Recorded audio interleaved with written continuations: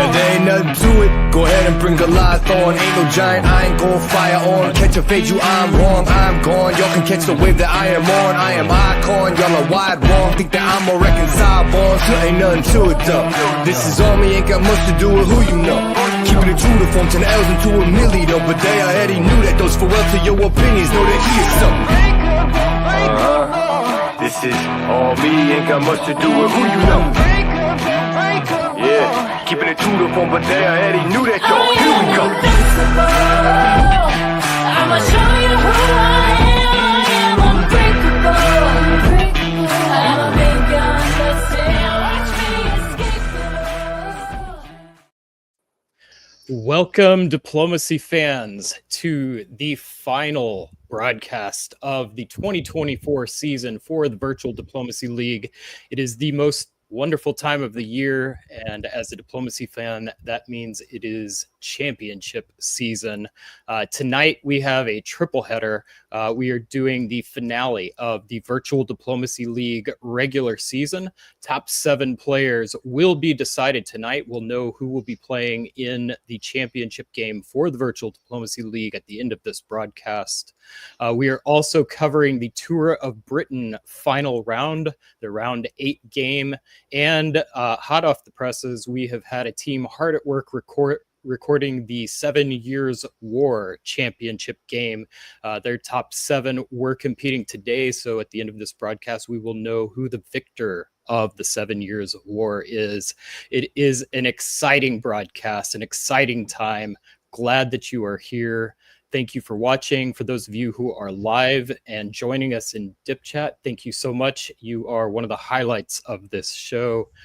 Please keep your comments coming, provide us feedback, say hi to everybody. And for those of you who are watching after, thank you so much. We really appreciate the views, and hope that you are able to ask any questions, post in the comments, whatever it is that we can do to help provide more feedback, more context into what's going on in these games. It just helps everybody understand things a little bit better. So speaking of making us understand things a little bit better, my name is Brian Pravel. I am your host for tonight, and I am joined by a crew that I am really, really excited to broadcast with tonight. First up, joining us, veteran commentator Katie Gray. Thank you, Katie. First, I just want to say, as a side note, Katie, thank you for everything you have done for the hobby in this year. I personally am very grateful. I think that you are the kind of player that I look up to and want to be like, so I really appreciate that. Thanks, Brian. That's really sweet. I'm really happy to be here, as always. And coming off of a spectacular sideline performance at the Australia Open, we are welcoming Brandon Austin and Zoe Cameron to the broadcast. Zoe, welcome. Thank you so much, Brian. Really pleased to be here. Such a great opportunity. And Brandon, same to you.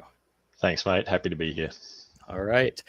Well, we will probably have one more guest analyst joining us tonight. We will keep our fingers crossed and keep it a little bit secret. We'll see whether or not that happens. But first of all, let's start talking through the final rounds of the 2024 season for the Virtual Diplomacy League.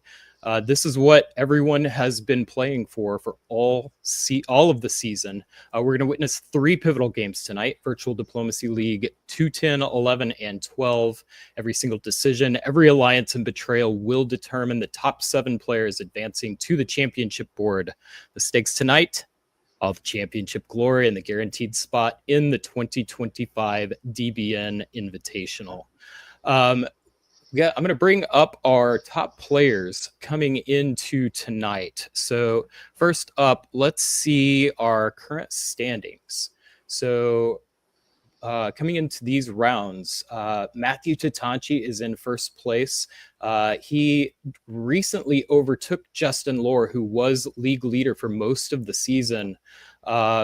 They have kind of been going back and forth a little bit, or at least it's been neck and neck coming towards the final game of the season. And with just 10 points separating them, The way that the league scoring works is you take your top 4 scores, average of the rest.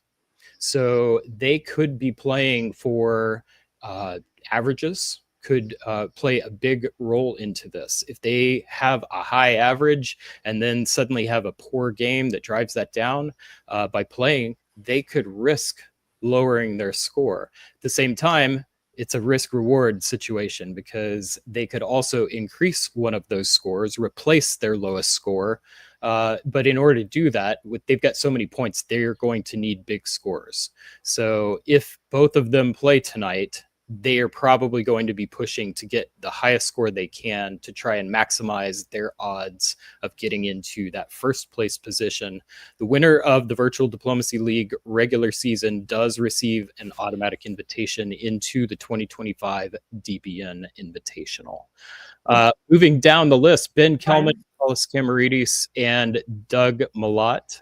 Brian, can you hear me? Yes, I can hear you. Can you Katie. post them on the? Can you share the list? with I the would screen? love to present that for you. Okay, thanks. Yeah, that would always help. Perfect. Yep, Ben Kelman, Michalis Camaridis, Doug Malott, and Jordan Connors are all in positions. We got a tie for third. Doug Malott in fifth, Jordan Connors in sixth, and then Jamal Blakarli in seventh. This is where it gets interesting. Only the top 7 players will play for the championship game. So Brandon Dix, Marcus Sloan, Christian Brown, these players are knocking on the door. Jamal, Jordan, Doug, they're the ones who are going to have to be defending their positions. Katie, you have been in situations like this before. As a player, what kind of thoughts are going through your mind at this point in the season? I think if I'm sort of on the cusp, I'm playing those last rounds because you want to have some control over it. It would be such a shame to just have somebody take your spot when you could have played, but sometimes you can't make it work. And yeah, there's a real risk, like you were saying with Matthew and Justin, like if they just have a bad game and people could target them and lower their ranking. Now, I can't tell, I don't know the exact scoring system, so I can't tell how in danger they are of not making the top board. So it may just be like they're playing for, the first, like better chances of, or higher picks in, is it Paris? Yes, they will be using Paris Okay. method. The order they get to select in will be determined based off of their seed going into the championship game. Yeah, so I guess in that case, if that's all I'm worried about, I would probably, maybe I would actually take the weekend off. I don't know, because I think ranking in Paris method's a little overrated, but I don't know. I think I would probably want to play in general, and I think you go into games trying to pitch it as you don't need a great score, you're just trying to be a nice person. I mean, I guess that's how I usually pitch everything, but yeah, tournaments at the end, it's like I've already gotten to the top board. I'm not trying to make any enemies. Like, let's just have a fun game. That would be my approach going in, I think. And as we look at positions 11 through 20, these players would need a really, really good score in order to crack that top 7. But for a few of these players, they really could make a big move. A couple names that I'd call out here are Christopher Ward and Jason Bennett, both with only 3 boards played. That means that 100% of their, or I'm sorry, I think it's, I always get this one wrong. I think if you have 4 scores, half of your score counts because that's your average. It's either that or your 5th one. But they're going to have a significant increase in their score that they don't have to replace a score, is what I'm saying. This will be additive. So they could be big movers, and that's one to keep a close eye on. Brandon, Zoe, have either of you played with any of the players on this list or the players that we were in, or we looking at with the top 10? In the top 10, there's definitely a few names there that I recognize. That's it. Jamal, Marcus Sloan, they obviously know what they're doing. So, expect big things from them. And even in the 11 to 20th as well, there was a couple of names there that I think I met over in Milan at WDC, and just all amazing players. Yeah. How about you, Zoe? Yeah. absolutely a few names that we recognise in Australia. Jamal and Marcus, obviously, not only really great players, but Jamal in particular, really big in organising. I had the pleasure of playing with Justin Law, I think, last month. I can see why he got a solo. He's very charming, and like you want to work with him. That second place at the moment is very well deserved, in my opinion. I think Doug was on that board as well. Very well deserved, being up there in the 7. Really excited to see how these games go and how it affects the standings, and interested to see if there's shakeups. Yeah, absolutely. Same for me. Let's take a quick look at the top participants by the current DBNI score. So DBN Invitational is a year-long points competition where you basically get points awarded based on how you place at qualifying events throughout the year. So if you come in first place, you get the most points. Second place will get you 60% of that. Third place, 40%. It just decreases. So more events you play, the more opportunities you have, the higher you place, the higher your score. And at the end of the year, the top 28 players are invited to compete in a 2-weekend long invitational tournament with the top 7 from that event qualifying for the championship and becoming the DBN Diplomat of the Year. Justin Lohr currently ranked 4th, Matthew Tatanchi at 18th. So interesting that our top 2 players in the standings are also our top 2 in the DBNI standings. Katie, anything stand out to you from a storyline standpoint?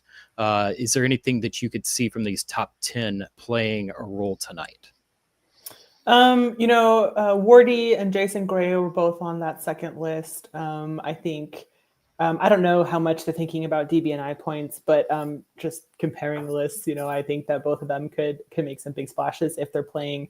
I like this list in general. Like, there's so many fun people to play with on this list. Like, I'm basically rooting for everybody. I don't know a couple people, but I'll still root for them because they're in good company. I have a question. Is this including like their current VDL standings, or is this with VDL not included? This is as of our last update, which I believe was last quarter. So I think we're about to do another update for these standings. But it's assuming that Justin and Matt Tatanchi are like 1 and 2 in VDL. Yeah, I do know that their standings when these were run, which is I think a couple of months ago. It did count. So I think at that time, Justin may have been number 1 and Matthew was a little bit lower. So I do expect to see that those standings shake up a little bit once the updated DBNI standings are released. So, okay. Yep. Good question. All right. Well, I am going to welcome on to the broadcast our final analyst of the night, Johnny Gillum. Welcome. Hello, thank you. So Johnny, being a trooper, coming to us a little bit under the weather, but gave him the choice, and he said he wanted to hang out with the 5 of us and all of you. So Johnny, thank you. You're welcome. I will warn both my intrepid co-hosts and the viewers at home that I've been somewhat feverish all day. I'm reaching you from my bed, so if I spiral out completely and make deranged commentary, you've been duly warned. I'm looking forward to watching that. Yes. So, no, Johnny, we really appreciate it. And Johnny, anything you want to say before we get to our first broadcast of the night? Not much. I'm rooting for Wardy to pull out a big game and jump up to the top. I'd love to see that with his 3 games played. I think Jamal will make it easily, and there'll be an interesting question of who ends up being the 7th player. So that'll be fun to watch, and I'm hoping for a surprise. All right. Well, let's not delay anymore. We've got a lot of games to cover tonight. So let me pull up our very first group. We'll look at VDL game 210. And for our first broadcast, Katie, I'm going to have you as our lead analyst. Brandon, I'm going to have you as our secondary. So we're going to give Zoe and Johnny a break. Thank you for joining us for the opening. And there we go. And Katie, this is your game. If you could introduce our players before you do that, I forgot I am going to try to record this game as a separate something that we could potentially cut up into a second broadcast or as a standalone video. So I'm going to do a quick intro for the game for the viewers who are not watching the live stream. So you'll hear a little bit of repetitiveness for those of you watching live, and then we'll get right to the game. So we'll transition this in. And here we go.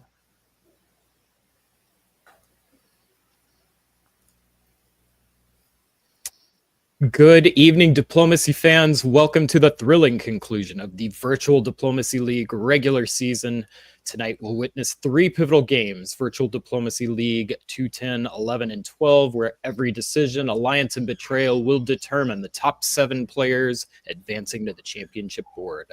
The stakes tonight, championship glory and a guaranteed spot in the 2025 DBN Invitational. Katie Gray and Brandon Austin joining me. I'm your host, Brian Pravel, in the broadcast booth, our virtual booth. Katie, who are the players that you have your eye on tonight? Can we pull up the list again, please? Absolutely. Thank you. I remember Wardy because we all love Wardy. Everyone loves Wardy. I think he's playing Austria, and that's where my memory has ended. All right, so our top 10 players. I thought we were on the board already. Sorry. Well, we'll pull the board up next. Okay. For the night overall, Christopher Ward in 11th place is your pick. Austin, is there anybody that you've? I'm sorry, Brandon. Is there anybody that you've got your eye on for the league overall tonight? Yeah, well, like you've got 2 solid scores up in first and second place, keeping an eye on them, obviously. Out of these players here, like the 2 names that I recognize the most are definitely Jamal and Marcus. They're both strong players that can pull a lot out of nowhere. So, seeing something interesting from them if they're trying to make the jump and stay in the top 7 would be awesome. They're both also Australian, in case anybody is. Yeah, for a little more context. Yeah. And Great people, but. Yeah. Some players I'll be keeping my eye on tonight will be obviously the Matthew Tatanchi, Justin Lohr. For them, it's going to be who's going to end up with the title of the scoring champion for the Virtual Diplomacy League this season, ending the regular season in first. And then I think Christian Brown is another player, and a real long shot might be Jackson Roberts if Jackson is playing tonight. Both those players can be boom or bust. If they have a really, really big boom, that could cause some shakeups in the standing as well. So transitioning into our first game, we are going to transition to game 210. Katie, why don't you set up our storylines for tonight? All right, we have Wardy in Australia as predicted or remembered, whichever. England is Michael Saxton. France is Jason Gray. He has a great name. I hope he wins. Germany is Cody Green. Italy is Patrick Jacobson. Russia is Spyros Dovas. And Turkey is Jackson Roberts. So yeah, we were talking about Jackson. He's a very boomer bust player. I think one thing Jackson does really well is defense. A lot of people will target him because they're afraid of him. And I think maybe it'll be fun to see him play Turkey and see how he can pull that off. All right. Well, spring 1901, VDL game 210, final games of the 2024 season. Katie, take us away. Yeah, I think this opening is fairly standard. There's a bounce in the Black Sea between Russia and Turkey. And I think that Italy moving into Trieste is a setup for an early AI. They're going to have the ability to go right into Aegean if that's what they want to do, and they can start really strong. In the West, I did say it was a typical opening, but I missed that Brest is going to Picardy. So I feel like Jason really wants Belgium. He really wants to stay in Belgium. And he'll probably get it unless England and Germany decide to bounce him out of there. But they may both have better things to do. But yeah, I'm excited to see how that plays out. I've never done that opening, I have to say, and we'll see where it goes. I like Jason. He does some interesting things in his games, so I think he knows exactly what he's doing here. It'll be good. I Yeah. think he's great. I played one game with him, and we died together, and I loved it. It was really fun. The Greys working together. Jason is had a lot of mid-game diplomacy strength, and I think playing in France that could play well for his opportunities in this game. All right. So in the fall, if we're looking at the East, we are definitely seeing, we're seeing an AI, but it's not an AI against an RT. Jackson has chosen to move up to Armenia and block Russia from getting Romania and and Black Sea. So it's going to be a really interesting position to see if he can sort of come back from this and maybe shift attention at somewhere else. In the West, we've got Jason walking into Belgium and also walking into Munich. I really like Jason. I really hate France taking Munich in 0-1, so I'm really rooting for him to pull this off. But in my experience, it doesn't go well. So I'm rooting for you, Jason. Best of luck. Michael in England convoyed to Norway, so that definitely indicates maybe some anti-Russia sentiment. So that could bode well for Jason. He may be able to get away with making Germany angry without having, an EF coming after him.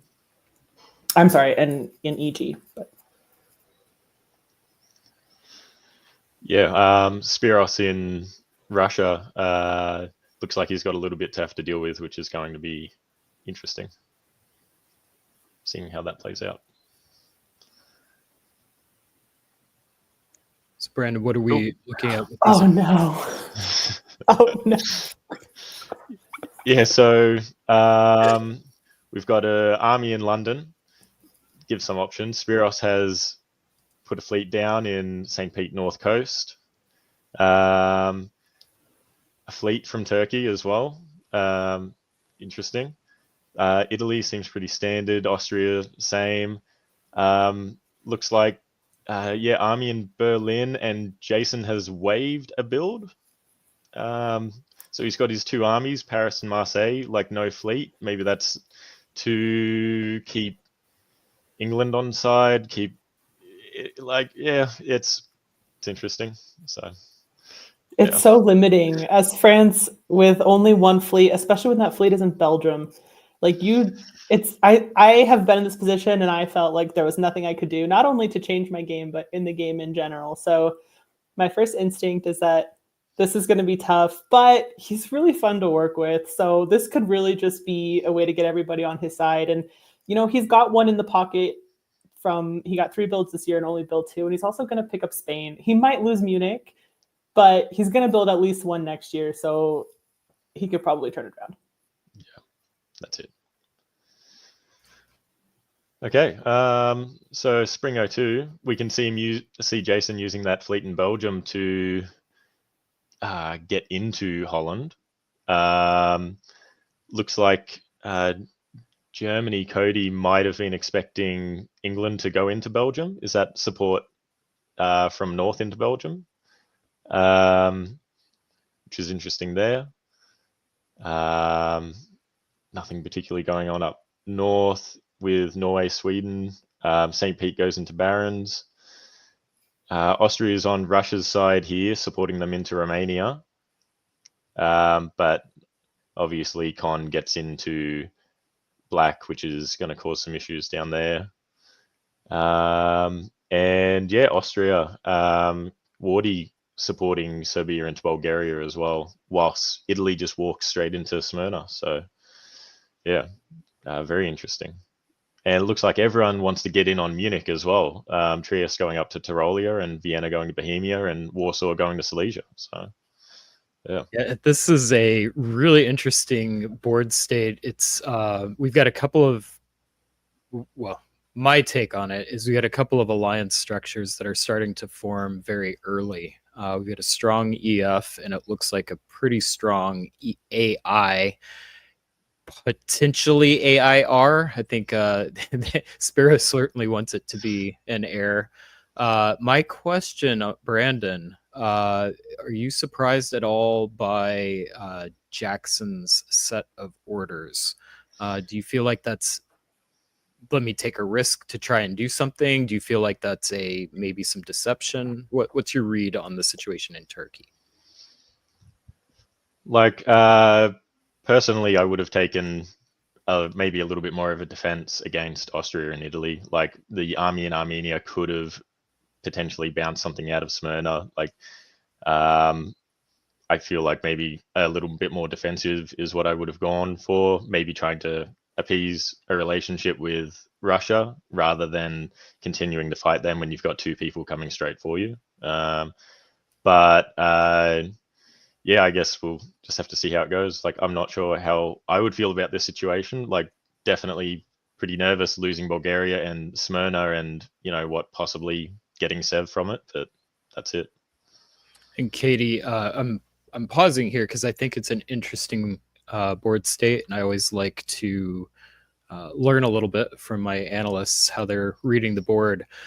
In this case, I feel like we've got a very strong EF. I think EF, in my personal opinion, EF is the strongest two power alliance in the game of diplomacy in the modern meta. So if you are faced with that and you're one of the powers in the East, do you think this is a good response from the East, or would you have tried to do something different? I guess if I'm Italy here, I might be dropping into Tyrrhenian Sea and just putting a little bit of pressure on Jason. The problem is that Jason is going to be building, so it's sort of a question of if you're not going to get anything out of it, what's the point? And sometimes you have to. Sometimes you know that you're not going to get anything out of it, but you have to stop an alliance. But at this point, Patrick is probably picking up Smyrna. He can't guarantee it. I think there's going to be some guesses. I guess it's probably possible for him to guarantee keeping it, but he could lose it. And, you know, maybe everyone moving towards Munich is to sort of push back against France, like Brendan was saying. So well, it's already an interesting game. It's only fall of 1902. Yeah, okay, so we've got EF still working together, North helping Holland to hold. Yeah, Ruhr's movement fails, and Munich goes to Ruhr, and Silesia gets Munich. Okay, so that's cool. Yeah, what's going on down there in around Smyrna? So Italian fleet has to retreat to Aegean for Patrick, so he didn't get to hold it. Bulgaria has a failed support. Is that supporting Smyrna into Con? Yeah. yeah, but it was tapped from Black Sea. Yeah, that's it. Yeah. Yeah, so it looks like Jackson's been able to hold on to his stuff there, which is good. Italy picks up Tunis as well, so they at least get something this turn. A bounce in Trieste, presumably arranged, which would be good. And yeah, Spiros going back into St. Pete as well from Barons. Yeah, I'm not quite sure I understand that move, but I also have from Norway. Yep, that's true. Sorry, yep, I forget that we're in fall. Cool. And he picks up Denmark as well, uncontested. So that's pretty he good. gets Denmark, Munich, and Romania. So 3 builds for Russia. Yep. He only has 2 open centers, which is always fun. I did not have a 3-build Russia on my bingo card looking at the orders in the No, I wouldn't, especially after your 1 build in 01 is is a fleet and not an army. That's pretty impressive. I mean, Germany collapses early and someone's got to pick up the dots, and in this case it's Russia. I think it'd be really cool here to see an RF. I think, okay, well, we're just seeing built right, and Jason's got 2 armies, so he can sort of choose the direction he wants to go in. But picking up Holland and, you know, getting Michael to agree to that is pretty impressive. I have to admit, I'm like half reading the comments. So if I say something that you said in the comments, just assume I'm giving you credit for it. I believe I met Spiros in at WDC as well. He's a really friendly guy, so I can definitely picture him just having like being nice, not being too offensive or putting anyone off. So I imagine he'd be really nice to work with. He is going to have to put on one heck of a charm offensive to not scare the rest of the board in this situation. In my opinion, the one advantage that he has is you've got an equally scary France in Jason Gray. So how are you going to react? Brandon, I'm going to go to you for this one.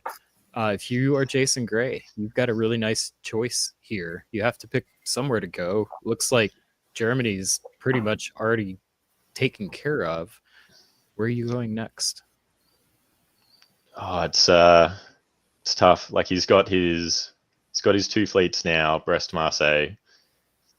If he can keep England on side, maybe swinging around into the Med is the way to go. Like obviously Italy and Austria are still good. Do you want to try and confront both of them, stunt them, maybe get Spiros to swing south? I think I'd be heading towards the Med. You disagree, Katie? Yeah, I probably wouldn't, unless I just loved the English player and wasn't going to stab them. I think that the board says work with Russia at this point. That's what I would be, based on the board. I think that's what I would be doing if I were France. And I don't know, maybe he does this for 1 year because England has just convoyed an army over to Norway. And, you know, if Jason does want to pop up into the north and fight England, he's not going to see a ton of resistance. I mean, there are four if Russia and France are together, there are 4 fleets against England's 2, and now England doesn't have an army on the homeland, and it's a little bit vulnerable. But it doesn't really look like they are coordinating, right? I think Germany is helping Russia into Kiel. I think it's still an AIR against an EF, which, you know, if Jason and Michael can stop the AIR and they can be the strong alliance, then that's really great for Jason because he's definitely the stronger player in his alliance. In the fall, we've got England taking Sweden. Let's see, Russia is going to keep Kiel but lose Munich to Italy, actually. So that might be a range. I actually think Kiel is probably supporting Tyrolia into Munich. So still strong AIR.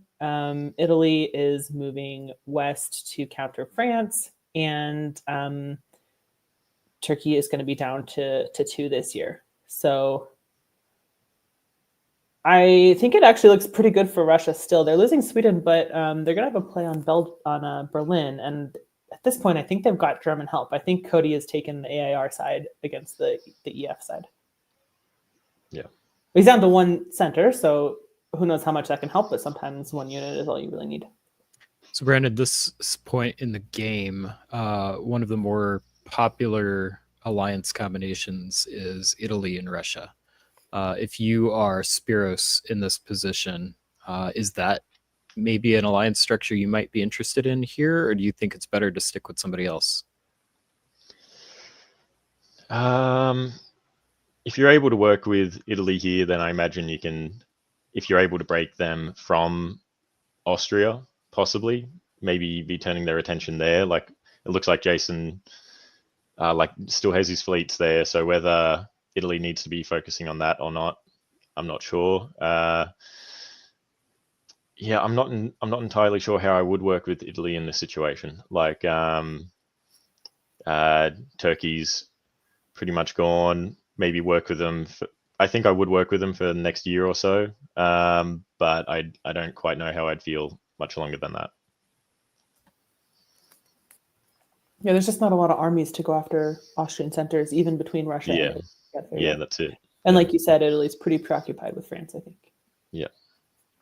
Okay, so for builds, we got Turkey disbanding black, army in Venice for Italy, English fleet in London, and Germany gets rid of the Baltic. Cool. Yeah, so we can see Jason here trying to get himself down into the Med. Italy defending that well. Piedmont has to retreat into Marseille, so yeah, Italy's just going anti-France.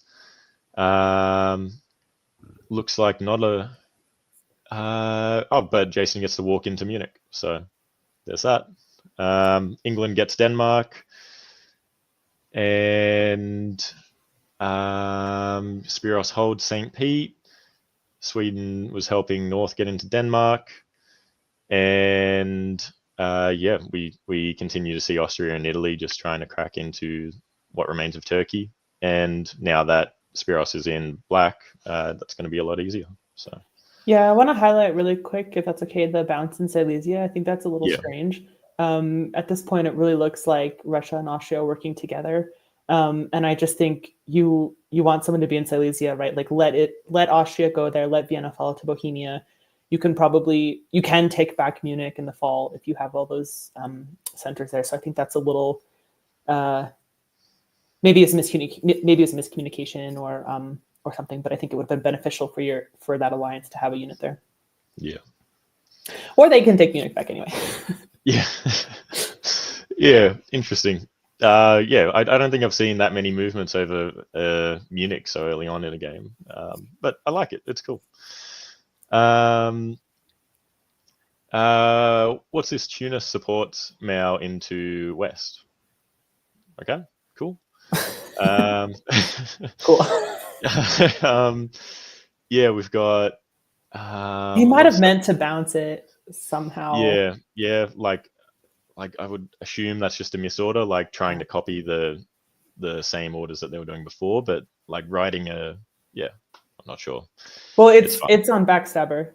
Yeah, true. So maybe he clicked something weird, and I don't know. Yep. Yeah. Cool. France moves that fleet in Holland into Kiel. Hasn't actually touched water yet, so that's fun. And yeah, we see Russia getting into Silesia because Bohemia's helped Tyrolia get into Munich, and that means they get to keep it for the year. And Berlin is still alive, so Cody's doing a good job, probably just talking with everyone, making sure he gets to stay on that one, and everyone can just fight amongst themselves for the rest of it. Yes. I think that Smyrna was guaranteed this year. If Black Sea taps Ankara and Aegean supports Khan into Smyrna, I don't think that can be stopped. I mean, Bulgaria would have to cover to follow Khan, so I don't know if this is maybe arguing over who's going to get the dot. Maybe Wardy said, no, it's yours, Patrick, you're going to get Smyrna. I don't know, but there's definitely a more efficient way, I think, for Turkey to die here. But like I said, Jackson's good at defense, so if you don't play the most efficient orders, like it just may not work. And we could just assume that there's a little bit of maybe a little bit of conflict in the way everyone's negotiating as well. Maybe someone doesn't want to do it the efficient way. So yes, that's true. Sometimes it's beneficial to be slow. I don't know if that's the case for this AIR, but definitely that could be playing in their head. Yeah. So Katie, looking at these adjustments, the one that's interesting to me is the decision by Russia on which unit to disband. How do you feel about that? I think St. Pete's lost. I think that makes a lot of sense. It does show maybe that there is a little bit more friction in the AIR because, if he felt super good about it, he could have. Well, I don't know. Like Romania's lost if Austria wants it too, right? Oh no, Bulgaria's in the south, so maybe not. I think that St. Pete's lost, and I don't think there's too much overanalyzing that I need to do about it. Spiros is probably just like, yeah, I'm going to lose it anyway. It's fine. Okay, in spring of 2005, we've got France and England continuing to work together, with England pushing France's fleet from Kiel into the Baltic, and French armies continuing on. There is now, you know what, the bouncing Galicia could be supported, right? It's like, or it could be agreed. It's 2-on-2. It looks almost too clean. But then why is Jackson still not losing anything, right? I'm not really sure, because Black Sea's supporting Khan into Ankara, so they have to still be on the same page. But they're certainly slow playing it. Italy and France sort of holding a line. I think that makes a lot of sense. Just don't worry too much about it. It would have been really fun if Jason convoyed to Tuscany, but it wouldn't have worked because Patrick covered it. So it's just very static, I think, in the East. I think there's so many words to say that England gets St. Pete and there's a French fleet in the Baltic. Yeah. Not that much happened. All right. In the fall, we've got an attempted convoy to Livonia. It doesn't work because the support from St. Pete is cut, but England is going to keep St. Pete, so England will be building this year. France tries to take Tyrrhenian Sea, doesn't get it, is not trying that hard. So many supports around Germany. And Jackson has taken Caen. So, okay, I'm wondering if Wardy didn't get all of his moves in, or they were just not on the same page. I would think if I'm, if taking Aegean is not agreed and we're attacking Wardy now, you'd think that Spiros would be involved in maybe trying to go for Bulgaria and not just letting Turkey get Caen. Because if I want to attack Austria, sure, it's great if Turkey takes an Austrian dot, but I would prefer to grow out of it too. So I'm curious how much this is the range and how much of it is just chaos. But Jackson's building. So let's go Turkey. Maybe there was just that little bit of tension between Italy and Austria earlier, hence why Turkey's been able to hold out so long. And yeah. And speaking of tension, I don't think it's going to help that situation. The fact that we now have an Italian fleet in Greece as well. Yeah. Well, yeah. Really, really bad turn for Christopher Ward, who we talked about at the top of the broadcast, needs to have a really strong score if he wants to move into and crack that top 7. So not looking good in this game for Christopher Ward right now. It's got to be a stat because he was clearly expecting support into Ankara. But I just think that there's a way that Italy and Russia could have done it where they gained a little bit more out of it instead of Jackson gaining. But I don't know, because Italy builds a fleet, which certainly is not the most anti-Austrian thing to do, and might suggest that he's going to try to take back the South. I like Jackson building a fleet. It's kind of goofy, but why not? And I think it's you, Brendan. Yep, cool. So yeah, Jason continuing gets himself into North Africa. So now he's got 3 fleets down there. That's going to be hopefully a little bit easier for him, but obviously Italy built that fleet. But now with Austria offside, they might have to start worrying about that and use that fleet for that. In England, we had the army in London convoying to Denmark, which isn't working because Denmark wasn't able to get into Baltic. England swinging around, positioning themselves better in Finland. Walking out of St. Pete to Livonia is cool. I like that because they can still get St. Pete back if they need it in the fall, presumably. And is Germany still able to hold? So that's cool. They're alive in Berlin. Congrats, Cody. It's going to be 2-on-2, right? I think, on St. Pete. I mean, it's going to depend on Jason, right? What that French fleet does. Yeah. I don't think it. No, it couldn't be cut because I think he's got Moscow supporting St. Pete, and there's a fleet in Sweden, so that can't. Right? Yeah. Sweden, the fleet in Sweden. Oh, sorry. Yeah. I missed the fleet going to Sweden. Yeah. No. Okay. Yeah. Yeah. Sorry about that. Yeah. Interesting. Also, this is really still looking like an AIR, so I don't know how much of the last was really stabbed or if they just undid it, because now, it just. Well, now it's not looking like an AIR. But it was. It kind of was. Yeah, interesting. So, Black has I'm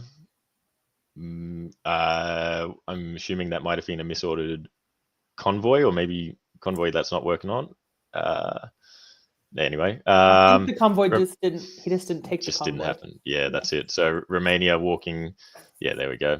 Romania walking into Sev, Serbia walking straight into Romania. Wardy getting these builds that are definitely going to be able to help him out.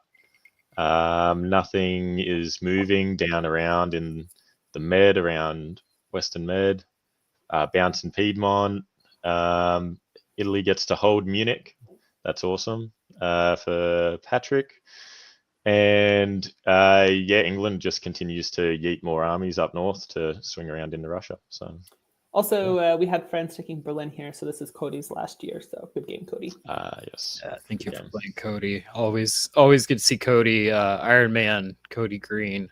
A couple seasons ago, played more games than any other player in the league, playing one time from a hospital bed. So, Oh wow! he is dedicated to this game. Unfortunately, may be wishing he was in that hospital bed again after the results of this game. Thanks for playing, Yeah. Cody. Cool. Is that me with the builds or?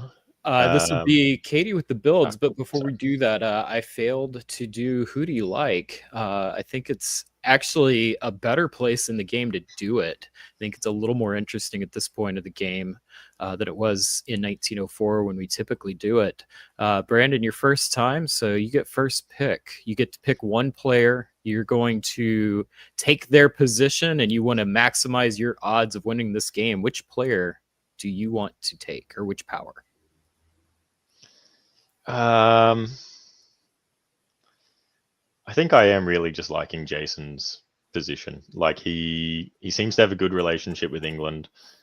Minimal tension there. If he's able just to keep that, and like he's got a solid line of units there ready to move as soon as something breaks over in the east. I think I'm liking France's position. And Katie, I'm assuming you also like France's position, but if not France, who would be your next pick?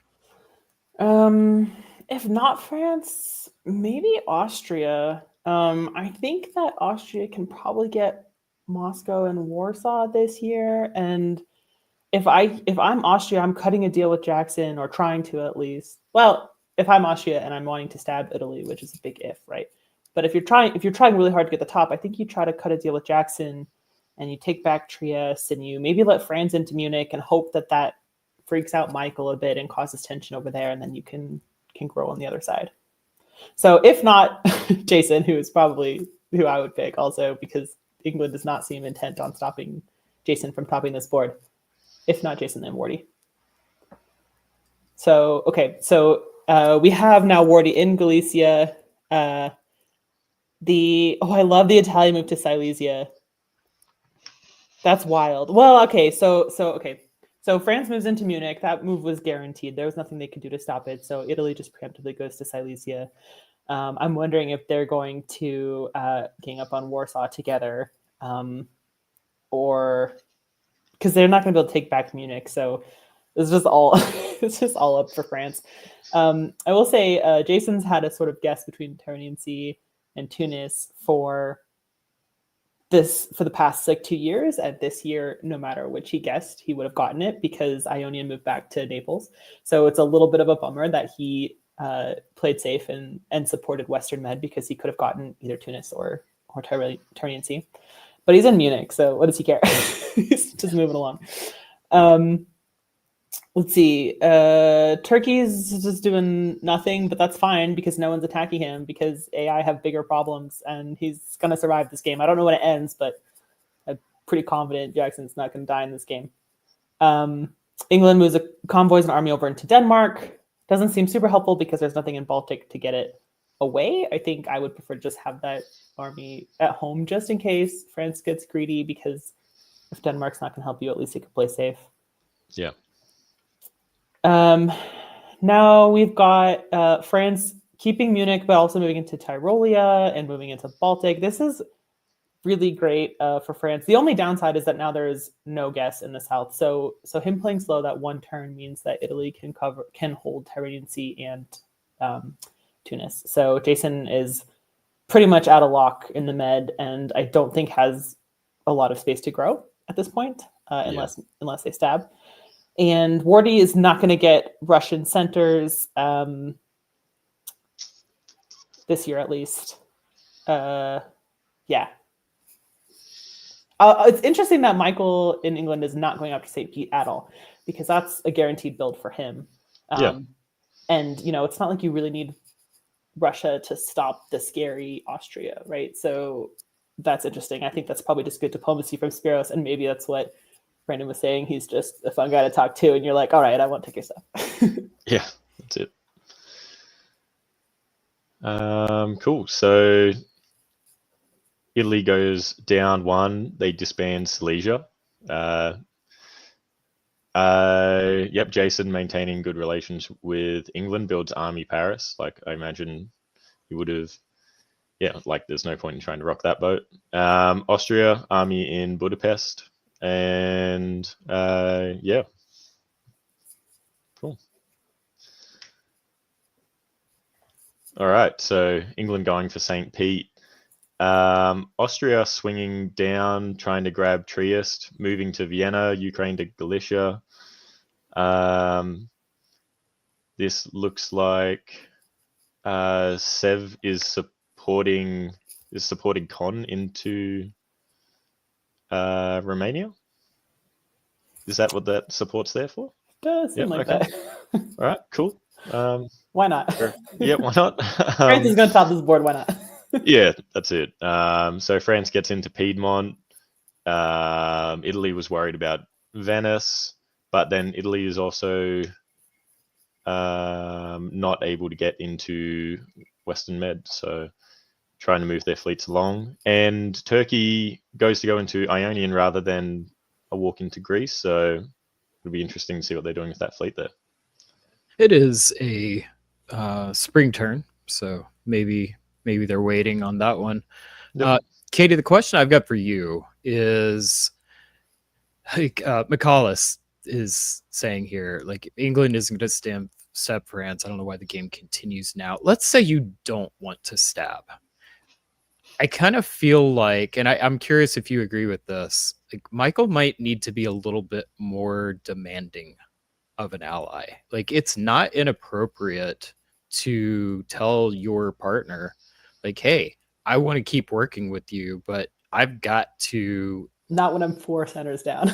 Yeah, you've got to maintain a better balance. Now, England is a corner power. They are able to take stuff at the end. So I'm not saying that it needs to be parity. That is not at all the case. But a 4 center gap is very, very high. And that's going to be difficult to recover from, even as England. It's really big. And it makes me wonder, I don't remember Michael's name coming up in the top, and I know Jason is on that list. So it makes me wonder if there's some sort of league scoring calculations going into this where Jason's like, look, I need 10 or 11 centers and a board top. Yeah. And I'm not going to stab you if I can get that. And Michael's like, I just want to have a good game and talk to a fun person. And I could see that happening with Jason in particular. Like I said, I played with him. He was super fun. I could definitely see that happening. And maybe Michael, I don't know. Like I said, I don't remember what Michael's standing was and if he was there top, but maybe he just needs a middling result and maybe that will, increase his score overall. And so he's not too worried about it. I think game on its own, I totally agree. Like I would not be England in this position and continue helping. I mean, as soon as France got Holland before England got anything, I think that was sort of setting the tone. But I have to assume it's like a league standings discussion. Yeah. So first of all, on that point, as someone who's played a lot of league games, one lesson that I did learn is if you are the person who needs a good score, if you don't ask for it, you won't get it. So if Jason is negotiating that, good on him. He understands what his goals are. But to do that, you really need to understand what is the motivation for the person that you're asking. So Brandon, have you played with players who I have not played with Michael personally. I don't know if Michael cares about getting into the top 7. Let's say hypothetically he doesn't. Have you played with players who would be satisfied with, hey, I just want to be strong second place, keep as long as I've got opportunities to keep growing, I'm fine if you're bigger than me? Have you run into that? Yeah, there's there's definitely a few players like that. I would also be one of those players. I know there's a lot of there's a lot of people out there with a lot of grudges against me with letting someone else take the win. And that's it. Like at the end of the day, it's a game. We're here to have fun. Like there's definitely that competitive aspect to it, and I wouldn't mind giving that a shot one day. But like I'm here to have fun and play games. So I know there's definitely people that might just be happy to work with someone, have a solid alliance throughout the game, and yeah. Yeah, and that's what helps keep the game of diplomacy beautiful. Is everyone, even from game to game, the same player might have a different feeling about how they're like, hey, I had a rough day today. I'm just exhausted. I don't want to fight. Like, let's just have fun. As long as I'm growing, I'm having a good time. Let's grab a drink and chill. That's cool. So figuring that out as Jason, like, good on them for finding the player that you could work with in that situation. I'll also say really quickly, like, the hobby needs that. I love how competitive some people are in this game. I can be very competitive in this game, but like, this is a game and we need to have fun. And if you're just vibing with a fun person, you should just do that. And if anybody is going to be on DBN telling you you're playing suboptimally or inefficiently, like I have literally said this broadcast, just ignore me. It doesn't matter. Just have fun. Yeah. That goal number one, it's a game, have a good time, help build community, help other people have a good time. But just figure out what is the goal that you're setting for. And Michael did say in chat, appreciate the feedback. Goal's getting Jason a good score. So that's your goal, mission accomplished. You're doing it really well.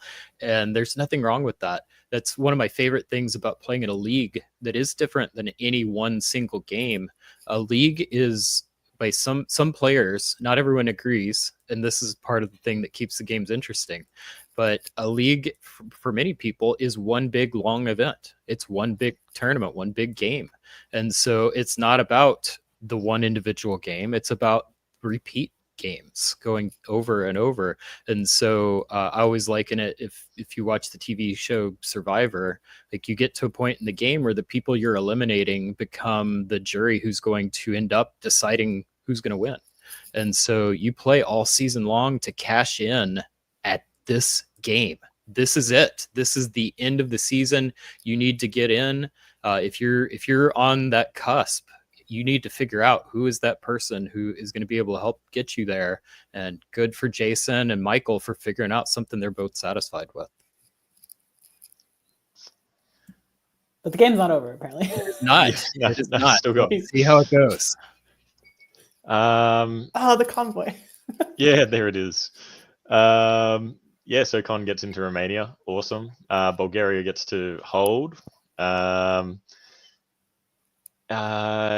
England gets. Oh no, England supports France into Warsaw. I guess in a different setting. Maybe as England, I would have expected to be getting something from that, but like we've established, and Michael's confirmed as well. He's here to have a fun game, so he's just helping Jason get that score. Did they switch in Tuscany? That they did. Yes. Very nice. Beautiful. Nice. Very nice. Yeah. Cool. I want to say I saw that before I saw McCallis' chat, so he doesn't get credit for that one. I have to wonder what Wardy's motivation is to help. I guess to move to Galicia, sure, Jackson could be pretty convincing. Maybe Jackson is saying he's going to have the sort of tactical help to stop this, but it's certainly risky on Wardy's part. So I guess he might be competing directly with Jason in a way. Like, they're both sort of, 10 through 12, and then the less good score Jason gets, the higher Wardy's chances of making it. Yeah. I'm gonna just pull up our top 10 right now. So based on the orders that we've seen so far, neither of those players have cracked the top 10 yet. No, Jason's in 10. Oh yeah, Jason's 10. Yep, you're right. Jason's in 10 and Christopher Ward at 12. So is this a different list to what we were looking at before? This should be updated based off of the current moves that we've looked at. Makes sense. I was just looking to see what the gap is going into this final turn for this one. Yeah. So, are we ending this year? It's going to be potentially ending, depending on how the how fast they're going. Most games in Virtual Diplomacy League do end in 1910. But depending on how fast, sometimes they can end in 1909 and sometimes in 1911. Gotcha. And very rarely 1912. Well, Jason is picking up Tunis, so he's up one more this year, and just continuing to sort of truck along. I think that's the only thing of note. And he also takes Piedmont, Italy, or sorry, yeah, Turkey moving into Ionian. So Jason will keep Tunis, get to Galicia, loses Warsaw because England is falling in behind him. So he's going to stay even on 11. Yeah, and Michael saying he had 4 dots if he wanted it. That is the nice thing about being England in the EF is France does need to watch their back. In this case, it's very clear, both from the moves and the strategic decisions that have been made all game. Jason is not worried about that.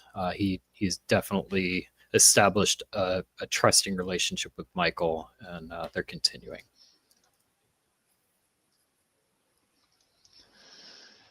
Yeah, so Italy down 2, has to disband Tuscany and Rome. Jason, another army. England, another army. And Austria, I think, had all their home centers full, didn't they? So no build there. Yeah. So I think the real question is for Jason, like he needs not just a good score, he needs a great score. So is this going to be enough? How big is Jason going to be able to get? I think that's really the big question left on this game. Well, he's going to get Vienna and he's going to get Rome. I guess Rome's not guaranteed because he's not in Tuscany, but he might get Rome. Let's see. I think that's England moving into Moscow. So Russia is going to be, I think that disbanded too. So Russia is out this year unless something opens and he rebuilds, but that doesn't seem likely. Jackson continuing to push, picking up Bulgaria. He waived last year. Oh no, he didn't. He has 4. He didn't. I missed something. He's got that army in Con. Maybe he's going to move it to Romania. We'll see. But yeah, I think the storyline is, like Brian said, how big is Jason going to get? He's going to get at least 1 more, I think. I think he can hold it. Brandon, Yeah, he can hold it. What are we seeing in the fall? He does hold it. He gets into Galicia. He does not get Rome because Piedmont, it didn't go to Tuscany, which that's okay. And playing a little defense just in case Michael decides he wants a couple more. So that's pretty smart. The game probably ends here. It's purely defensive. I think he's going to end on 13, and we'll see if that's enough. Yeah.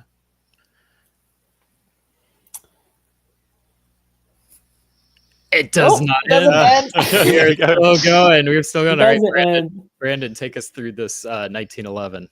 Well, I absolutely love Jackson being alive on 5 as well, because that's awesome, especially dropping back into the position that they were in earlier. It looks like, England. Oh, okay, Jason's moved into English Channel. It's interesting there. Like, I don't think Jason would take a turn on his ally unless the ally has offered him to do something if he feels like it's all stalemated elsewhere. Looks like Ionian has to retreat to Aegean, so Jason's in there. That's awesome. Okay, so that fleet. Trieste. Yeah, he's in Trieste. Yeah. Unfortunately, he has to retreat to Albania, but with And Naples. And Naples, yeah. Oh, this is the fall now. We moved quickly. So he's losing. Yep. Sorry, I don't mean to talk over you. I'm just figuring out. That's with all you. good. Yeah, that's all good. England getting into Galicia and it getting blown up. But Jason gets that build, and Turkey gets another as well. 14. Love it. And that's game. Awesome. Yeah. Oh my! And Turkey comes in third. That's awesome. Yeah. Good job, Jackson. Absolutely incredible finish. Christopher Ward, I can't believe you let the game go fast enough to get 1 more year. That's not helping your finish there. But Jackson Roberts, great scrap. Like, Jackson is a fighter. We see that every single game, and I love to see the comeback there. But no, story of this game. Clearly, Jason Gray, Michael Saxon figured out what those goals were, stayed in alignment entire game. There was no question really since 1904 who was probably even 1902, who was going to top this game, because you had two alliances, East versus West. One was in lockstep and the other was not. And This is one of the. I think this might be the first game I've personally ever seen where France has taken Munich in 0-1 and it's actually worked. So congratulations, Jason. Maybe I will be a little less black and white on that issue in the future. yeah. Well, Probably not. Congratulations to Jason. Let's see what our standings look like after that game. So Jason Gray moving into 8th place. Oh, Not quite enough. So we'll find out whether or not Jason plays more, whether or not Jamal has a bad game that drops that average down. There's still a lot of stuff that could happen. But as good as that score was, only 8th place. So Jason will need help or another game in order to crack into that championship. But impressive performance. Speaking of impressive performance, Brandon, congrats on your debut in the analyst chair. Well done. And Katie, thank you as always. We're going to go ahead and give both of you a break. We're going to welcome Zoe and Johnny for the next game. Zoe, Johnny, welcome. Hello, Thank you. hello. What a great game. I was just watching, like, what a nail biter. I have strong words for everyone that played that game, including the board topper. They should talk to me after class. All right. I'll offer just one strong word. We've got to go quickly, but you said you had strong words. We'll let you do one. No, there was just a lot of really inefficient play there that I was furiously commenting about. But at the end of the day, it seems like the board agreed that the person they all agreed on a person that they would like to top, and he put himself in position to do it. That's diplomatic win. That's how you win the game. So Yeah, that is. That's why it's called diplomacy. All right, Johnny, I'm going to have you as the lead analyst for this game. If you could introduce our players, set up our storylines. yes, so this is VDL 211 Bad Santa, which is a great name for a VDL game. I don't know what it refers to, but that's okay. In Austria, we've got Wes Ketchum, who this says he's playing in Chicago. I believe Wes Ketchum lives in Switzerland.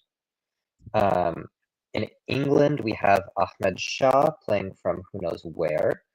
France, we have Justin Lohr playing from Los Angeles. I'm rooting for Justin because he is helping me to TD the Virtual Diplomacy Championship in January, which everyone should sign up for.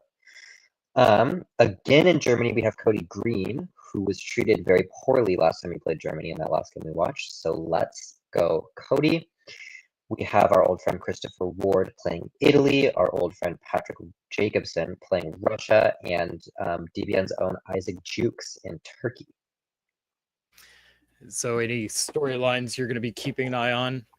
Ooh, I'm very excited. I mean, as Johnny mentioned, Cody was, had a rough game in that first game. So I imagine he'll be keen to get a really solid score this time. And the fact that Christopher Ward is coming back as well, I am interested to see how that Germany-Italy dynamic goes. Oh, and playing Germany again for Cody, that's flashbacks. I mean, yeah, Justin, always excited to see Justin play. I believe I might have played with Wes in Europe, and if it's the same person that I'm thinking of, fantastic player, really interested to see what he does with Austria. And I have a lot of time for Isaac, and I have a lot of time for Turkey. That was a really fun Turkish comeback in the last game. I love to see like a Turkey that everyone's like, oh, they're about to be gone, and then they just surge back. So I'll keep an eye on, the whole board. I'm just can't wait to see what's going to happen. Let's get into it. Yeah, opportunities running out for Christopher Ward playing in a second game along with Patrick and Cody. All three of them, I believe, playing back-to-back games. We'll find out if fatigue is going to be part of this. Those virtual diplomacy games are long and they can be grueling to sit at a screen and talk to people and chat all at the same time. So definitely something else to keep in mind. But for Wardy and Patrick, like they are in striking distance, so they have to play. They are going to need a good result if they want to crack that top 7. Johnny, Spring 1907, our penultimate. Yeah, let's do it. There's some moves on this board that I really like. I like the bounce in Piedmont. We don't see it a lot. I like if you're Christopher Ward going to Justin Law in France and saying, hey, I'm going to go to Piedmont. You can bounce me there if you want to. Just going to go there. You're going to have to deal with it. And then you have the option of bouncing, and then you have found something to do with Venice. Or you have the option of not bouncing and totally ruining Justin's game out of the gate. If that's what you feel like. So that's a cool move. I love the DMZ in Galicia. I think Galicia should be DMZ most of the time. I love the Hold'em Smyrna from Isaac, and I love the Northern Open from Patrick. So 3 gold stars to everyone in the East.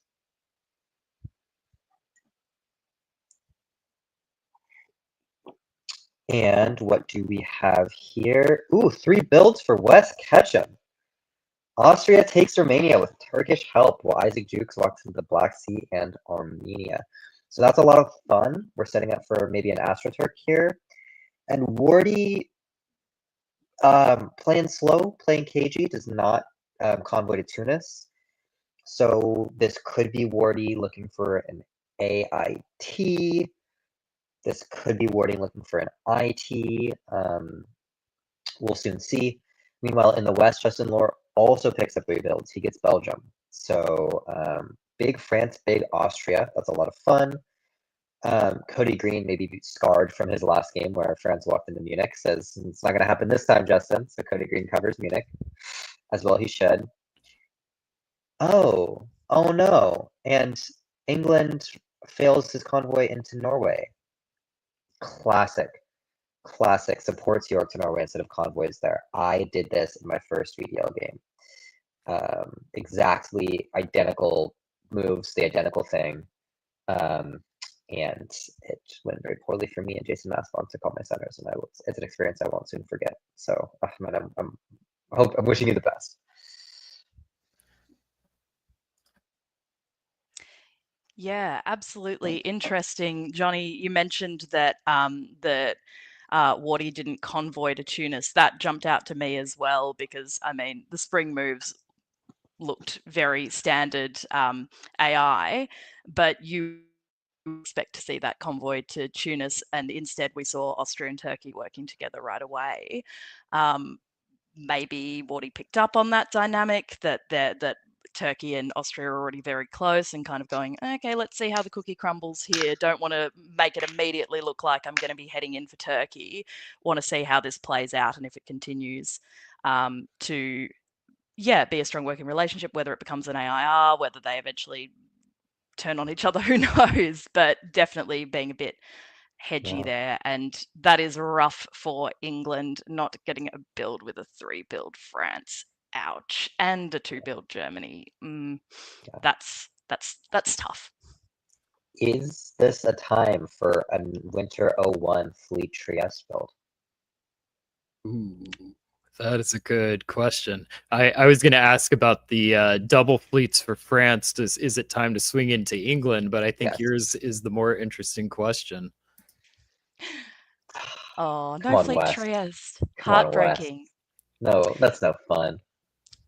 But yes, as expected, 2 fleets for France, as you would. There's, it is challenging for England now. If you don't make yourself known in 1901 as someone that is going to be, have to really be contended with by getting a build, by getting another center, it's really easy.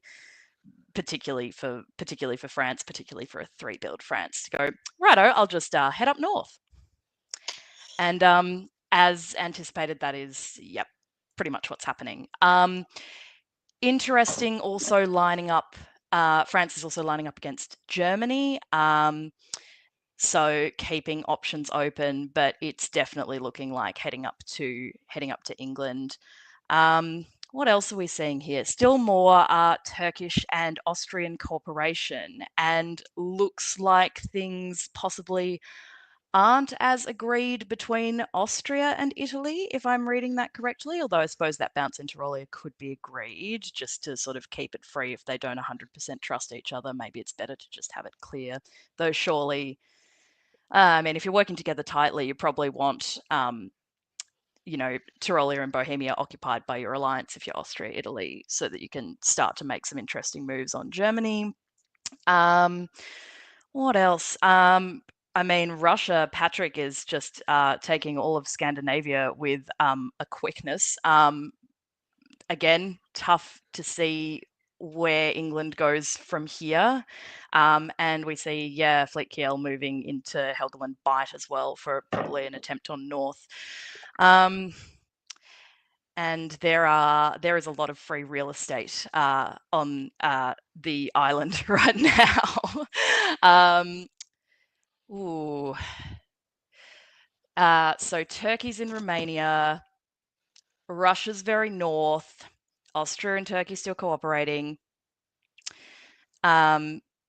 It's France's play now. Do you immediately go straight for England? They try, but fortunately, England manages to defend that well, retains their centres. They lose the North Sea. That's really hard once you've got Germany and France in your seas. I've never had much luck coming back from that position, but also I play England extraordinarily badly. So excited to see if a real reversal can come about. And I'm also noticing, oh my goodness, Sev falls to Turkey and Romania is taken as well. That looks very arranged though, as we see Greece moving to Bulgaria. Looks like Austria and Turkey are remaining in lockstep and working together really well. What's jumping out? What else is jumping out for you, Johnny? I'm certain that I've missed things here. No, I think you covered it pretty well. I mean, Tunis holds, Ionian holds are a couple of non-moves that really stand out to me. Right? Like, Yeah, what is that Wardy feeling? Junction with the move of Greece to Bulgaria, that and the move combined of Venice to Tyrolia, that's telling me that we're trying to do something with the three southern powers, Italy, Austria, and Turkey. Would be my read on that. But if that's the case, Brian, why don't we have Tunis to the western Med, Venice to Piedmont, right? Well, you wouldn't want to risk too much. It's like, hey, I've got to see something. But I don't know if that's a good play for Christopher Ward. If I'm Italy, I don't know that I do that. But you got to do something.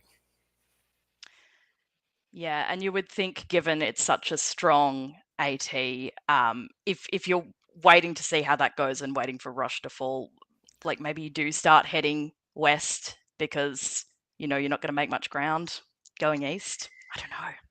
Army Con, boy. Fleet, St. Petersburg, North Coast. What is going on here? If I'm Wes, I'm so mad about Army Con. Like, what? What kind of an AT do you think we're running here, pal? We're going to convoy. Cool. Cool. That's then cool. Build Army Yank. Yeah. Build Fleet Smarter, for the love. Oh my god. Well, Army St. Pete North Coast is interesting too, right? That's a diplomatic play. Patrick's like, I can be useful to you guys. Stop attacking me from the south.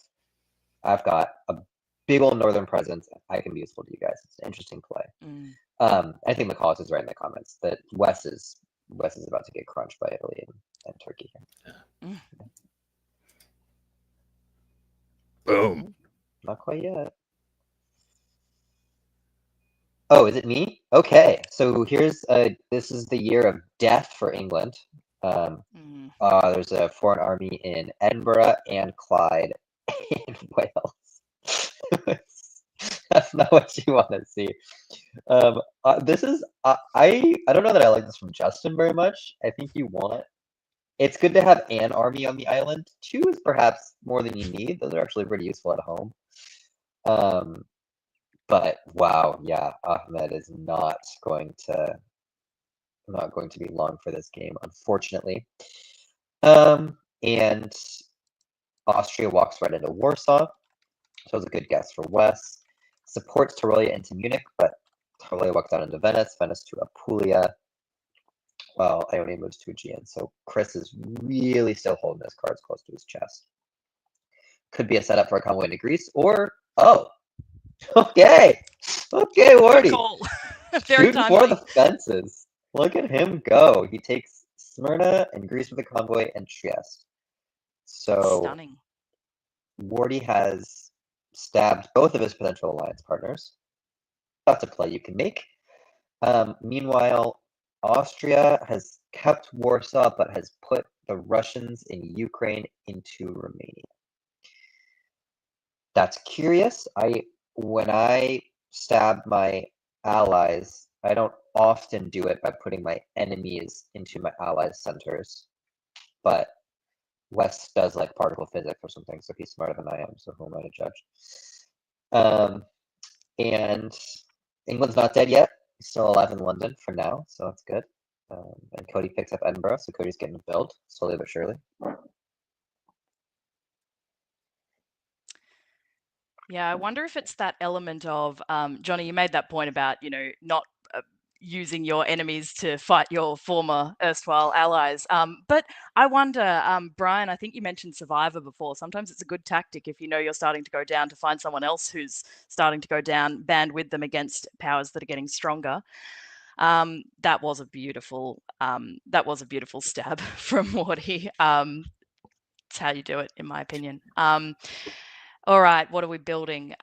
We've got a fleet Brest, and that's basically because Marseille was occupied, I would assume, and going up in Kiel, an army, and obviously down 2 for England, but still surviving, and leaving a fleet in London. I mean, tough, but maybe there's something you can sell there. I wondered if if France putting 2 armies in England might have been diplomatic Germany, basically saying, I'm just going to get my armies out of your way. Don't worry, we can work together.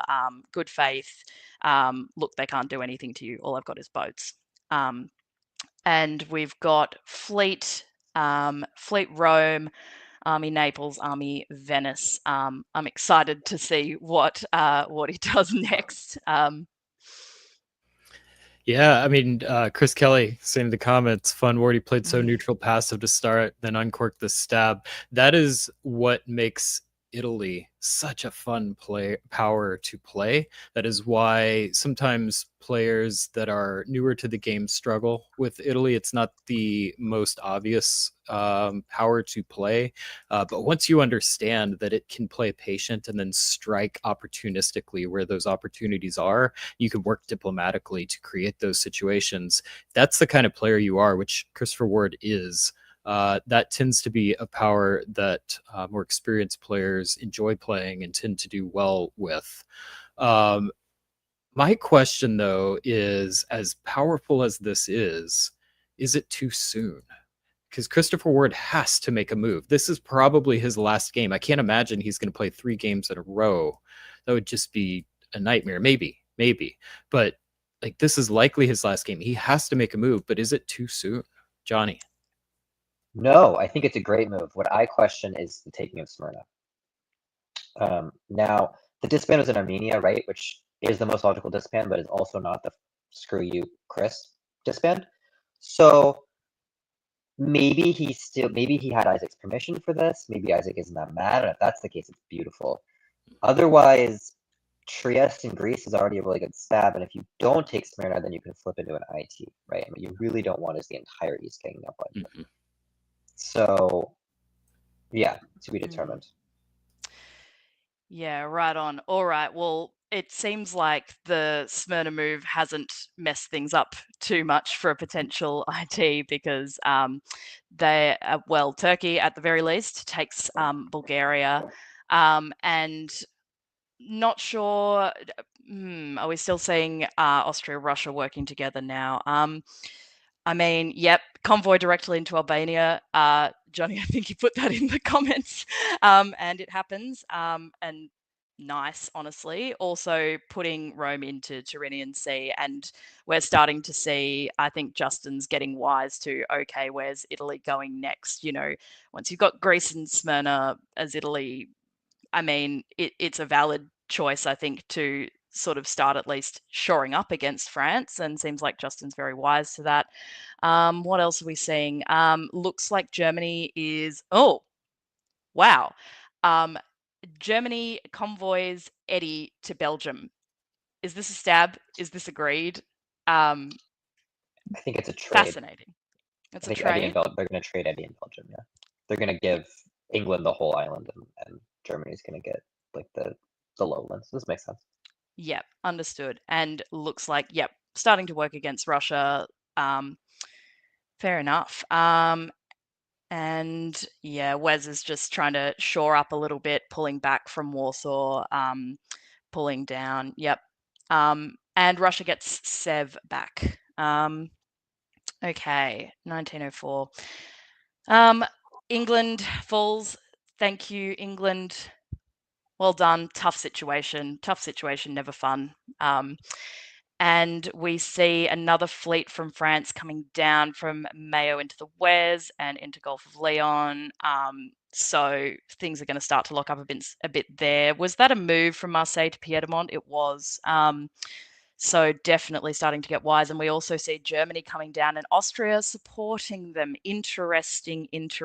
So it looks like, I would be guessing, Wes is going to Germany, going to France, saying, guys, please, I need a hand. Like, this is out of control.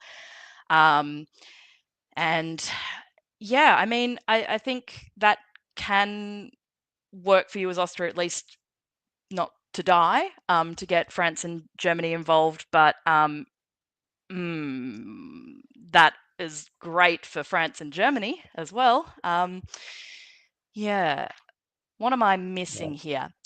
Germany takes Sweden, but Russia still has a build because they have Sev back, and I might have missed the other center that they got. Yeah, interested to see what happens with France and Italy from here, because that looks kind of locked up, but it's very easy, I feel, for France to get the upper hand from here as well. This is a fascinating board state, both from this game perspective and from the league perspective. Justin Lohr, sitting in second place, needs a huge score in order to replace one of his other already huge scores, in order to increase his score and end up in first place. This position looks great to me. There is an opportunity to do so, but Christopher Ward also needs a huge score in order to crack that top 7. Both players have league motivations that are going to be influencing this. And then the Patrick Johnson also needs, Jacobson's got an outside shot, but he also needs a good score in order to crack that top 7. So the three powers in the lead on this board are also competing with each other in the standings. Are they going to work something out? Is it going to cancel each other's stuff out so it ends up net neutral from the standing standpoint? It's a great place to play Who Do You Like? So Zoe, this is your first shot. You get to pick one power. You want to take their place to win this game. Who do you pick? Oh, I feel like I have a different answer positionally and diplomatically. Positionally, France is looking very comfortable, particularly if you've got Germany solidly on side. Like, who's coming for you is France. Diplomatically, and also, to be fair, positionally to an extent, Italy, nice. And it's hard to make a call. I feel like I'm leaning slightly more on the side of France just because of that position down south. And that will directly impact Italy if they don't manage that well. Johnny? Yeah. So I'm gonna take the opportunity to be a little bit nitpicky because I'm on the broadcast and it's my prerogative. I really would have liked to have seen Piedmont tap Venice in the last turn.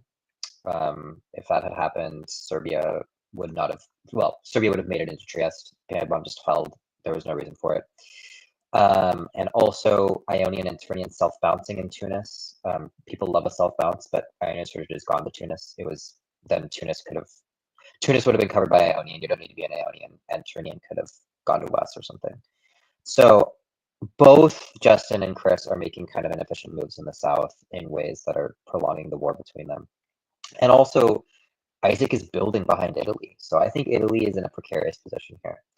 I like Cody Green in Russia or in Germany. I think Cody has a viable stab on France and also has the potential to clean up Norway, St. Petersburg, move into Warsaw. Meanwhile, France is in this war with Italy down south. France has 2 armies on the island, which again is just not where you want them. And I think even Russia is in not a bad position here. You can probably take Warsaw back. You can maybe get Budapest. Kind of depends on where Isaac wants to go. But I do think Russia is a little vulnerable in the north. So I think I'm going to go for Germany. Awesome. We've got in the chat, Nicholas picking Russia as another choice. So this game is exciting. Lots of play still. Just move us through this adjustment period real quick. And Johnny, why don't you take us in 1905? All right. So we see Cody takes Norway but loses North Sea. That's too bad, but he can cover everything. And he is also going to get St. Petersburg for free. So things continue to look pretty good for Cody. In the south, oh, we have another self bounce that shouldn't have happened. Just for yourself an attorney in here, Justin. Why are you self bouncing? And we have some more holds around Turnian and Piedmont, which I again don't understand. So I continue to like Cody's dynamic play a lot, and we'll see. I mean, I like some things that Justin's doing as well. Isaac is moving all the way north into Russia, so that's great news for Chris. That's good news for Cody. That is bad news for Patrick. And here we have not a whole lot. Wes is going to lose Warsaw, so that's good for Patrick. He's kind of going to try to hunker down in this core Warsaw, Moscow, Sev region. Justin gets Venice here. Good. So this is what I wanted them to do last turn. This is great. This is really going to turn the tide of the war in the south in Justin's favor. So this FG is just looking better and better. And I really think the FG is going to pretty much take what it wants in this game from here. Yeah, I think that's a pretty accurate read. France is set up in exactly the way I'd want to be set up in as France if I've decided that Italy is my next target. And I mean, you've got Venice now. It's your position to lose. But I think that call on Germany being really interesting as well was very prescient, Johnny, because I mean, this is, again, as you say, amazing FG position, because Germany's kind of can lock up lots of the north still, potentially, come down and round into Russia, depends how much Turkey deals with Russia. But and then Italy is ready enough for France to take. Oh my goodness. Tricky for Italy from here, and I'm guessing that Austria is going to hunker down. As mentioned, Russia's probably going to hunker down. I'm interested to see what Isaac does with this Turkish position, honestly, because Russia still has enough units to sort of maneuver around and protect themselves. And when I'm Turkey in this sort of position, I'd like Russia to be up flustered in the north and not have a lot in the south that I have to worry about, and I can just kind of go boop, boop, boop, boop, boop. That's not the case here, and in fact I think that might be Germany's benefit. So interested to see how 1906 goes in that regard. The big question I have, Johnny, I'll throw this one to you.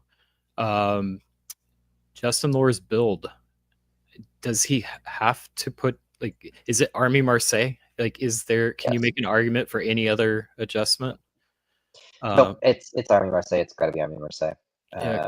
If he doesn't build an army, like Cody, he just whoop. I mean, he can't either way. And the great thing about Cody's position is that the Russian army in the North Sea gives Cody all the excuse he needs to build Fleet Q. Yeah. So this game really isn't Cody's in the driver's seat in this one, I think. And it's great to see after what happened to him last time. Well, he built army anyway. And I think that was a mistake. But Yeah, as you say, a really nice redemption for Cody from last time. And it's really nice to just spot. I think France is like I've played with him once and can already tell like really wise player. Like just moving around to try and hedge the possibility of Germany doing exactly that, wandering down to France and going, thank you, nice, I'll just jump in there. What else is going on? Oh, nice for Turkey. Russia is moving north to try and stop the German advance. I don't know if that's. I don't know if I would do the same thing in that position, but this is probably one of those situations where the diplomacy would tell us a lot. And there's probably, I can imagine as Turkey going to Russia and saying, "You don't have to worry about me. Look at this horrible German threat up north. Like protect your home centers. What am I going to do? Um, but as Russia, it's like, oh, what do you do? Yeah. I personally think a fleet in St. Pete, you don't have to move north to fight that necessarily, because where's it going to go? Whereas Turkey's kind of lined up. What else are we seeing? The French advance. France has taken Tunis. As is sensible. We see German armies moving east, and we see an attempt to take back St. Pete that is not successful. Can I say what the supports and etc. were up north? Support St. Pete to Livonia. Oh, okay, it was right, so that did not work. But interestingly, Turkey is moving away from Russia, so it does seem like they must have sorted something out on that front, and basically just said, I'll leave well enough alone. I'm spotting Serbia moving to Bulgaria. Is that agreed? Oof, Surely not. oof. Yeah, and pretty good. Not taking ground back off France, but defending a bit against. I mean, France doesn't seem to have wanted to move to Rome. Not sure why. But yeah, it seems like it's becoming a focus. Germany and Russia are tied up. France is very much focused on Italy. I am not really sure what Turkey's plan is. I'm interested to find out. Austria and Italy are friends again. It's funny what the West coming East can do in mending relationships. And yeah, so what are we left with at the end of this? We have France on 10, Germany on 9, going up 1, going down 1 for Turkey. This is fascinating. I definitely have to agree with you, Johnny. I think like Germany really pulled it out this year. And we have another army in Marseille. Great moves this year from Cody, holding St. Petersburg and not covering Sweden. Great tactics. Belgium's curious. This looks arranged, but Cody is behind. Justin already has less growth options and is the person who's trying to deal with the rogue Scandinavian fleet. So this is really odd to me. I'm not sure why Cody would agree to give, particularly to give Belgium with the fleet so that Justin could later pop back up to the North Sea. That's a little odd. It looks like the whole East is kind of together and trying to fight off the FG, making good moves. So where it's things are largely locking up in the Eastern defense. Yeah, see, why did Cody allow this? Right now you haven't gone one up this year, so Cody's gonna have to disband. He could have just tapped Belgium here to ensure that if Justin went to the North Sea, at least he couldn't do it this way. And now Justin has Army Belgium, Army Burgundy, Fleet North Sea, and is building. So I really, something diplomatically happened here that I can't quite understand. It's particularly baffling given how high Justin already is in the rankings. So like Justin doesn't need this. But I think whatever has happened here, it will give Justin this game. I think Justin is virtually unbeatable at this point. Justin potentially playing to overtake that first place spot. Like that's not nothing. Especially Justin, keep in mind, Justin's a rookie this season. Like this is a new player coming in and has been in command of this league all year round. I mean, the last time we saw that kind of play was Nicolas Taillet. Like it's that kind of performance, and that kind of player, they want to win. It could be that simple. You're totally right, Brian. I think you're totally right. Absolutely. Cody's giving it to him, taking Holland off. Cody's gonna let him have it. That's too bad. I mean, you never know what's going on behind the scenes here. But I wish Cody would fight for it. He had such a good position. It does look like, essentially just saying, okay, you're going to take my centers. Go ahead and take my centers. So Germany gets Warsaw, and Warsaw retreats to Moscow. Turkey's turning around again. We're seeing France trying to get stuff in the south, but that's of course a bit less pressing now that you've got a really nice sort of open path ahead into Germany. I'm interested in the resurgence, as I mentioned, of the Austria-Italy friendship, and what that might do. I mean, it does seem like with that move from Tyrolia to Piedmont, it's definitely a thing of we need to stop this French position from looking embarrassing for the entire East. Let's work together. Let's make something happen. And I'm delighted to see that Austria is getting a bit more play again in that discussion. And yeah, interested. Again, I'm kind of a little intrigued by the whole Turkish back fourth. I mean, you can sit on 3 centers as Turkey and you can live to the end, and that's nice. But now it seems like it's going to be a little hard to change the outcome of the game as Turkey from here. I really thought he was going to go for 3 that turn. I thought he was going to make. I thought he was going to pull a Wardy, but no. Oh wow. Okay, so Venice falls to Italy. Its rightful owner if you're Italy, its wrongful owner if you were France in Venice. And what else? I mean, Moscow moves back into Warsaw, and Piedmont turns around, Bohemia to Tyrolia. Yeah, interesting. Good to get Venice back, obviously. An attempted move to Ionian, which is blocked. Italy is now in a much better position to defend against those further French incursions. Is this a draw from here? Probably. I would think so. I mean, I would vote for a draw, and so it was written. Yeah, wow. Really, I really liked that turnaround, and Austria and Italy saying, "Hold on, France, wait just a minute. It's not going to be as easy as all that." Turning around in that last couple of years and working together really productively to kind of put the harder word back on. Yeah, good for West pulling himself off the mat. I thought he was down, but moves back up to 4 here. And I also love these Italian Balkans that are being used just to fill the Italian boot with every conceivable unit possible. Great. You shall not pass, France. That's awesome. Christopher Ward, it's Gandalf confirmed. I'd watch that.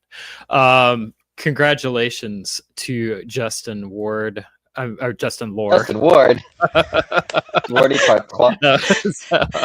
A magic spell has been cast. Yeah. I do wonder if fatigue did play any part for a couple of these players.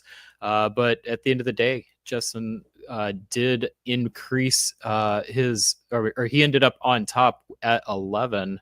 But let's see. What did that do to our standings? Was it enough to overtake league leader Matthew Tatanchi? Wow. Look at that. So replacing one of those low scores, coming in at 56.28. Close Well done, as. Justin. I don't know if Matthew's going to be playing in the last round. If it is, boy, we are in for a treat.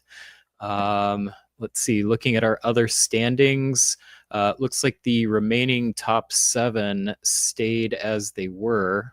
Jason Gray still in 8. So we're going to pause here for the Virtual Diplomacy League. We're going to have a little bit of suspense as we bring in our next game, which is going to be, we're going to transition to the Tour of Britain. Johnny, we're going to give you a break. Zoe, are you still able to do one more? Absolutely. So we are going to add into the broadcast Katie Gray. Katie, welcome. And we are going to do a quick intro for the Tour of Britain finale.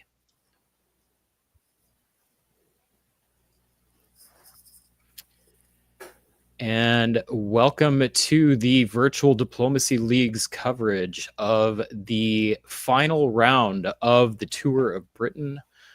We've got a really, really fun league. This is a long-time league, started during the pandemic, along with a lot of our other virtual leagues of that era. And it's been one of the most commonly played leagues over the past few years.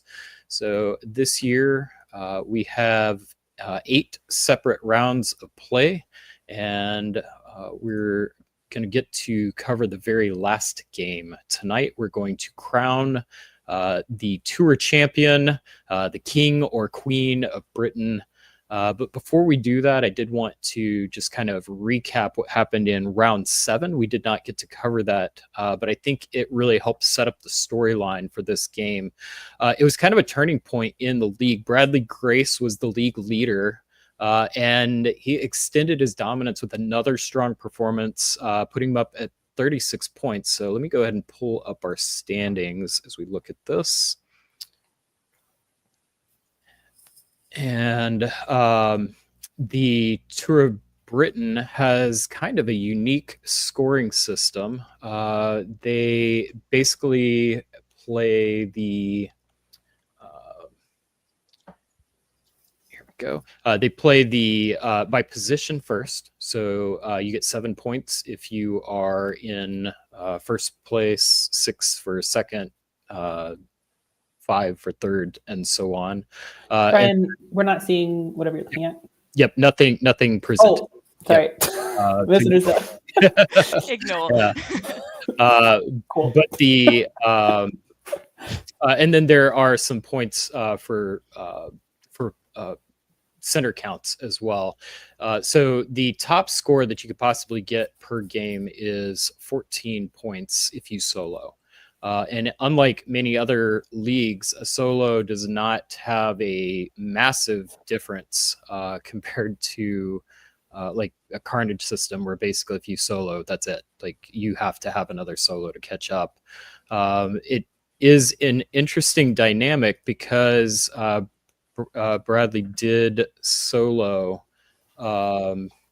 during that previous round. So that kind of helped set stuff up for our final rounds of this event. So I'm going to correct a couple things here and do a quick refresh. I think these scores we're looking at on screen right now are a little bit old. And here we go. So after our final game, this is what it looks like. Bradley Grace with 34 points, Justin Lohr at 21.5. So seeing Justin doing well in yet another league. Ben Kelman in third, Micah Blom tied at 20 points. So remember, 14 points is the max that you can get if you solo.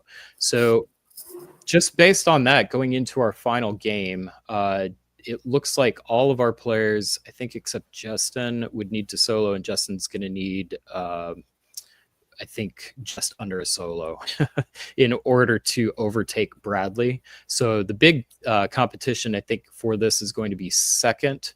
But it is possible that someone could overtake Bradley because of the way the scoring works. We've got a few players in contention. So we're going to watch what happens in this game. And let's bring up our players in this final game of that season. So round 8, I'm going to let you, Zoe, take the lead for this one. Why don't you introduce our players and set up any storylines that you'd be interested in watching based on what you know about these players and the standings in the league that we just looked at. Beautiful. A few names that I recognize here, I'll go through. So in Austria, we have Christian Brown from the US. England, we have our good friend Justin Law, also from the US. France, Spiros Dovas from Athens, Greece. In Germany, Micah Blom from the Netherlands. Tim Crosby in Italy from the US. We have Isaac Jukes from Great Britain, England, UK, etc. in Russia, and Bradley Grace in Turkey. Am I correct in remembering that Bradley Grace in Turkey is a terrifying prospect for many players, or am I making that up? Or is just Bradley Grace on a board a terrifying prospect for many players? It's more of that. Bradley Grace, I believe, won the previous Tour of Britain. Is a very consistently top tier player, particularly in the UK hobby. Also is one of our players that I believe plays both virtual face-to-face and extended deadline. So very well-rounded player as well.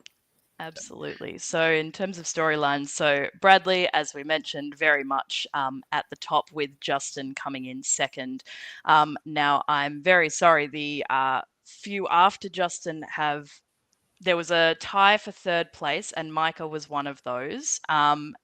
Tim Crosby, that looks like a familiar name as well from the list.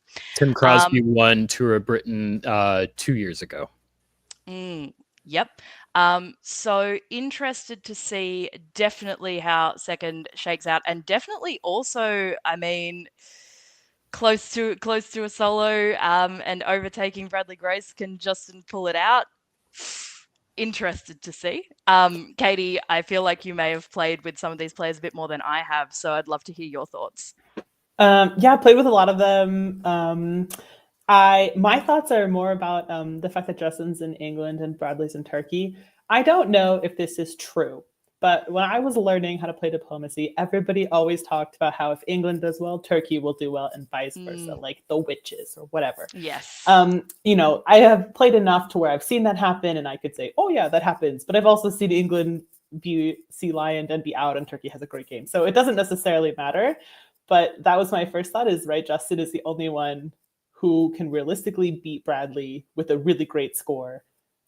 But he's in one of those countries that's classically difficult for him to do so based on whatever knowledge is floating around that may or may not be real.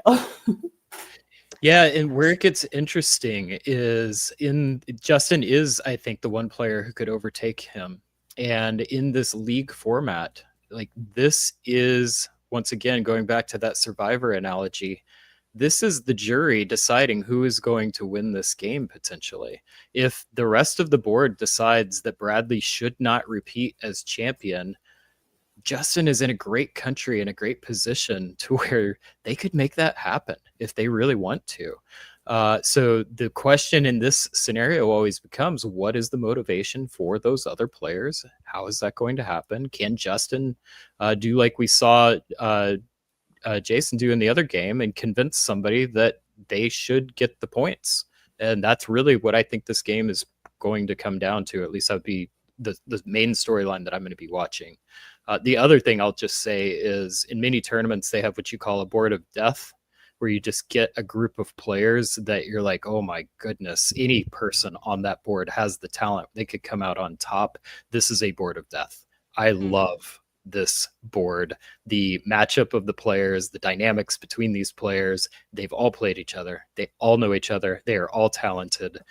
Anybody could win this game. So regardless of the league standings, there's got to be a little bit of pride on the line as well. So this is going to be a fun one. Anyone can win, but go Micah. All right, so love playing with Micah. And so we are seeing, right, Turkey moves to pretty standard set of orders, except a bounce in Armenia rather than a bounce in the Black Sea is curious, very curious. We see Galicia, DMZ, and Vienna and Budapest are both moving down. We see Russia opening north, so we've got Army St. Pete and we've got a fleet in Gulf of Bothnia. German orders don't surprise me. English orders don't surprise me.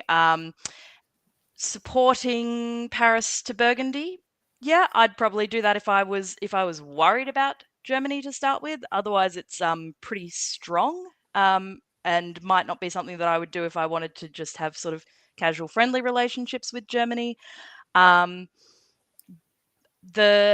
Venice moving to Trieste is interesting, but it might have just been a cheeky little hello. What are you doing? What are you doing? Are we working together?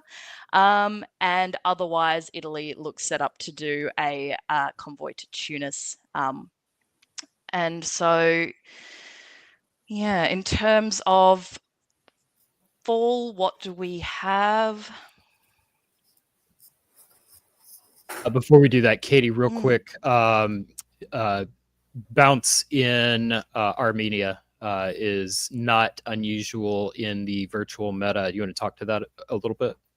Yeah, it's sort of developed, I think, in the past year or two. It's called the Armenian fist bump, which I may have come up with. It's fine. Don't worry about it. But I like that. It's basically a way for Turkey and Russia to keep each other a little bit honest while letting Turkey get that fleet to Constantinople so that you don't have to worry about Italy walking into Aegean. Now, it obviously, you could screw the other person over pretty easily, but at least Turkey's not going to be in Black Sea and Armenia, so Russia has a little bit of protection in that case. It's interesting in this game that there's a DMZ in Galicia and that it's kept and that Trieste doesn't move. So this is not looking like an AI at all. And that sort of fist bump, while it might not have been necessary in a defensive purpose, it could actually give Bradley like a lot of momentum. If there's going to be AI conflict and he's already got his fleet out of Constantinople and he's good with Isaac for now, it could be a really early strong game for Bradley. Yeah, I love the fist bump. Not necessarily because I like to use it. I rarely do. I respect it. I understand it. But what I love about it is a response to a shift in the meta. It was really because so many Austrians were willing to loan Trieste, and because that allowed Italy to slip into Aegean early and gain that extra tempo, that really put a lot of stress on Turkey. And the Turkish openings for years and years and years, if you read through old hobby articles, are boring. Smyrna to Khan every time. Smyrna to Khan, or if sometimes move up to Armenia. And that's it. Those are your two choices. And the fact that this game has evolved after 1950s is when it started. So after 70 years, we have, within the past 2 years, a completely new opening that is becoming commonplace. That is the sign of a healthy hobby, a healthy game. People are still finding new ways to play the game. And as somebody that has been commenting on this game for almost 5 years, that keeps it much more entertaining and fun. So I am a huge fan of the Armenian fist bump because of what it represents. Thank you both for the update. I like that a lot more than what I hear a lot in person in Australia, which is keep Turkey in the box. Keep Turkey in the box. Yeah, Turkey has got a bad rep. Everyone's afraid of Turkey. Turkey's fine. Turkey needs enrichment in its box, at least. Anyway, speaking of, so we have, Con heading out to Aegean, nice, and Bull going for Greece uncontested. As mentioned, that tension, that initial, even just slight whisper of tension between Austria and Italy, payday for Bradley. And we are seeing Russian and German cooperation. So Russia takes Sweden with support from Denmark. Fascinating. No attempt on Belgium. Spiros gets into Belgium unchallenged, and Micah supports Kiel down to Holland. We see North moving into Skag, probably predicting that bounce in Norway and setting up to No. make that. Sorry, I wasn't yelling at you. I was No, yelling at that's all Justin. I think he didn't. Like, I think he if he thought he was going to be bounced out of Norway, he probably should have supported it. I think a lot of Russia has moved that army north, and then they go to Finland so they could open up St. Pete for a build. And I think Justin was banking on that. He thought he was going to get into Norway, and Isaac said, "I'll call your bluff. You're not getting Norway." Like, that's wild. What a horrible start for Justin. It is looking so good for Bradley right now. Yeah, if this was a game that Justin needed the rest of the board to decide that he should be the next king of England, this does not appear to be moving in that direction in winter of 1901. No. That's rough. Like, why move down to, I don't know. Why? Why is Skagerrak good? Justin, you're doing really well in BDL and in this tournament, so you know what you're doing. But like, why Skagerrak? What is that? Johnny Gillum calling out 3 build Frances in a row, and that's in 2 separate leagues. So not even the same meta. And I also agree, Andrew Goff pulling his hair out there. I agree with Andrew. France is powerful enough. We don't need to help it by letting it get 3 builds immediately. But I do like that Spiros built 2 fleets and an army. I think that's what you build if you have 3 builds as France. So, yeah. Or if you're Andrew Goff, you wave 2 out of the 3. Or all of I think we can just assume anything I'm saying has something to do with Andrew Goff. I can't even touch whatever he's doing. I'm not on that level, so it's not relevant. But yes.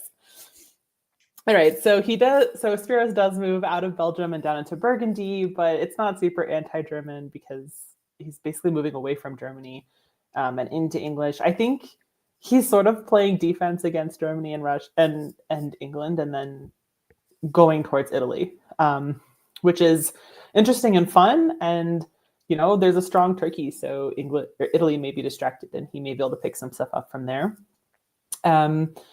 Justin retreats out of Skagerrak because why would we want to be in Skagerrak in the first place, Justin? Good question.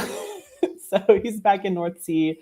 And there's a Russian army in Norway, which is good news for Justin, because that means there's less pressure at North. He may be able to just relax for a turn and stay safe, and maybe he'll come back from this. It's a great turn for Bradley. He's in Bulgaria, and then now in the fall, he's in Serbia. So, you can be in an AI, but if you have a Turkish army in Greece, like, that's only going to Serbia. Like, if there's a unit in Greece that's Turkish and you're Austria, it better be a fleet. And it's not. And so Bradley's up 2 more builds, and there's still AI conflict. They're fighting over Venice and Vienna, and I think Tim gets the upper hand on both of those. Tim takes back Venice and takes Vienna. And, and Christian loses Serbia, and Isaac is in Budapest. So rough turn for Christian. He's on 1 army in Trieste. And I think Micah's turn is really interesting. Micah loses Denmark to England, helping Isaac, which, why? I mean, Justin, Micah didn't do anything to you. Isaac's the one who ruined your game. Like, I don't fully get that. And I'd be pretty salty if I were Micah and I was minding my own business and Justin was just like, well, time to die. That doesn't make a lot of sense to me. To be fair, and to counter that a little bit, Katie, go ahead. Micah did support Isaac into Scandinavia in the first place, so I think it's kind of funny if the diplomatic angle that Isaac's taking is, that was so mean that Micah... hold on. Denmark can bounce Sweden or it cannot bounce Sweden. Denmark supporting into Sweden doesn't mean anything. I mean, that's basically letting it happen. And also, this is a personal thing for me, but if I'm Germany, I'm almost never bouncing Russia out of Sweden. So I really feel like that is... Maybe Justin was really counting on it. Maybe Micah told him that she would bounce him and she didn't, and maybe that's what he's mad about. You're right. That could definitely be it. Yeah, feel because like if they, oh, go ahead. I feel like it's either an on the board aboard diplomatic situation, or I would need to refer back to the league standings, but this could be league motivated also. So I think they were tied. Is that right? I'm gonna just switch over to our scores real quick and see. So so Justin needs to beat Micah. And so I suspect that is a league motivated decision. It's petty, Justin. It's petty. But Isaac is close. So like that's playing dangerous. It's 1.5 point separation. So yeah. It's barely, yeah. So that's part of the fun at the end of each league. All right, so moving on into winter of 1902, we're gonna need to move a little bit quicker so we don't end up with a 6-hour broadcast. This is fun, but we've got a lot of games to cover. So winter of 1902, we'll just take a quick look here, and then Zoe, if you'll call out the most interesting items in 1903. Yep. So to me, Russia going clearly against Germany, again, interests me. And Turkey just profiting. I did like last year how the French fleet that looked like it was going to go east just kind of went, looks like they're having a difficult enough time over there. I'll just chill. I'll just go back to Marseille for a little bit. But now we see Naples moving into Tyrrhenian Sea. So maybe Italy's going, well, we've worked out the Austria issue. Perhaps it's time for me to pick something up in the West. And yeah, just noting England and Russia working together. I think that could have been some nice diplomatic work, or as noted, league matters. And we have, There's also the French convoy into Wales. I completely missed that. Thank you. Such a small little thing, right? You could barely Such see the a arrows. small thing. Well, but yeah, if you're France and you go, oh, isn't it so sad that England didn't get a build? Oh, so terrible. I'll just jump over. Yeah, not a small thing for Justin, I guess. Yeah, I mean, like that's valid. You're doing that as France. I'm doing that as France, at least. If you can do that, like I think Liverpool's can't stop that. So and you've got the follow-on fleet in English mid-Atlantic, Spiros looking good in 1903. Yes. These French games have been so strong. Very, very strong. Oh, and it's not even taking Liverpool. It's supported into London and it gets in. But wow. Justin finally gets a build. Yay. With Holland. No, he won't. No, I was making a joke. Oh, sorry. Sorry. At what cost? Yeah, you're right.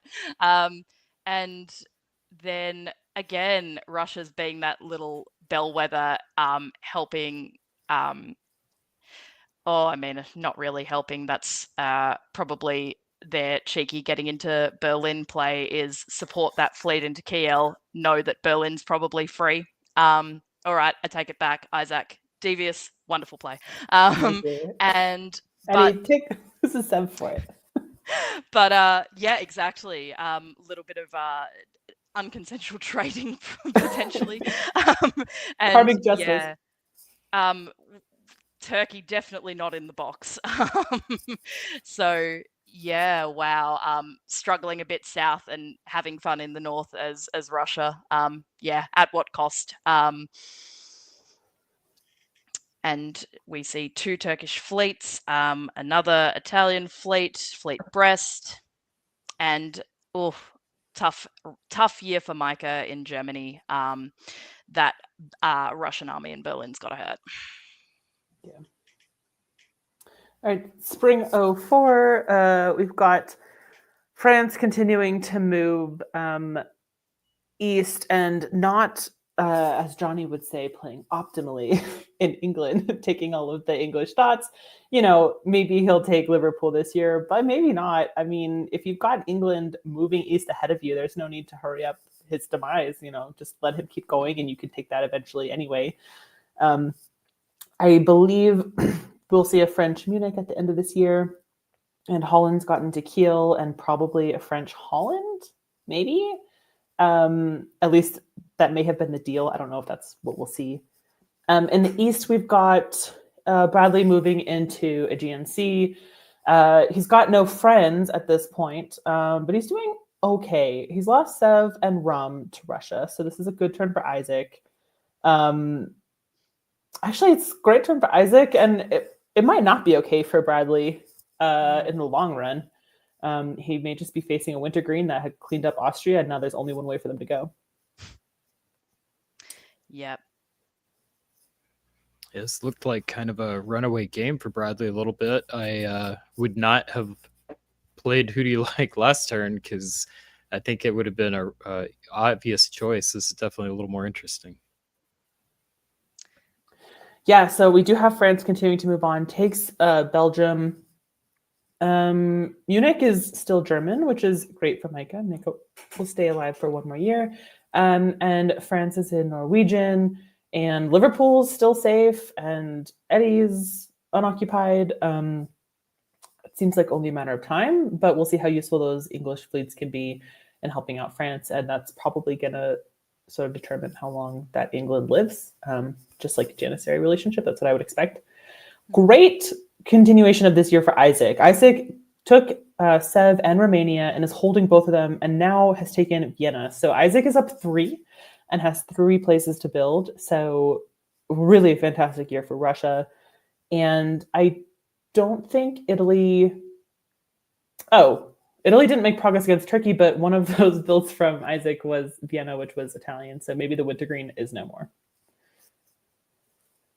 Poor Tim. Yeah. Very beautiful turn for Isaac in Russia, and we have Fleet 2 armies. We have Fleet Marseille, which is probably correct, and Italy going down takes away Eastern Med. Yeah, you're probably not getting a foothold in Turkey now. Sorry, Italy. Fair call, in short. Better to defend the boot. And all right, so from here, interested to see, as mentioned, how long England stays alive. I feel like there's an argument here for keeping England alive just to give Russia a Western power to focus on that appears to be a potential threat to them, rather than sort of, them getting wise, potentially looping around if Norwegian gets unoccupied and coming down and starting to harass you as France. Like, keep that buffer in there for a while. Again, probably not particularly efficient, but there's a logic to it that I don't mind. Yeah, and inefficient is not a bad word. It's okay. Yeah. It strikes me that Turkey's back in a beautiful position to relatively soon, I would say. If Italy were to go down one, Turkey would be able to force the Ionian, and then it's a matter of time for Italy, I would feel, in that situation. I have a question for you, Zoe. Who do you think Isaac's friends are? Like, who do you think he's working with now? Excellent question. If I'm Italy and I'm, thinking of myself, styling myself as the new Austria, I would actually still be friends with Russia, even if they took Vienna, and I'd probably make the argument like, hey, look, take some ground off Turkey here. We can work together. Give me back Vienna. I'll be your junior partner. Just please please leave me with my boot in peace. So maybe Italy. I would say probably not France, probably like amicable with France, I would say. It's easy to be friends with Germany right now. My guess would be Italy, although how impactful that relationship will be for Russia's game is another matter. That's my sense. What are your thoughts? I think you're dead on. Like, there's more growth probably out of Turkey, and it depends on how salty Tim's going to be about Vienna. I think to some extent you want to play amicable with France, but if France is not going to take English centers, then France is going to take Russian centers. So you really, I think, want to convince France that like just take the English dots, they're right there, in the hopes that maybe you can then take them from France. I don't know if that's likely given this board, but I don't know. I just found the last turn to be very like, oh, great turn, Isaac, you're up 3. But then I was thinking about it and I was like, but who did he work with? Like, Yeah. he took 2 off of Turkey and stabbed Italy. So, yeah, That's I don't always know. precarious. Yeah. And especially as Russia, like, Russia's scary to be ahead. You can always go down. So I'm really curious how it works out. So, Katie, would you pick Isaac Russia in this position for your who do you like? If I just saw this board state and not the last turn, maybe. But knowing the last turn, Yeah, looking I would. at the last turn also. Yeah, I would definitely pick France. He's still got 2 in England ready for him, and I think he can get Scandinavian centers if he's patient and uses English help. So I would for sure pick France. Zoe? Yeah, I mean, why buck the trend of strong French games that we've seen on this stream? Although Andrew Goff might be displeased, sometimes we have to displease Andrew Goff. I'm with Katie on this one. And I'm pulling up the scores here also. I don't see Spiros in the top 10, so there could also be league motivations. If not me, I'm going to try and have somebody else who's not going to impact my standings have that good game if I have to make that choice. So sometimes... Oh, wait, you muted, Brian. But It's yes. The insights were too spicy. Yep, that was... Had to silence, had to redact. All right, spring 1905, Zoe. Spring 1905. All right. So seemingly, yeah, Russia and Italy are not friends. And France and Russia are not friends. I think that read on, you get to be a big Russia, but at what cost is bang on.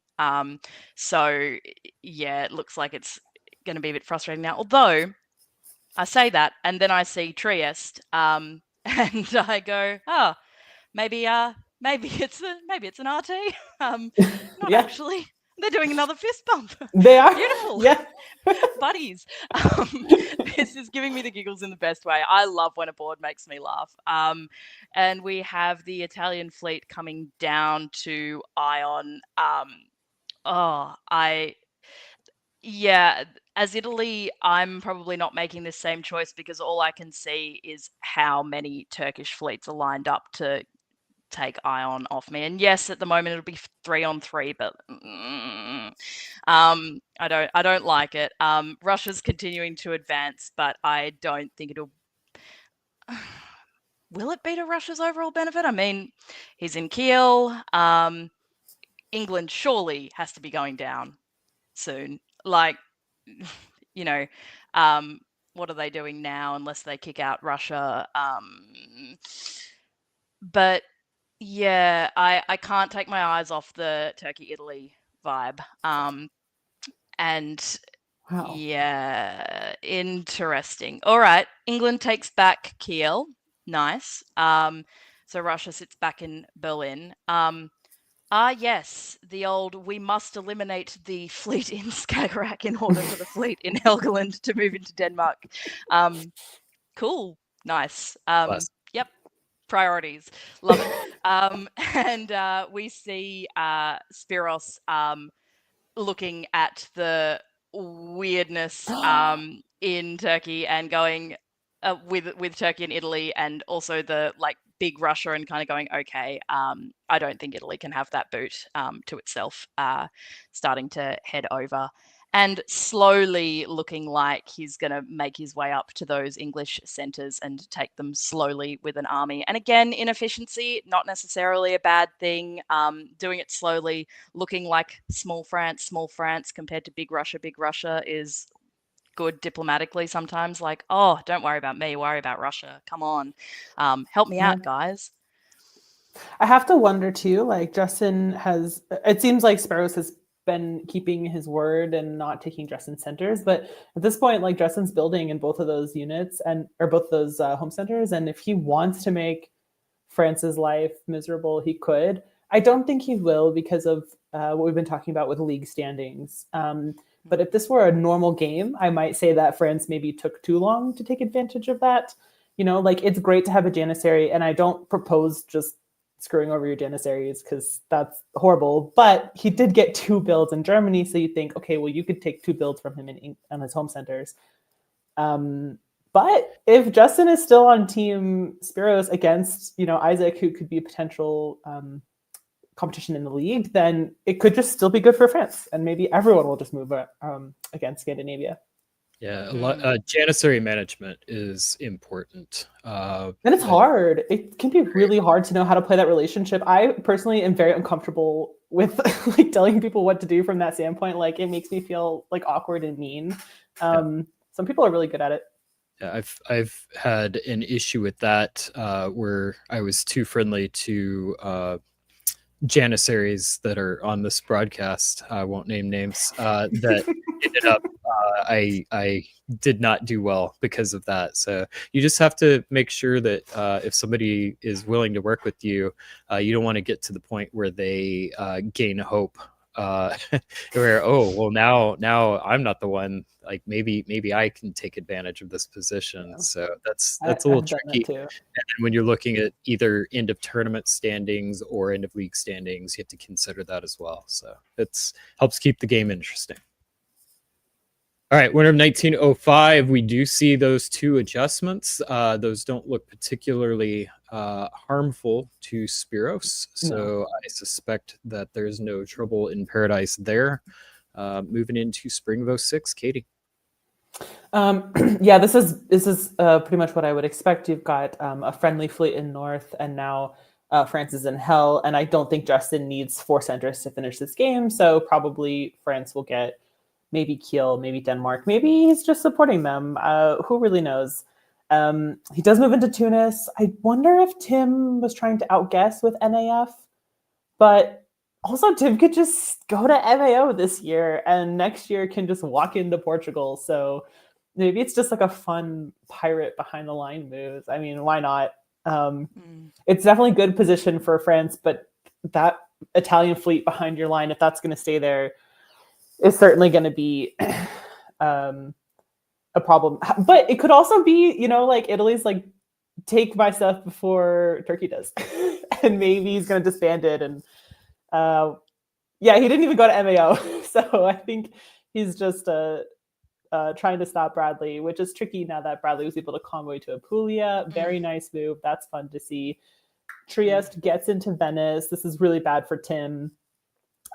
Great for Isaac. Isaac has managed to move an army up to St. Pete, move the fleet into Norway. There's an army in Finland now and something's in Sweden. I don't know what it is, but it's such a good position for Russia. And the only way it can really crumble is if Bradley attacks him, and it doesn't seem like there's any incentive for that to happen. Unless it's going to be a solo situation. But it sounds like even a solo won't win this league for Isaac. It will not for Isaac. So what does Bradley care? Bradley just needs to make sure that others don't do well. So this position is not bad for Bradley. Yeah, it's great. It's Isaac. Yeah. All right, so we've got a race right now between Spiros and Isaac is my read, and I think Bradley has an outside shot if he wants it, but I don't know why he would choose to do anything there outside of just, again, players that tend to do well consistently also tend to like to win. So there's always the True. I want to win aspect. Spring 1907, so what are we looking at? Yep. So the race is absolutely on, and Russia's, in a really nice position up in like Berlin, Silesia, Bohemia, Tyrolia. Now moving from Tyrolia down to Piedmont, but Venice, this is nice. Although Italy clearly is ticked off and is like, Bradley, please help me. Again, fascinating choice, but I think the point that you have both made about, the league standings being so much of the discussions here is very likely. And we do see an Italian centre going to Turkey. So if Trieste, the support into Trieste was help to prevent that occurring, that has just really not worked at all. And Russia is almost starting to shape up against France. I think France is in an okay position to not let Iberia fall to anyone, at least not too quickly. You know, having an army in Marseille is good. Having an army in Burgundy is good. Tunis, and then that fleet going to Tuscany is interesting. I think at this point, if I'm France, I'm probably just trying to make sure no one gets into Iberia. But different priorities, and we see a Turkish stab juggernaut is no more. Yeah, wow. Okay, so Bradley picks up Rome, picks up Budapest, picks up Romania. My goodness, what is this? So from 6 up to 9, no, 10. That was 4 centers. 5. And I mean, It was 5. 5. Sorry, Naples and Rome. Yep, Yeah. wonderful. Beautiful turn for Turkey. And I mean, this is kind of the thing that you can do as Turkey, whether you're in the box or not in the box. You can just wait. You can just wait for everyone to get horrifically out of position. You can distract people by messing around Italy and the Ionian, and then, oh no, sorry, Russia, I slipped and fell into Budapest and Romania, and oh no, I'm about to fall into Sevastopol. Help! Yeah, fascinating. And it was hard to see how Russia could suffer, but really, yeah, if Turkey sees an opportunity and Turkey takes that opportunity, all benefits to Turkey. Wow. Yeah. I'm really curious about the French-Italian relationship this last turn, because it really seemed like everything was fine, and then it wasn't. Italy was like, nah, I hate you, France, and it's fine that Bradley gets everything. And yeah, I don't know. Maybe it's just good diplomacy from Bradley, or maybe I read the Tunis situation wrong, and that obviously wasn't like okay with Italy. But yeah, regardless, like it's exactly what Zoe said. Like everything's up for Turkey. Bradley Grace comes into this game in command of the league. Now he is in command of this game. It would take pretty much a miracle for him not to top from this position, in my opinion. So now I think the question becomes, what are the other players playing for? I'm going to just push through a little bit more. We'll just watch this play out. I don't want to shortchange Bradley in his incredible performance. So if you see something that stands out to you, definitely call it out. But in my opinion, this game and league is pretty much over. Zoe, I'll go to you for this one. What would players be playing for if they're continuing the game here and not drawing? I mean, France, you can probably argue to pick up a little bit. That Turkish onslaught is just unreal, though. I mean, if I'm Russia, I'm begging for a draw. Like after the last turn, honestly, you're not going anywhere fun. As we can see, Isaac has done the right thing for the game ongoing. I think like you have to turn around, you have to try and stop that Turkish onslaught. But turning around as Russia, if you're focused in one direction, is so hard, and it means you will lose ground elsewhere. I feel, although Justin's being very kind and popping out of Berlin. But yeah, that is rough. Well, and they are helping him, right? They left Norway to blow up the Russian fleet. They are trying to help, but it's kind of too little, too late. Too little, too late. Absolutely. There's a lot of Russian armies there now, but still, yeah. Yeah, that was one of the more effective stabs that I've seen, especially considering the league implications along with it. That was not just a stab to win a game. That was a stab to win a title.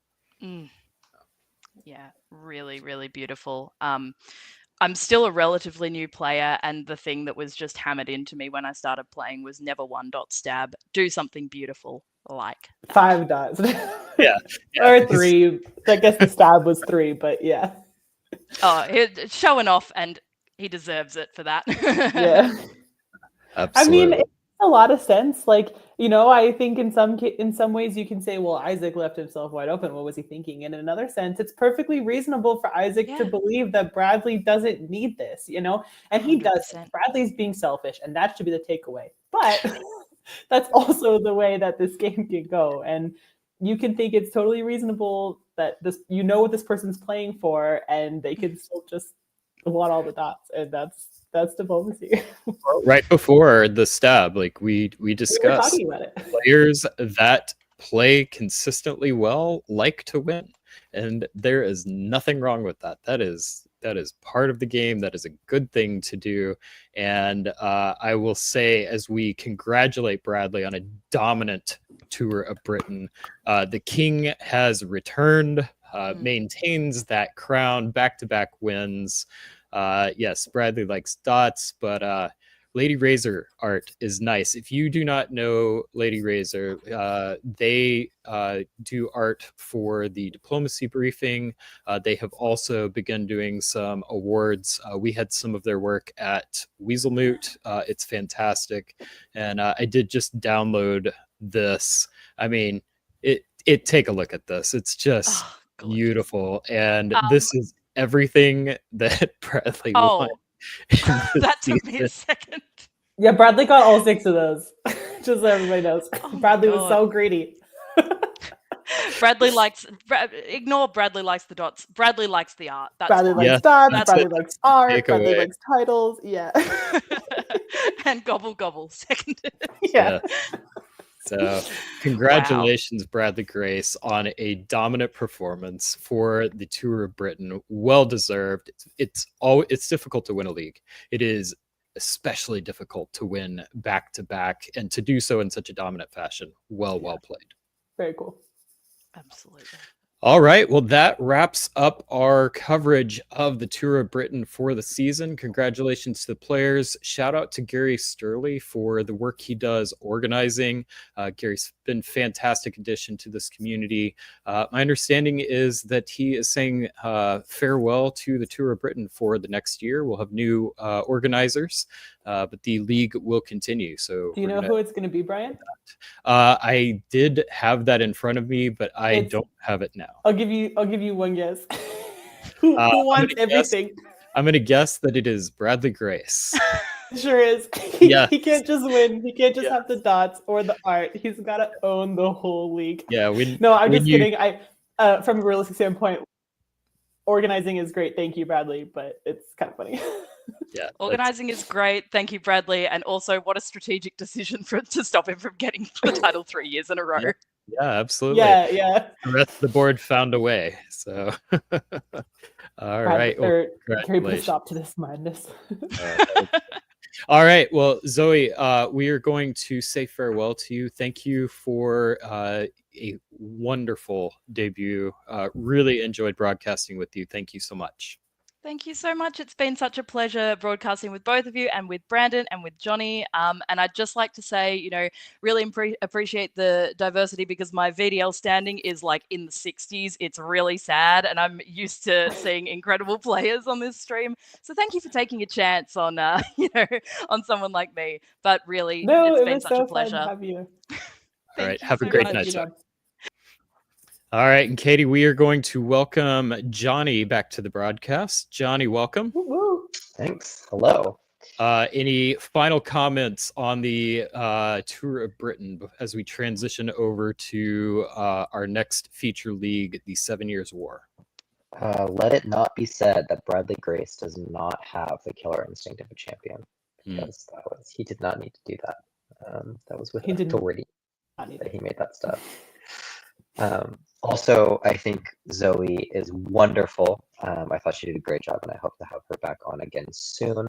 Although I did think it was very rude of her, Brian, to stab you when she was your Janissary. Yes. Whatever game you're referring to, I don't know what that could be. Yes, absolutely. How rude. So, all right. So with that, we are going to transition over to our next feature league.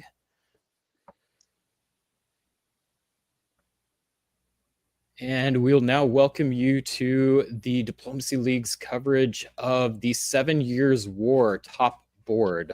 7 Years War was a multilingual league.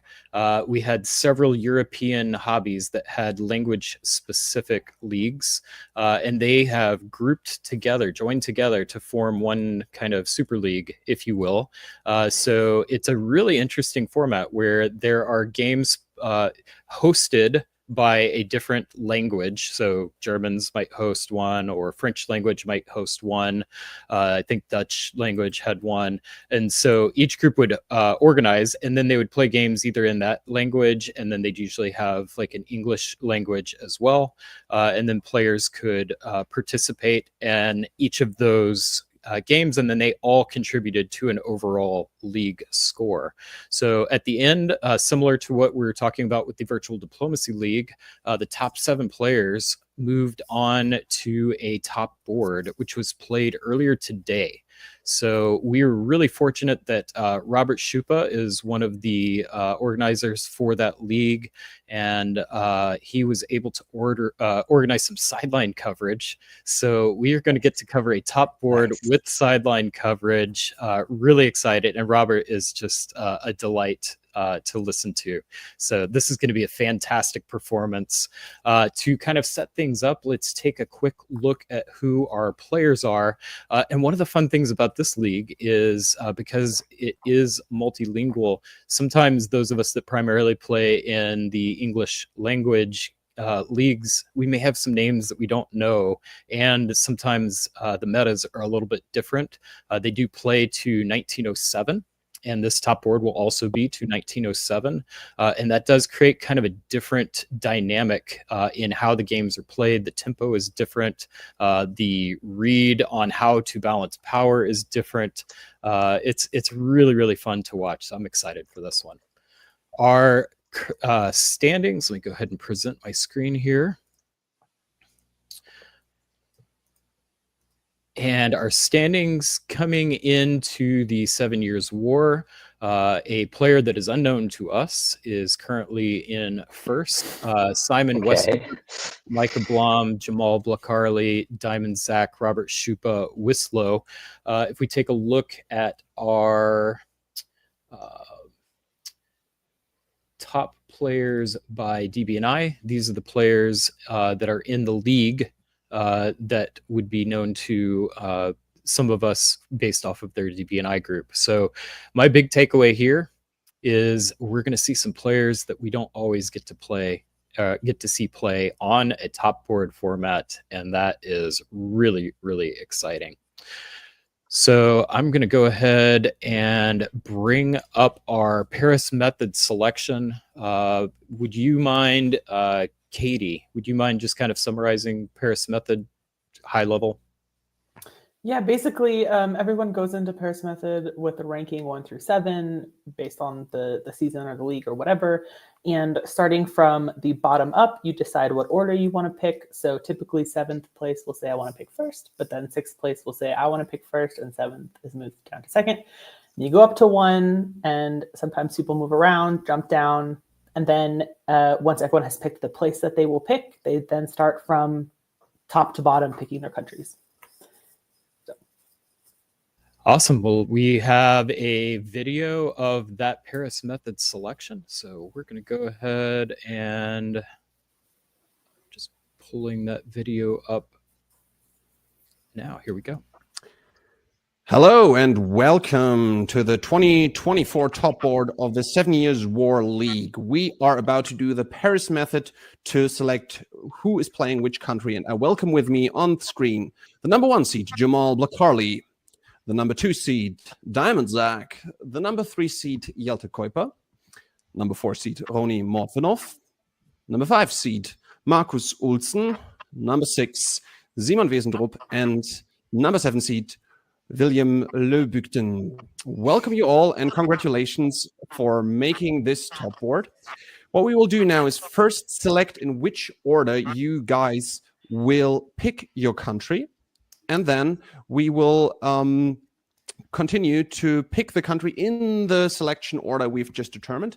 Be aware though, whoever picked their country last has the tiebreaker if there should be a tie in at the end of the game.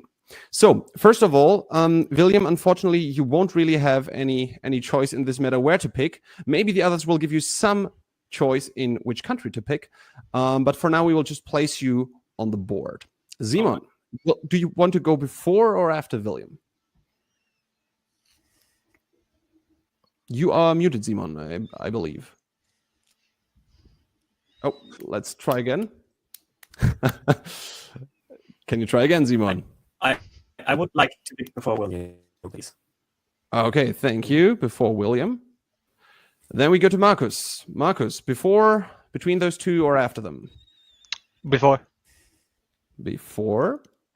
Roni, where would you like to be placed? Before Marcus. Before Marcus. Yelta. I still haven't decided.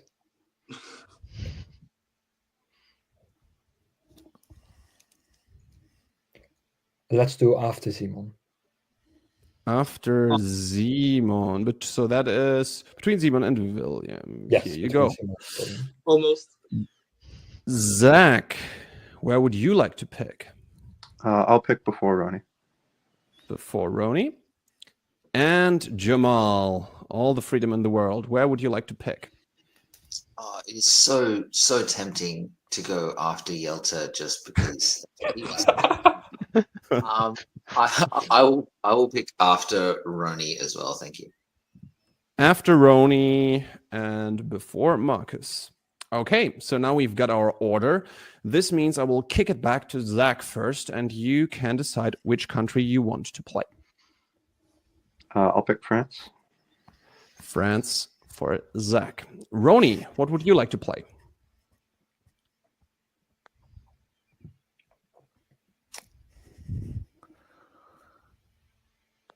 Give me Italy. Italy for Roni. Okay. Jamal, back to you. Oh, France, Italy.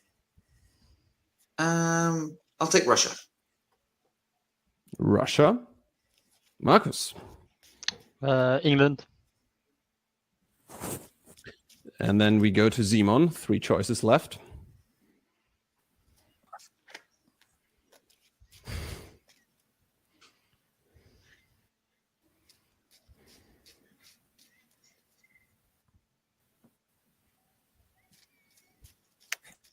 I should have expected these choices.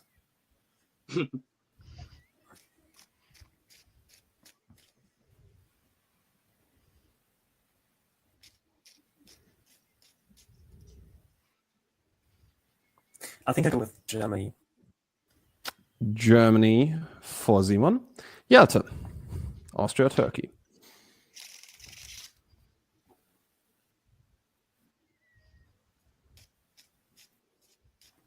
Austria, please.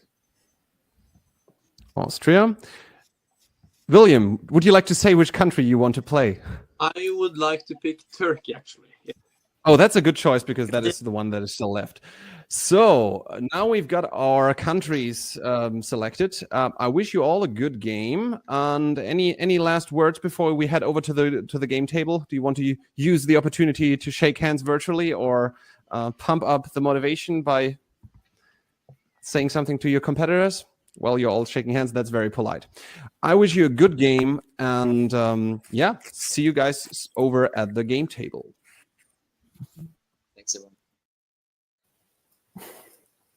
All right. So I always love Paris Method. I know that like there's a lot of like question about whether or not it really is a meaningful differentiator, like how much value does a pick or a power or whatever have. I don't care. It's just fun. I love watching people process through all of the choices, making those decisions. Johnny, I'm going to start with you.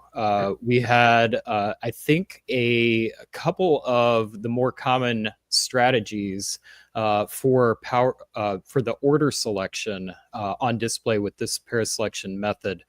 What was your main takeaway, and why did those choices get made, do you think? Sure. So the most interesting thing that happened here from our perspective was Yelta dropping from 3rd to 6th. I support this completely I'm on the record as saying that in Paris you want to pick around the 5th and 6th region. You should always drop when you can. So I will be rooting for Yelta, having made the right choice here. Although I'm also rooting for William because his last name sounds kind of Norwegian. And Very Norwegian. could also be Danish, but we're gonna go with Norwegian. The other, Jamal dropping to 3rd, picking Russia. I think that's pretty standard for Jamal. I think Russia's a really hard country on the top board, but on the other hand, we're talking about probably the best player in diplomacy. So we'll I want to top board as Russia. go either I'm way. just saying. Yeah, well, you're one of the other best players too, so I'm just saying I think Jamal can do it. I think you can too. Well, and on to that note, Katie, your impressions from the power selection. Any surprises for you there? I don't think anything was surprising. I do think that I agree with Johnny. Yelta dropping down is probably the biggest thing of note. I'm not surprised Germany, Austria, and Turkey were last. I personally put Austria much higher than those and Turkey, but I understand why people don't want to play Turkey on a top board. I'm surprised that Simon took Germany because I hate playing Germany. I think it should always be picked 7th. But no, I think that Johnny summed it up correctly, like in general. Yeah, so 1907 is our end for this game. Does that change how either of you would have prioritized the powers that were selected? Do you feel, or I'll ask it a different way, did the players select in an order that you agree with based on a 1907 end date? I think actually Austria is fairly strong I haven't played a lot of 1907 games, but I feel like Austria can be a fairly strong mid-game player, so I would maybe have expected that to go higher with that in mind. But, these people have been playing in this sort of meta for a year, and so they probably know better than I do. Johnny? Yeah, I mean, to be honest, I believe firmly that the players you are playing around is so much more important than the country that you're playing in any individual game, especially on the top board, as to render the question of what country you're playing like irrelevant. Like, I would much rather play my least favorite country around favorable players than vice versa. And I don't know if that's what the players were thinking about or not. I know a lot of players really like playing France, but that's not my philosophy about whether the game's 1907, 1910, 1915. All right, well, coming to our players, both of you saying that Jamal is one of the top players in the world, if not the top player in the world right now. If not Jamal, who do you think has the best chance at winning? I don't have enough. I don't have enough knowledge of these players to make any sort of educated guess. So I don't I know Rony and I know Yelta, but I don't know any of the other players, and I cannot make a prediction based on not knowing 4 of the players. That would be super unfair because they are. Yeah, I just have no idea. Sorry to say no, Brian, but I will not answer. That's going to, I mean, we said that at the start of the show. That's going to be one of the fun things about this broadcast. We see some new players on the top board. This is going to be fun. Johnny, what about you?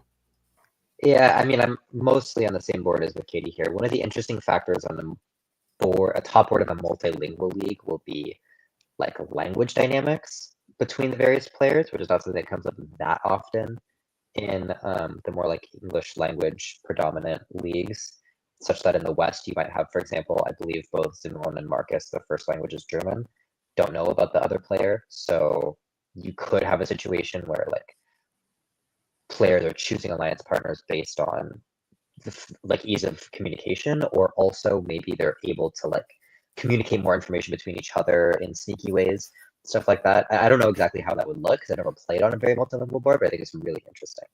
Yeah, we also have seen a few instances of that, and sometimes you end up with the situation where they're like, well, I don't want that guy to win because they're always playing against each other. So it's a double-edged sword. Sometimes, you've got the advantage of perhaps speaking that same language, but other times that familiarity can breed contempt. So it can go both ways. We've seen it on DBN. So We've got McCallus in chat saying that Roni has a fair amount of top board experience from Nexus. I've played with Roni as well. He's one of those players that is a multi-format player, and he is. I agree. I think that's a good, solid pick. He definitely knows what he's doing. Yelta Kuiper has won European DipCon in the past. He definitely knows how to play in these 1907 in dates. He also needs a win in order to improve his DBNI standings. So I think that if that's a motivator for him, he may be trying for that. And I've also covered Simone a few times, and so it'll be fun to see him on this game. The other players are unfamiliar to me, so let's stop chatting and let's get to our game. Katie, I'm going to have you take the lead. Same format, Spring 1901. All right. Openings are very standard. Bouncing Piedmont is not the most standard. I think it can be a little risky for France.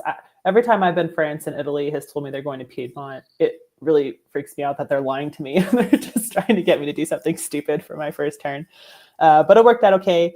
Diamond Zach is bounced out of Piedmont and is in Burgundy and MAO. Standard English opening North shows a little bit of trust in Diamond in Zach by moving to Eddie and not to York, but otherwise pretty standard. Zimone, fairly standard German opening. Jamal, standard Russian opening. I will say there's a bounce in black and a DMZ in Galicia. Could show more trust between Austria and Russia than Austria and Turkey. Could also mean nothing, but Turkey did that thing we were talking about earlier that's kind of like old school now of moving the army in Smyrna up to Khan.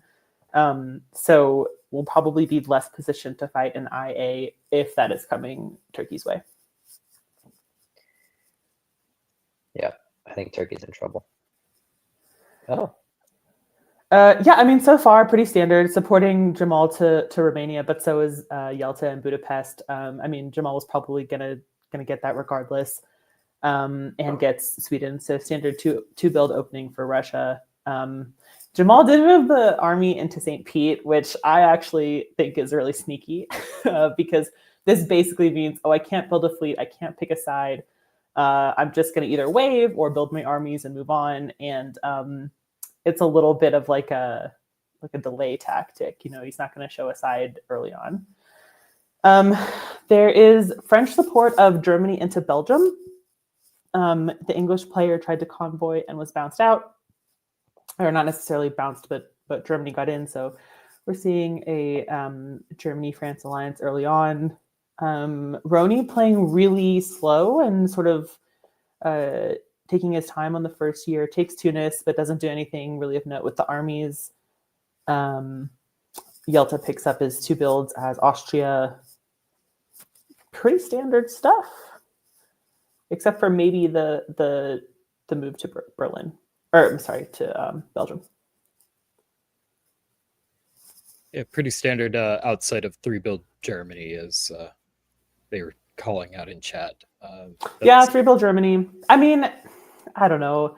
I don't think it's that great for Germany, to be honest. It's not as powerful as 3-build France, and it's still scary. So I hope that he does well with this. I hope that he does well with this. I don't like it, but I also don't like being Germany, so I don't like anything about it. So I was gonna say, Katie, you just hate being German. I hate playing Germany. I think 3-builds are great. It's Germany. No, I think it's great, but I don't. Whatever. Yeah. I have said this before. I don't know how current this data is. I'd love to have someone do the analysis on updated data, updated meta. But back in the 90s, there was an analysis that basically said if Germany gets 3 builds, they perform worse. I believe it. Yeah, I believe it fully. I also have had a conversation with a friend of mine who plays Germany as a high tempo power. He's like, I will take 3 days every single day. It's like, yeah, you got to get your centers. Why not? So, all right, winner of 1901. What does Germany put down with those 3 builds? Johnny, you love it. Tell me about it. Absolutely, I love it. 2 fleets for Germany. Beautiful. He's off to a great start. This is how you play Germany, Katie. Take notes. It's gross. I don't like it. France didn't even build in Brest. Like what? Yeah, this is actually looking kind of triple-y. Maybe just EF. I was reading it as an FG, so one of us is going to be right, and it will probably not be me. But yeah, I mean, if I see two double fleets and I am England, double fleets from Germany and I'm England, I am panicking. Yeah, this is also the least surprising wave from Jamal I've ever seen in my entire life.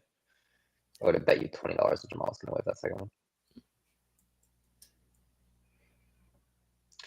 All right, so in the West, we have just little build in Brest. commitment.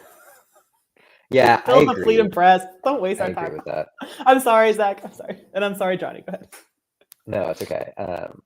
I agree. I mean, I don't think if you're gonna slow play, France is hard to do it with. So, you know, but Germany is moving up into Heligoland Bight, so setting up to maybe take the North Sea. I wouldn't be surprised to see Germany tap North Sea and Jamal get Norway here, so that's great. And then yeah, so we've got Austria and Russia working together, kind of like we expected. Putting Romania into Bulgaria, so it does look like it's going to be a real AR in this game, which is a cool alliance structure. Can be very fast moving, and Roni is just kind of positioning. Definitely, if the IT are going to try to work together from here, they're not really in the best position, so it's going to be a little tricky. And I am failing in my host duties, forgetting the very best part of this broadcast. We do have a Spring 1901 sideline report. Oh, so yeah. let's get to that and see. Now that we've got this information about what Spring 1902 looks like, our sideline reporters will not have even seen the build. So let's see if there's any hints that we hear that our foreknowledge has that'll help provide even more clarity. So here we go with our our winter of 1901 sideline report. Welcome to our first sideline report of the 2024 7 Years War top board. We are Robert Schoppe, and joining me for some special Norwegian insight, Christian Festendal. Welcome. And we will bring you all the insight on the negotiations. And starting in spring of '01, I've been mainly listening into the Eastern conversations. One thing that was noteworthy, we have quite a few Norwegians on this board. And the first thing Jamal tells William in their first conversation, you have a lovely accent, by the way. That's how the RT conversation kicks off. William does something that is an interesting start to a conversation. He says like, yeah, well, RT is not the easiest alliance to make work. You know, we all know that it is a bit difficult. So he has concerns about just going RT with Jamal right away. But he says, well, if we disguise it a little bit and turn to it later, it could work. On the other hand, Roni in Italy goes very calmly, just says like, well, I don't want to overcommit to essentially everybody. And Yelta kind of paints the picture of himself as being there just to have fun, not really thinking about the win too much. Well, it was just funny that I dropped down and I felt like Austria is nicer to play than Turkey, even though I do better at Turkey. And he paints himself as somebody who's not super competitive and maybe just a little more easygoing in the game. How was it in the West in 1901? Yeah, so right away, France and Germany speak vastly more than they do with England, and they pretty quickly decide to do fleet builds and try to eliminate England pretty much as fast as they can. The Burgundy move from France was agreed, but this was something that Germany didn't like, so there was a little bickering over that, but all in all, they got along very well, and England felt very undecisive because they said it was their first time playing England and they didn't know what to do, and just because of that, it seemed that France and Germany really connected more and reached agreement much faster. Okay. Well, if we move on into the fall, we have an interesting conversation because Roni in Italy and William in Turkey have been talking about an IT in Spring of 01 already, and they were sort of like, a little bit careful. Both of them were interested, but didn't want to overcommit. And Roni just goes to William and asks, so what do you give me if I move the fleet into Tunis rather than convoying an army? Because William had said that he would prefer that. And that's a really interesting move because it kind of puts William on the spot. He didn't want to overcommit either, but if he just says like, well, I do nothing, then, well, why would Roni do that? But if he says, I'm going to build an army here, not a fleet, then that's a big commitment for not going against Italy. It ends up that they sort of agree that they both should build a fleet, and that is fine. One fleet on each side is fine, they say. And very late in the day, Turkey comes back to Italy and says like, well, if you put the fleet there into Tunis, I will go into Black Sea. And actually, Roni says like, yeah, well, okay, well, will you get in? William says, I don't know, maybe I hope so. And Roni says, well, okay, I'm gonna go to Tunis with a fleet then. The other interesting thing is Yelta offered that if Jamal put a fleet into Romania, he would waive a build. However, Jamal says, like, isn't it better if I try to go into Black Sea and put the army into Romania? And after a little bit of discussion, they agree on that. What else was going on in the West? There was a lot of talk about Belgium. France and Germany pretty early decided to give it to Germany. And there was a lot of talk between England and Russia about the state of Scandinavia, especially if the fleet in Edinburgh should go to Norway or not. Russia said he wouldn't build in St. Petersburg if he didn't convoy over the army, but he ended up moving there anyway. So it depends very much on the builds, and we'll see if someone lied. But for now, it really looks like France and Germany are working very close together against England. Okay. All the comms have gone as they agreed, and it comes down to builds, really. Well, thank you very much. I'm curious to see how it continues, and we'll kick it back to the booth.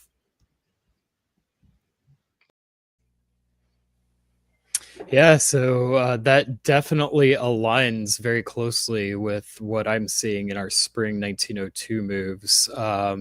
Johnny, this is your year to lead, so I'll go to you. Anything that you learned from that? No, as you say, I think it lined up really well with what we had been reading on the board. I think it's interesting that F and G had such a firm plan to work together, it sounds like. And even still, France choose to take such a slow way of going about this set of moves. I mean, it's just going to have an effect. I'm not saying it's necessarily wrong, but it is going to make a difference. And I'm interested too in these IT conversations. It sounds like both of them kind of maybe knew that they should IT, or that it might be a good idea to IT, but there's some kind of uncertainty.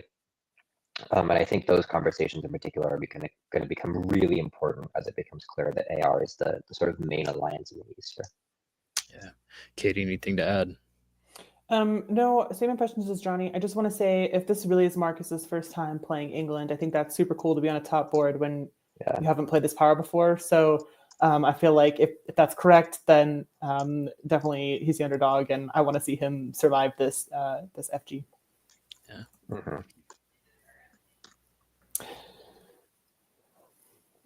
I think it's you, Johnny. It's me. It absolutely is me. So we see France slip up into the North Atlantic Ocean. That is not very good for England. And Germany sets up 3 on the North Sea, but England does not lose Norway. So this looks like maybe Jamal and England are working together here to combat FG. I like that from Jamal. That's smart. What I choose to do as Russia in an FG is always a really open question, but this is a smart way of doing it. And meanwhile, in the south, we are seeing Jamal really come down on, well, maybe Black. I doubt Black's agreed. I think they're going to take out Turkey here. And this is great for Jamal. He's got Bulgaria, he's got Romania, he's got a fleet in the Black Sea. He's got a friend in Austria. Although, interestingly, Austria doesn't seem to be doing much. Yelta is not supporting himself in the Tyrolia, which he could have done. He's not tapping Ionian. He's going to go in for Bulgaria himself. So I think there's an open question here of like, what is Yelta actually doing? What is Yelta actually going to get out of this relationship with Jamal? To be determined. No further thoughts. I agree. So it's fascinating to me. I really I know you're talking about the slow play of France, for example. This is how I like to play France. I love to slow play it. It is one of those powers that has the luxury of watching what others do and responding to the rest of the board.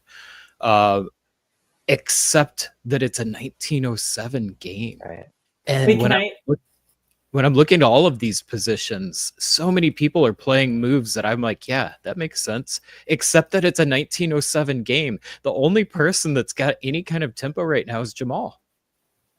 Yeah, I will say I don't think that France is necessarily slow playing. I think slow playing would be spending another year or two deciding to go after England or Italy, waiting for them to get out of position. I just think that their builds were really slow. Like, they immediately were Team Germany and going after England. I just think that they set themselves up to be a turn later, which is a year later in terms of builds. So I don't know if it's intentional. I feel like it was intentional because, well, I don't know. Maybe I'm projecting my own play style into it.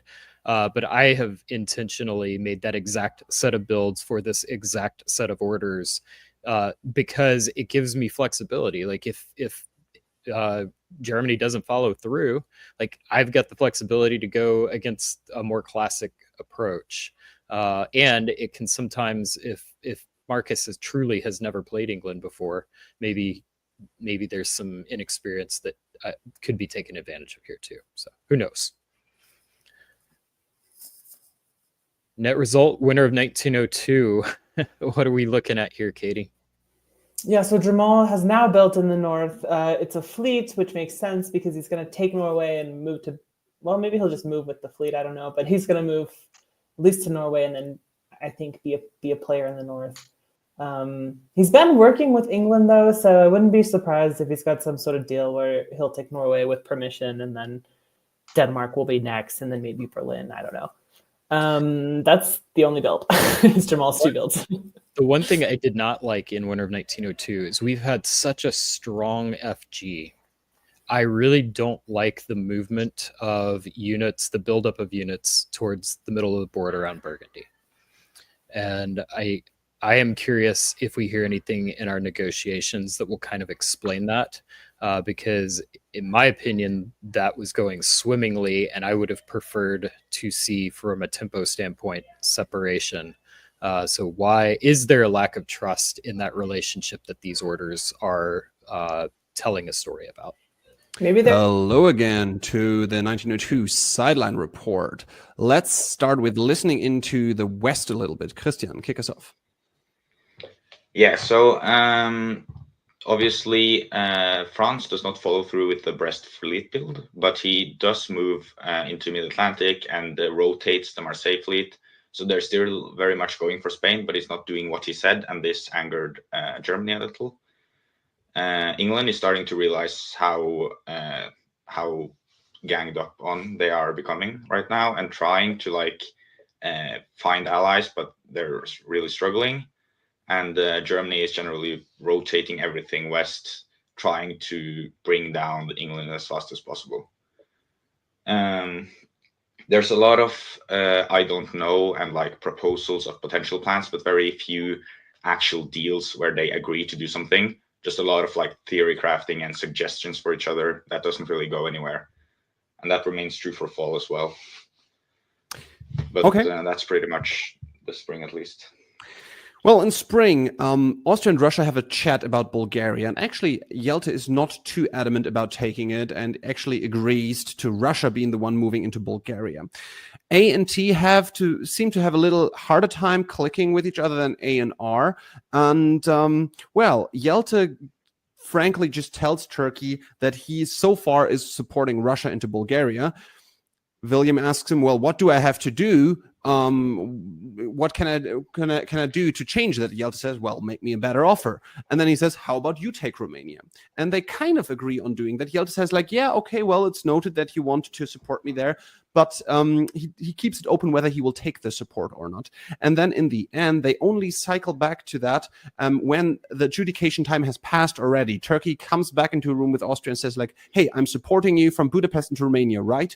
And it seems, well, Yelta seems to be annoyed that he didn't change the orders in time. Whether that is acted or not, we don't know. Maybe he really wanted to take Bulgaria in the end instead of giving wanted to take Romania instead of giving Bulgaria to Russia, or it's just a bit of theater, as he seems to get along well with Jamal. So let's move forward into the fall turn. And in fall in the East, well, Jamal and Turkey openly agree with each other that it is fine for Jamal to be in the Black Sea if he will then lay off of Turkey, if he will just be there, and Turkey will be a helpful little Turkey for Russia. So that's actually all agreed with Black Sea. Yelta kind of tells Turkey, well, if you want to survive, because he's asking him, what do you need to do to survive? Yelta says, take a support to Ionian. And the next thing Turkey does, he agrees, and then goes straight to Italy, to Roni, and says, like, look, Austria is supporting me to Ionian. Please hold yourself there. I don't want to be there. And yeah, so he figures it out, and he tells it to Italy so he can defend himself, as he doesn't want to go too far out of position. Anything else in the West apart from more non-committal, maybe some deals? Yeah, it's mostly the same. The only thing here is that Russia agreed with England to support himself into Norway and didn't follow through with this. And in general, it seems that England and Russia are becoming a little, if not allies, at least working together more.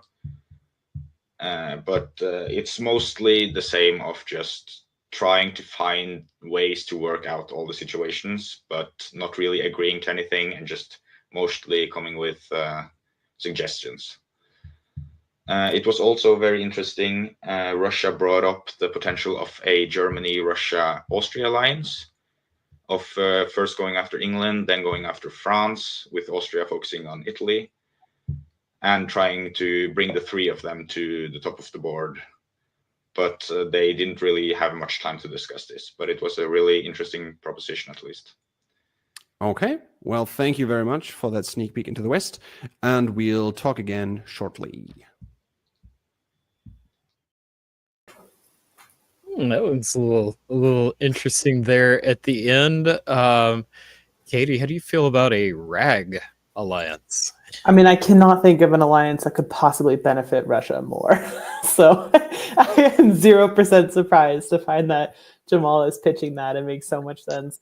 I also think in general, the Eastern politics are really interesting. You know, I do think if you're going to do a Germany-Turkey alliance, or I don't know why I said Germany, a Russia-Turkey alliance, I think you do want a fleet in the Black Sea that's Russian.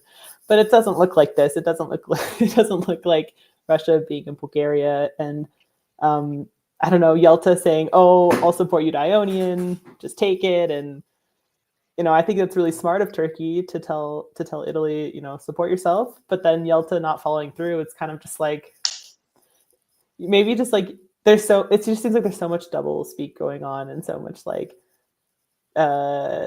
untrustworthy diplomacy. It's what this game is all about. Like, it happens all the time. And it's funny when, like, it's hard to figure out who's allied from the sideline reports. You know, nobody's really seems to be like I don't know. I just think it's AR and whatever else.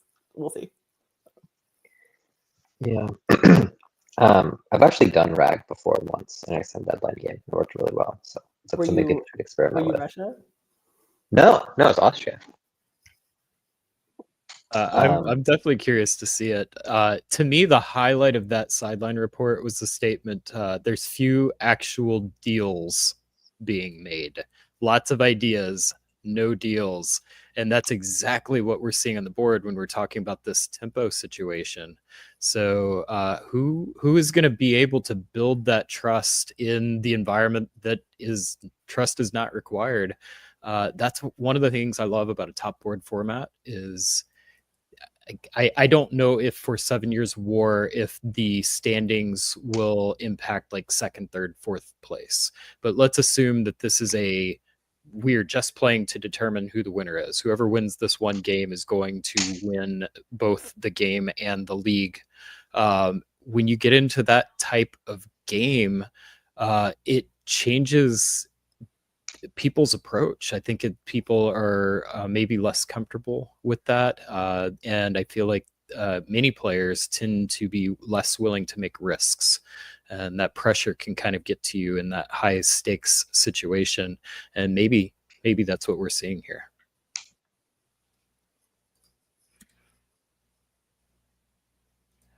Oh. All right. In spring 1903, we have Germany taking control of North Sea and leaving Ruhr. And I'm sorry to Robert for not pronouncing that as you would. You mean Ruhr. It's not really a roll though. It's like I don't know. I have no idea. Whatever. I don't speak German. Whatever. They left it and then they bounced in that same place. So maybe trying to build up a little bit of trust with France. France bounces England out of Liverpool and English Channel, which sort of makes sense, but also implies that France will not be getting a build out of England this year. And so it's really looking like Germany's sort of in the hot seat. I don't know why I said hot seat. Driver's seat, maybe? I don't know. Germany's looking like in a little bit stronger position. Russia, so Jamal does not get Norway because Germany has tapped Sweden. So I'm wondering if that's just like a general, Simon is just, what else are you going to do with Denmark? Might as well keep the powers even. I don't know. But there is some de-escalation between Italy and Austria, and Yalta is moving into Galicia, into Budapest. That is certainly not pro-Jamal, especially combined with supporting Khan into Bulgaria. So Turkey will be up 1 and Jamal will be down 1. And I think that's the only center changes for the spring. It's the spring, but as of right now, that's where we're at. Yeah. This is good to see. I was getting ready to say that this is a classic Jamal victory where he convinces all of his friends, all the people around him to be his friends, despite the fact that he's getting everything and they're getting nothing, which I say with love to Jamal, but he's really good at that. And it seems as though particularly Austria and Turkey, but also the powers in the West have gotten wise to this and they're not gonna let him get away with it this time. So I'm good for these players for doing that. Yeah, Chris Kelly in chat, Ramdasev suggests Jamal saw something coming. When we get to our sideline reports, pay attention to spring 1903. Let's see if there's anything in the commentary that might have tipped Jamal off or if that was just a gut read. And then I am going to be listening very much towards how did someone convince Yalta to make the choice to flip here. That's going to be a fun story to listen for. From Yalta's perspective, it's going really well. They do lose Trieste, but they're picking up Romania. So, it could be agreed, could not be agreed. Roni is certainly the kind of player I think it could go either way. I will say that if I'm Yalta, I would rather have a fleet in the east coast of Bulgaria, right, than the armies. That's certainly a lot less dangerous to him in the long run. So, and the long run is only 4 more years, right? So, I think it's really smart to do this rearrangement. And now you have Romania from Russia. If it's at the cost of Trieste, you could probably take it back. There's nothing else behind Trieste to support it, although I guess Roni could build an army in Venice. We'll see how that plays out. But in the West, we've got France convoying from Gascony straight into Liverpool. I feel like this was really risky. I am really curious about the sideline for this because this could have so easily been bounced, and you expect it to be bounced. You would think you would convoy to Clyde or something. So I really feel like this was an arrangement or like a fake out or something. But it's cool that it worked, and it's really good for France. I think even though, so it's just a stupid triple. I don't know, because now you've also got Germany and North Sea convoying Eddie into Norway. It saves Norway from Jamal, so I guess it's just an anti-Russian play. No, but like, why would you let France convoy to Liverpool? I don't know, England Johnny. What do you think? misordered Norwegian and Skagerrak. What is it? England misordered Norwegian and Skagerrak, so Jamal gets Norway. Oh, I thought they supported it and it bounced. Oh, thank you. Okay, you're right. So they did, but that was the. Oh, Eddie to Norway, and then England supported. Oh, I wonder if this is a backstabber? Yeah, because they also ordered Eddie to Norway, so you're right. It must have been a misorder, which is kind of devastating, actually. That's kind of a huge bummer. Because combined with Liverpool, yeah, combined with Liverpool, because that was okay. Yeah, it was Tripoli, but now it's just probably we're gonna take out England. Yeah. Germany is moving towards Russia though, with Baltic and Denmark. Yeah, it is a game-changing misorder, both for Marcus and potentially for Jamal. It was not looking great for Jamal, and things are way better because of that misorder. All right, winner of 1903. Let's take a look at these adjustments, and then we'll get to what I think will be the most interesting of the sidelines of the broadcast so far. It's 1903 time, and we're back to give you all the good insights. Spring of 1903. Well, Yelta offers Turkey Bulgaria, but first Turkey is kind of reluctant and says, like, isn't doing a rat batter here? And Yelta kind of has to convince Turkey to go for this move, which will put Turkey in a dot again. William then goes to Italy, who's Roni, and negotiates that Roni keeps his feet still and gives him some space. It seems like Roni first wanted to move towards Turkey, but when he's hearing that Austria and Turkey have plans to move on Russia, he says, like, well, okay, that is good. I like that. Well, I'll give you room to do that then. That's about all I have for the spring. How about the West? A lot was organized this spring. The bounces in Liverpool and English Channel. You really see Germany, France, and England work very close here, but as using England kind of like the cannon fodder and pushing them into Russia at their own expense. The Liverpool is agreed to be handed over in the fall, but for now to bounce. Jamal said he would go through Norway. But England didn't trust that, so they did this thing where they could bounce him out of Norway and then retreat into the Norwegian Sea. So a lot of like coordinated moves here, and everything worked out the way that England, France, and Germany alliance kind of agreed that it should. Okay. But that well, was at the end of it.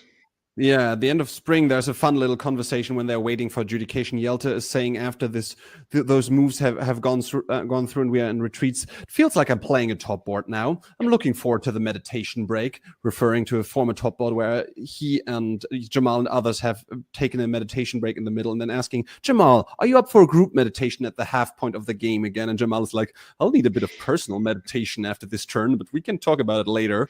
And then we are actually moving into fall. And in the fall turn, well, the big story is Yelta always seems to have the choice. Yelta is pulling the strings masterfully. Everybody wants to work with Yelta. First, Jamal is trying to get him and Turkey to get back to an ART. Says like, yeah, sure, you need to take 2 of my dots. That's fine if we need a rebalancing, but let's keep working. And then once Jamal has left, they're saying like, well, no, that shouldn't happen. And then later, when Jamal hears that Yelta doesn't think ART is feasible, he says like, well, then work with me. How about I put you back into Bulgaria? And Yelta says like, how about you support yourself into Armenia? And Jamal is very open for that. And also Italy and Austria. Roni also wants to work with him. Trieste is ranged.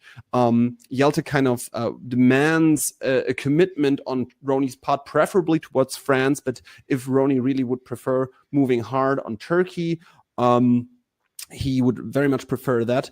But with like 30 seconds left on the clock, they're talking about Ionian, what it will do. Yelta really wants to go to Tunis, and he ends the phase with the words, please just do it. I don't want to consider that a stab if it's not happening. What else do we have from the West in fall? Well, it's mostly following through on things that was agreed in the spring, such as Liverpool. They keep bouncing on Norway, but Germany moves into position to go for Sweden here, and then they can force Norway later. There was also agreed that France would leave Burgundy, but that ended in a bounce in Marseille. So they are still there, even though Germany at this point really wants them to kind of back off because they have so many enemies to fight in the east. They want to try to contest this Austria that is growing so fast, and Russia. But he feels very exposed and therefore want to see like some friendly moves from France. Yeah, sounds good. Well, this game is heating up, so we should best get back into the conversations, and then we'll see again what has happened in 1904. Was a fun one. Well, you gotta love 5 center Austria being the big threat on the board. What is that? Johnny, go to you this year. What's your takeaway from those sideline reports? Well, I loved the shout out to the Summer Classic top board where we had a meditation break halfway through. Both Jamal and Yelta were a part of that, and somebody won that game. I forget who, but I am in favor of meditation breaks on top boards.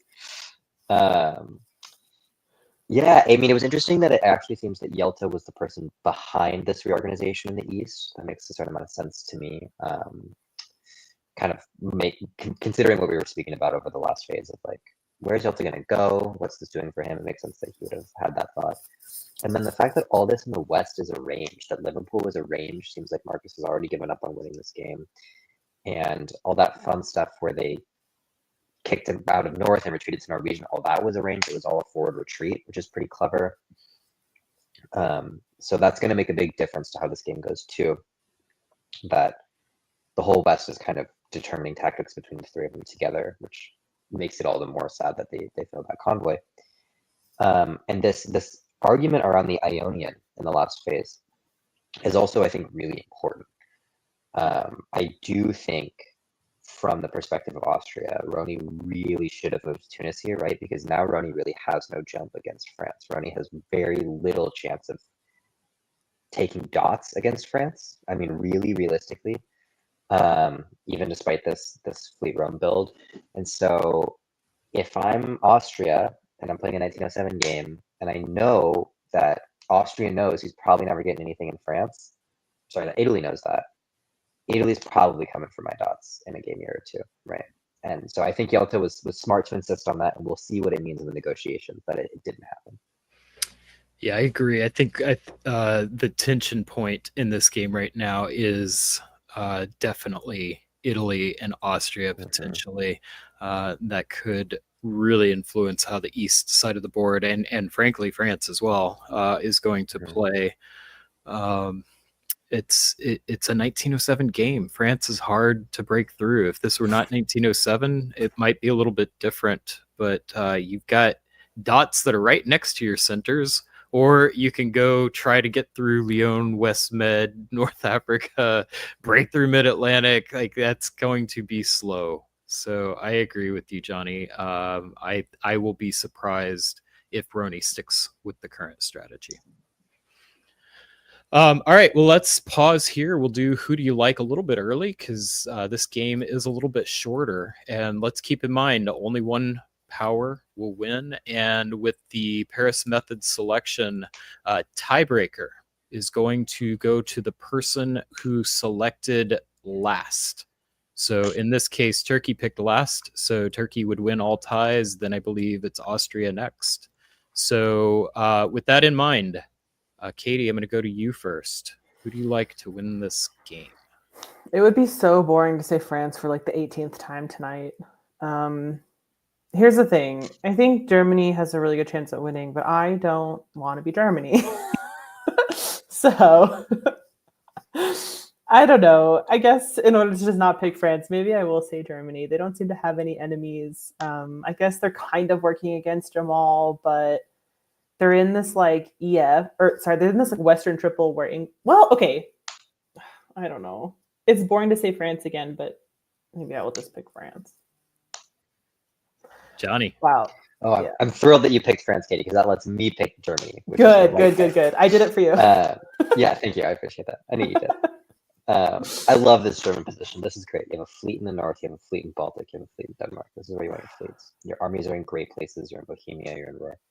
You have England working for you, right? So you're probably going to get Norway and Sweden. But is and England maybe working even for St. you, or is Petersburg. England working for France? That's what I don't know. England's working for you, right? He's trying to convoy across. I mean, England is doing proactive moves in your favor, which is But also really, going to. but they're giving France builds. They're not giving you builds. No, that's true. But I mean, if you put 2 on Norway and 2 on Sweden here, one of them is going to go, right? And I think England is going to be willing to make that support. And the thing about France is that France has Fleet Tyrrhenian, Fleet Rome, Army Piedmont, right? Like, Right. unless Roni like switches out into the Eastern Med, which he might, France is going to have to pull Mao into Western Med, right? Whereas, like, who's Germany fighting? He's fighting a winning war against Russia and nobody else. So I think you want to be Germany.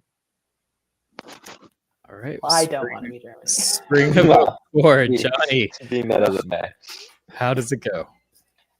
Sure. So Yalta is playing what we might call a what would we call this? That would be a. I'm trying to think of a kind way to put this. Flippy floppy. Flippy floppy, right? Like the Talking Heads song. So he's gone back into Bulgaria again. I don't like this, Yalta. I'm sorry.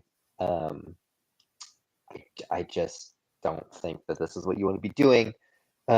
Your neighbors will eventually determine that there's been too much of this crap, that they don't know where you stand, and that they are going to rather have your dots, especially if you're Austria. There was a fun sequence of moves that was attempted between Russia and Turkey, which was cute, but I don't know. It doesn't matter because nothing didn't work, but the net result is that Jamal gets back into Romania, which, as is to be expected. Roni kind of commits in both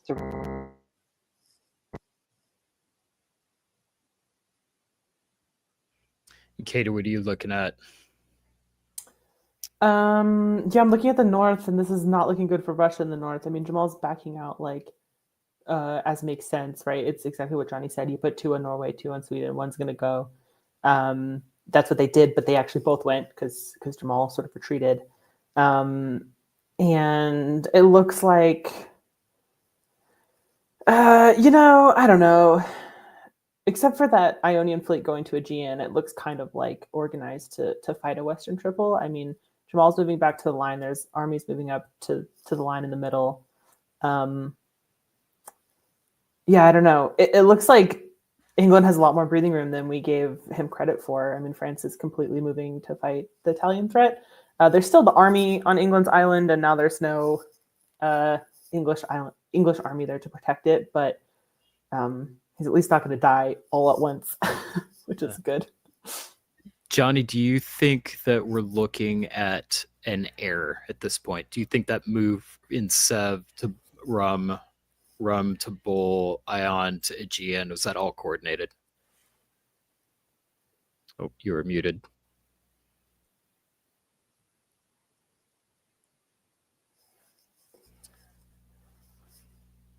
Let me see if I can. No, I'm unable to mute you, Johnny. All right, we'll let him come back. Same question to you, Katie. I don't think it's coordinated because I don't know why Ionian would be going to Aegean. That's the one thing that makes, because otherwise, sure, why not? Your Turkey doesn't, like, otherwise it kind of makes sense, but Ionian going to Aegean just does not jive with that, I think. Johnny, are you able to answer that now? Let's see. Is this an error? Yeah, is this an error? I didn't even understand your question. Sorry. I'm You sorry. should answer it, Johnny, since it's I would be somewhat surprised to see, I think it's an AI. I would be somewhat surprised to see Russia commit to an air, right? Because, like, what is Russia gaining from an air at this point? I think Russia has more to gain working with this Turkey and against Austria, most likely, would be my guess. And then also Russia has no northern presence, right? So Russia's going to try to do something in the north with somebody as a Hail Mary, but I don't think that their answer is going to be working with Austria around the center to try to take Munich. Like, that's not That's not how you salvage this northern and central position as Russia. How do you? You probably don't. Okay. Well, that's what I thought, but I didn't know if you had some like No. Secret 3D. sauce. Yeah. So here, not a lot is happening here. Russia is doing what I just said they might not do, which is to move towards Munich. Maybe Jamal just doesn't see a better path, I guess. But it's tough for Russia here. And it looks like they are doing an air, which is kind of not working for maybe the reasons I thought it might not work. But I don't know. Jamal's getting Romania. It could be worse.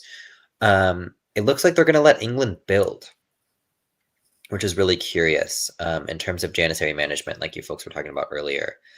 I would probably not have let England build. I would have decided on one of the two of France and Germany to get a build, and I would have kept England even. So we'll see how that goes. I'm also not a huge fan of these arranged bounces in London and Belgium. I understand why you might have to do that, but it really is a waste of units, especially in the short game. We're more than halfway done. Use your units to do things. And Italy and France continue to waste a lot of units doing nothing in the Western Med, which is something that I hate when I play diplomacy, and I never want to do it. And we've seen it a handful of times tonight, and it just makes me sad inside. I agree. I do like the effort to blow up the Western Med fleet, but it's in the long run, which is not that long, but for the rest of the game, probably, like Johnny said, a waste of time. All right, well, winner of 1904. Let's go to our sideline reporters, see if they've got any more insight about what's going on. Hello, here we are again, your two favorite sideline reporters. 1904. What's up in the West, Christian? So I didn't pick up on this last time, but England, according to press at least, misordered and supported North Sea to Norway instead of the Edinburgh army. So that didn't actually go through, but they get in now. There was a lot of Germany and France are really starting to distrust each other, and they are starting to become very wary of a stab, because that could quite quickly decide who wins this. As they're doing a lot of negotiating for bounces, as well as that, they have agreed to keep both Edinburgh and London English and try to get him to St. Petersburg. And England and Russia have made a deal where England gets both Norway and Sweden, and then can turn on and stab the Western Triple. Well, in the East, this is really, I want to take you, the viewers, around a little bit in the world of Jamal Blakarli, because this is really a masterful turn on his part. His position is dire. Everybody, when this turn starts, has sort of turned on him and is in a position to do something against him. And he turns it from a very bad position into a kind of playable position. Well, how does he do that? First, he goes to Turkey and he uses the full repertoire of negotiation techniques. He starts with emotions. He says, like who on a personal level do you trust the most? And Turkey says, yeah, well, you. Then when this doesn't seem to be enough, he moves on to tactics and says, okay, how are you going to get anything out of this? It's much better if you move into a different direction. And then when this still doesn't seem to be enough, he moves on to threatening. Turkey says, look, if you keep attacking me, then Austria will get everything off of me. That's just how it is. I will defend in a way that it works that way. And as we see, Turkey sort of abandons the attack. Similar thing with Austria. He gets into a conversation with Austria, and he doesn't have to say much. He just says, well, you see that there is an FG with an English janissary. You really need to work with me here. Otherwise, Simon just wins in the north, because if I have to focus against AT in the south, well, what can I do? And, well, his position in the north is still dire, but at least Austria and Turkey both did exactly what he wanted them to do. And so that's really, a sign of class, I would say, of world class, of world champion class.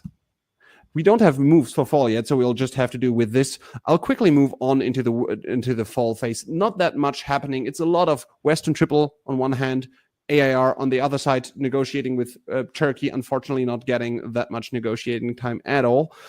One very interesting conversation in the beginning of the turn was Germany, Simon, and Austria, Yelta, talking with each other and both agreeing very quickly that they need to play a lot of balance of power, that if the East just stalemates Simon, France will simply win, and that they need to turn it around at some point. So they, even though they are sort of at loggerheads right now, they have a mutual understanding that they need to do something, that they need to turn something around and keep everything very balanced for either of them to have a chance of winning the sport. That's what they're telling each other.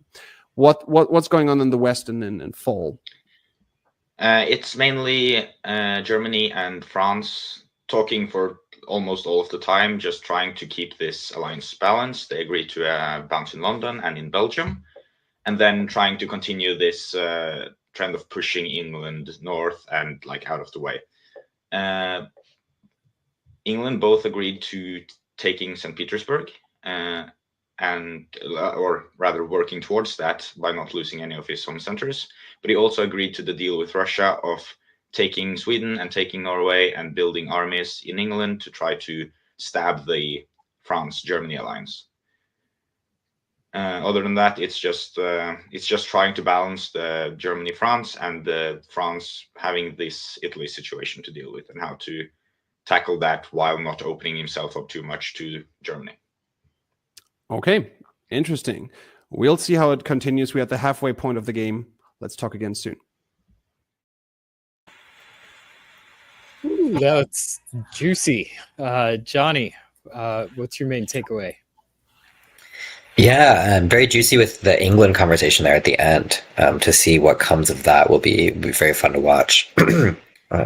Also not surprising to hear that the whole diplomatic revolution of the last turn was Jamal's doing. That makes a lot of sense. I think it's a lot better for Jamal than it is for certainly Yelta or probably Turkey. And it's just, I mean, he's very good at making that kind of thing happen. The way that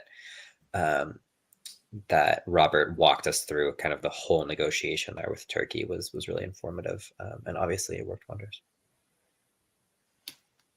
Right, yeah, the fun bit about England building armies to stab, like we're going back to our Janissary management again, in these balance of power type situations that Austria and Germany recognizing France in the long run, if they don't do anything, has an advantage.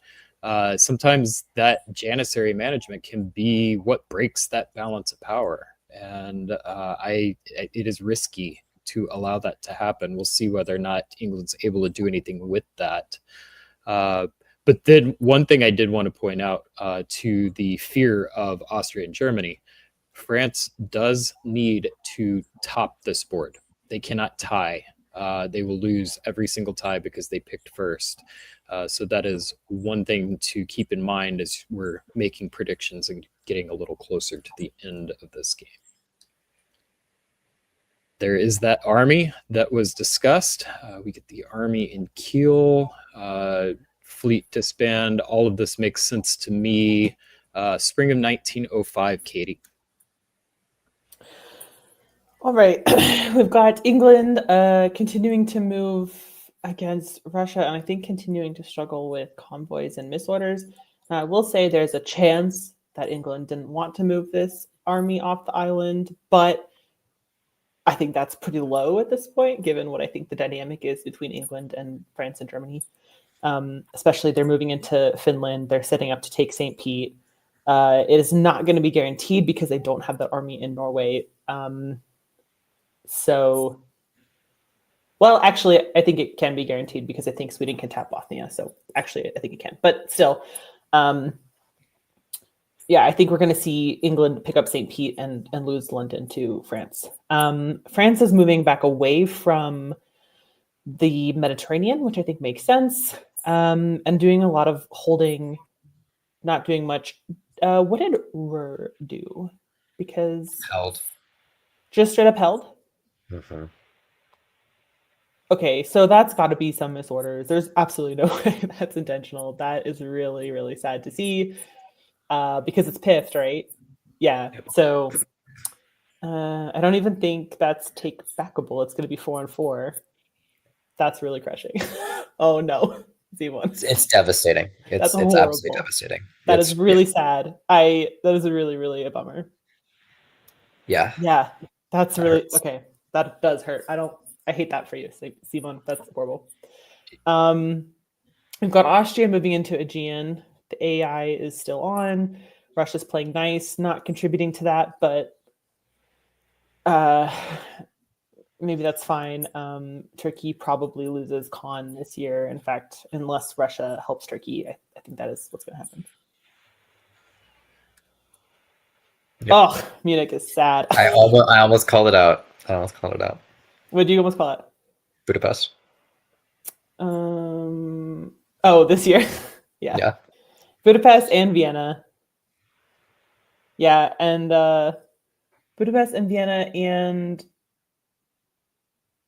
okay, but if I'm Roni, why is Eastern Med not taking support to Smyrna? Why don't you just also get the Turkish tattoo? I don't know. Maybe it's like guesses and stuff. It wouldn't have Oh no, worked. Syria. You're right. Yeah. Syria. Yeah. Okay. All right. So Jamal and Roni have decided to wintergreen, and that it's time for Yelta has outlived his use, which is kind of. I'm not that sad about it, just because it lets Germany take back Munich, which I don't think Germany should have ever lost in the first place. So there's like a little bit of a bonus for Simon, but he does lose Berlin to Russia, who also, by the way, does not lose St. Petersburg, because Marcus decides to go back to Norway instead of taking the guaranteed St. Pete. So I guess that's some diplomatic whispering by Jamal, but I don't fully understand that, especially when you're taking Liverpool. Like, get your dots. I don't know. I guess you can only build one, so whatever. But okay. There's this. Okay, I don't see anything else. Am I missing anything else, Johnny? No. Yeah. Excellent comment from Kiss Kelly. Eric gets an A-, so to speak. Love that, Chris. I want to know what kind of is it the meditation? Is it the Jedi mind tricks? Like, what is this magic for Jamal? Not just talking people into potentially. Let's listen in the sideline to find out about Finland, but not just potentially talking people into making decisions that are in his interest. Also getting the advantage of these misorders that keep happening. Everything coming up in Jamal's favor in this turn. Well, so the Norway thing's a little bit less insane than it looks, right? Because if England takes St. Petersburg here, St. Petersburg has a free retreat into Norway. So if they were going to have taken St. Petersburg, they would have had to have North Sea cover Norway, right? So in that world, okay, great, Marcus gets St. Petersburg, but he loses Norway. And Jamal probably would have said, I'm not moving to Norway, I'm not going to bounce it. So either you can have North go there, or you can take St. Petersburg and I'll retreat there. And either way, you lose Norway, so it's no good for you. Of course, they could have solved that problem by having Eddie convoy to North Sea over the north, or over to Norway. But clearly that convoy was not ordered by North Sea, so who knows? I'm gonna be listening to sidelines for some explanations in fall of 1905. I'm hoping we'll get some of that. I will also say one more comment that Chris, I wanted to highlight. Definitely two best sideline reporters in Broncos. Cannot agree more. So, all right, we go to the two best sideline reporters for their sideline of 1905. We are in spring 1905, and at this point of the game, Austria and Italy are talking an awful long time in the spring turn without Jamal being present, even though it is sort of an AIR alliance. Jamal is talking with Germany for a long time. And Jamal is then making a promise to convoy his army into Armenia. There is a new concept Yelta and Jamal are sporting, which is the heart promise. In this alliance, there is not only a will you promise not to do that, but will you heart promise? That is sort of a second level. And this is what's happening here. Yelta is heart promising not to take Romania if Jamal is doing this move to Armenia, so they can crack Turkey open. But then in the end of the turn, this big shout goes off. Simon in Germany is saying, oh no, what happened? damn, I screwed up. And Jamal is saying, oh, me as well. Nobody really knows whether it was genuine or whether he kind of liked staying in Romania, but there was definitely something going on towards the end of the deadline here. What did you listen into, Christian? Yeah, so this, at least for Germany, definitely seemed to be missed orders because you have Kiel, Berlin, and Ruhr all holding. Other than that, it's mainly Russia and Germany agreeing to a ceasefire after this, and Germany promising not to let England come into St. Petersburg. This is also where France and Germany are like really starting to mistrust each other, and France kind of want to pull back, and you start to like really feel the tension within this France-Germany alliance and how they are talking to other people about how they can weaken the other power so that they can perform a stab in 1906, which constantly comes up because nobody wants to do it now, but they really want to get the stab off in 1906. Yeah, and in fall, how does it continue? It's pretty much just a continuation. Most things are established in the spring, so it goes a lot back to this sort of like board examination, talking about what players are looking threatening, and kind of coming with all these solutions that nobody really wants to do, so they're not really getting anywhere. But it kind of becomes this England and Germany against France. Yeah. In the East, it's very interesting how Italy and Turkey sneakily negotiate a little bit of a stab on Austria, with Turkey at least trying to put Italy into Aegean because they're just sitting at the game table when Austria and Russia are negotiating. I was not listening in, so I'm not quite sure, but it seems like they were using it just to say like, yeah, well, we don't have anything to talk to. We don't even move to a room together, but nobody else was there, so they had all the freedom to talk. In the meantime, Yeltsin sounded in his conversations a little bit like he was not seeing the stab coming, even though I'm, of course, not sure what was happening behind the facade. Berlin was arranged, funnily enough. Germany and Russia talked for a long time. Germany, on the one hand, saw that Germany and Russia really had a big incentive to move together and to work together, but at the same time, he didn't want to stab England, and he actually offered Berlin to Russia. Russia was almost a little bit surprised. Really, why are you giving me that? But it was offered and taken. And then, of course, this Italy-Russia stab was coordinated as well. It was not just a coincidence that both of them dropped the hammer at the same time, but this was a move. They were reassuring each other, okay, we are not keeping Austria in Munich. We are moving on them, even though we told them that we would keep them there. And with this, we're signing out, and we'll talk to you again in 1906.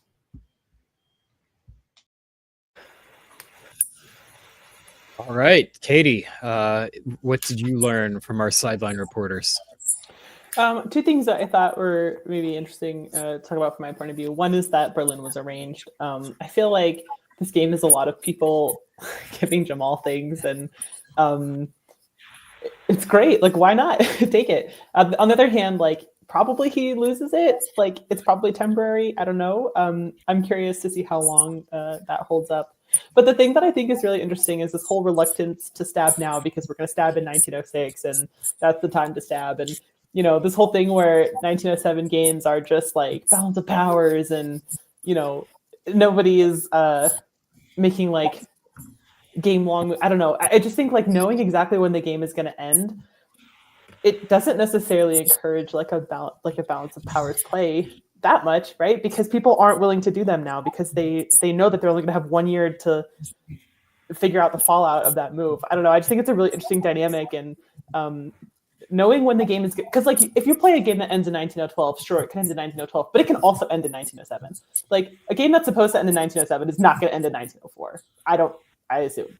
So I just think that that's a really interesting dynamic to see how people are like reluctant to make big moves, when a lot of people say 1907 games are how you get people to make big moves. Yeah. I was also interested to learn about the distinction between promises and hard promises. Yeah. Reminded me of a conversation I had with Jamal once about the distinction between a demand and a request in a similar circumstance. Jamal likes to have these semantic arguments. But it is the holiday season. It reminded me of a scene in the classic Christmas movie, Christmas Story, where they double dog dare the child to Right. lick the pole and his tongue gets stuck to the flagpole because it's freezing. So I think that we've found our diplomacy equivalent of a double dog dare, and that is a hard promise. Hard promise. Love it. All right. As we move towards the final stretch of this game, we've got 2 years left. Our sideline reporters called out 1906 seems to be the year that players have their eye on for making a move. We will pause right here and once again play Who Do You Like? Johnny, I'm going to go to you first this time. Who do you think has the best chance to top this board? I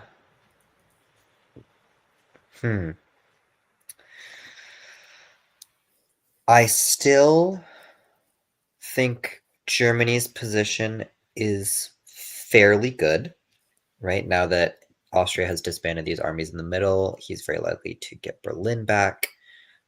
Still reasonably likely to pick up Norway. I like Germany. Obviously, Russia is really good. Russia's problem is going to be holding on to St. Petersburg and Berlin. So the question is, are they going to pick up anything in the south to make up for those centers that they're likely going to lose? Definitely possible, but it might be a lift. And I think both France and Italy can also top this board from here. So I actually think this is a really balanced board state that we're moving into. If I had to pick one, I think I'm going to stick with Germany. Katie, if not Germany, who do you like? Well, I don't like Germany, but I think Germany has a really good chance of topping. I might pick Italy. I think I'd pick Italy. I don't have a lot to back that up. I just feel like they're not under threat. Like, I don't think they're going to lose Trieste, and I think France is going to have bigger problems. So I think Italy. I like the Italian position. I don't like the Italians' tiebreaker position. That is my only hesitation. That's fair. It was didn't think about chosen that. number 2.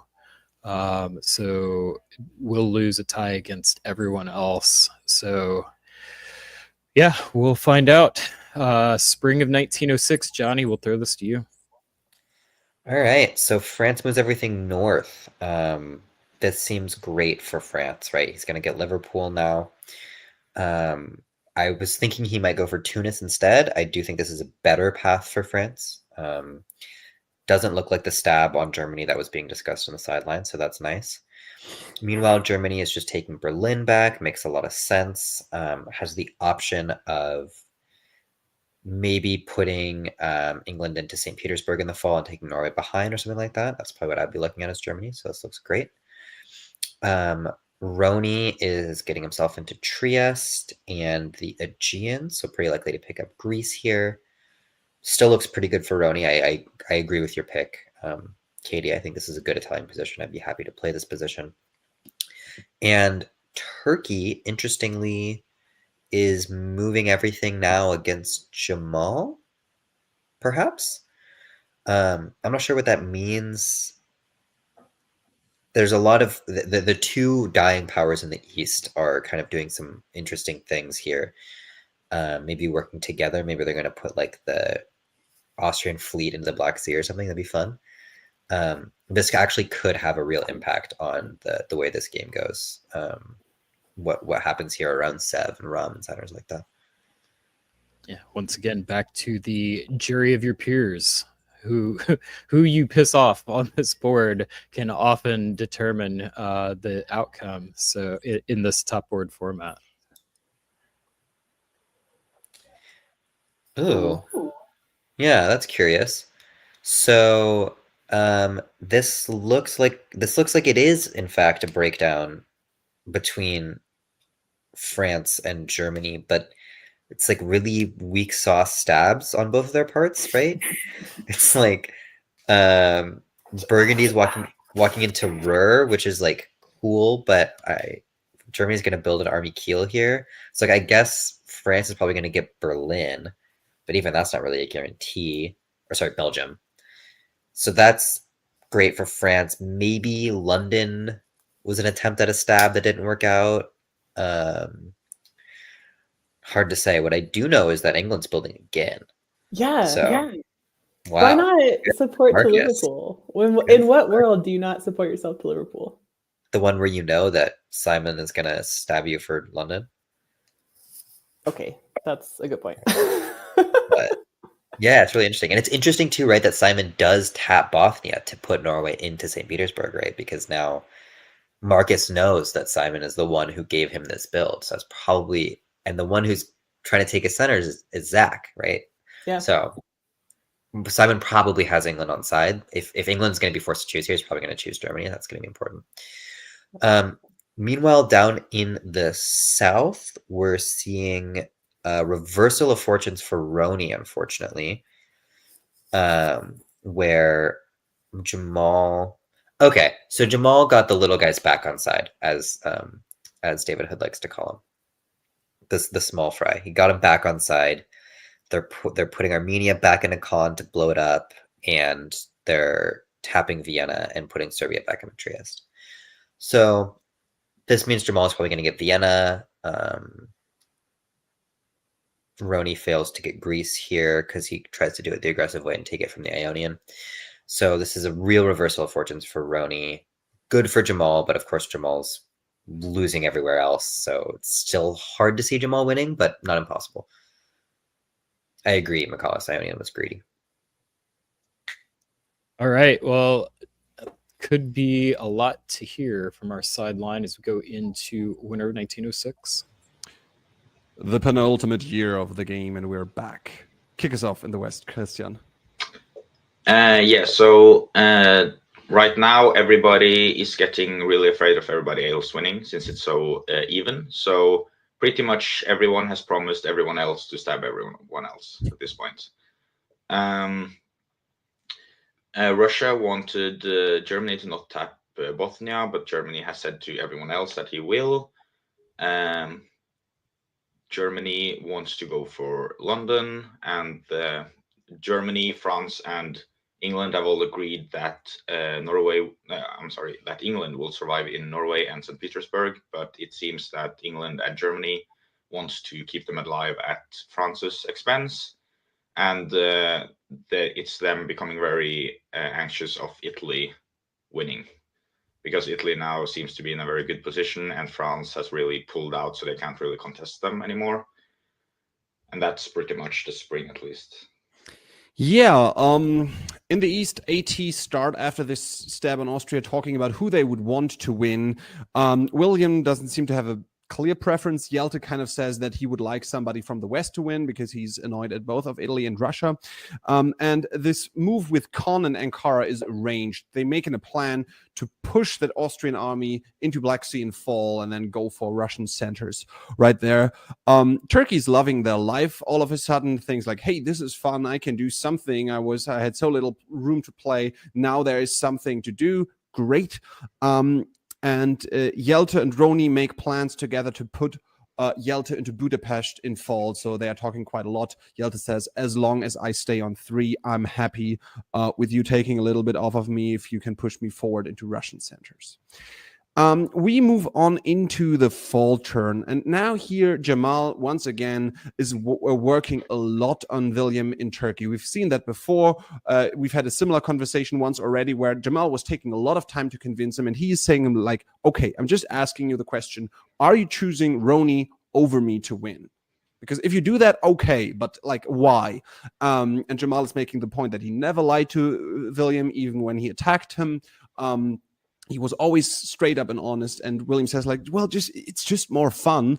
And actually, Jamal does a very good job at convincing him that just because it's more fun, ending somebody's game chances or the chance of Jamal to win doesn't make sense. And then William brings the argument, well, you could stab me in the last turn here. You know, if I work with you, then you move into my turn, into my stuff in the last year. And Jamal makes the argument, look, my reputation is my biggest resource. I'm a world champion. I have, developed a big reputation of being an alliance player. To me, it's more important to keep this reputation rather than actually, taking every single center. And also, he does a similar thing with Yelta, manages to put him into Trieste because Yelta wants to keep some sort of a balance. Funny little thing, when Yelta is sort of unsure, should he go for Budapest, should he go for Trieste? Jamal starts with, have I lied to you in this? Actually, I have lied to you once in this game, but never mind. And as we see it, Yelta still buys it. What else was up in the West in fall? It's really kind of Germany and France talking to everybody, trying to convince them to attack one another, and Germany really wanting France to go south here to deal with Italy, so that the stab becomes easier. The bounces in England here are not agreed on, and the move into Ruhr was supposed to be a bounce in Belgium. Other than that, it's pretty much what everyone said they would. Okay. Well, it will be a very interesting horse race to the finish line. Very many players still in this to win it. So I'm excited to see what's happening in the last year.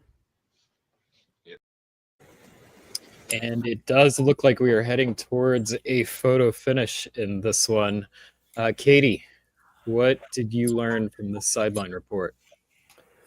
The one thing that stuck with me, well, it was at the very end of it, but the thing that I was like most shocked to hear is that the move to Ruhr was supposed to be a bounce in Belgium, and that really surprises me as France. If you know if you know Germany's going to Belgium, like Ruhr can be a very useful place to be, but probably not when it's going to be surrounded by German armies and Germany's got a build that they can put in Kiel. So I feel as if France would have been much better off just bouncing in Belgium as intended. 'Cause I don't know. It just seems like being in Ruhr is not going to help him at this point.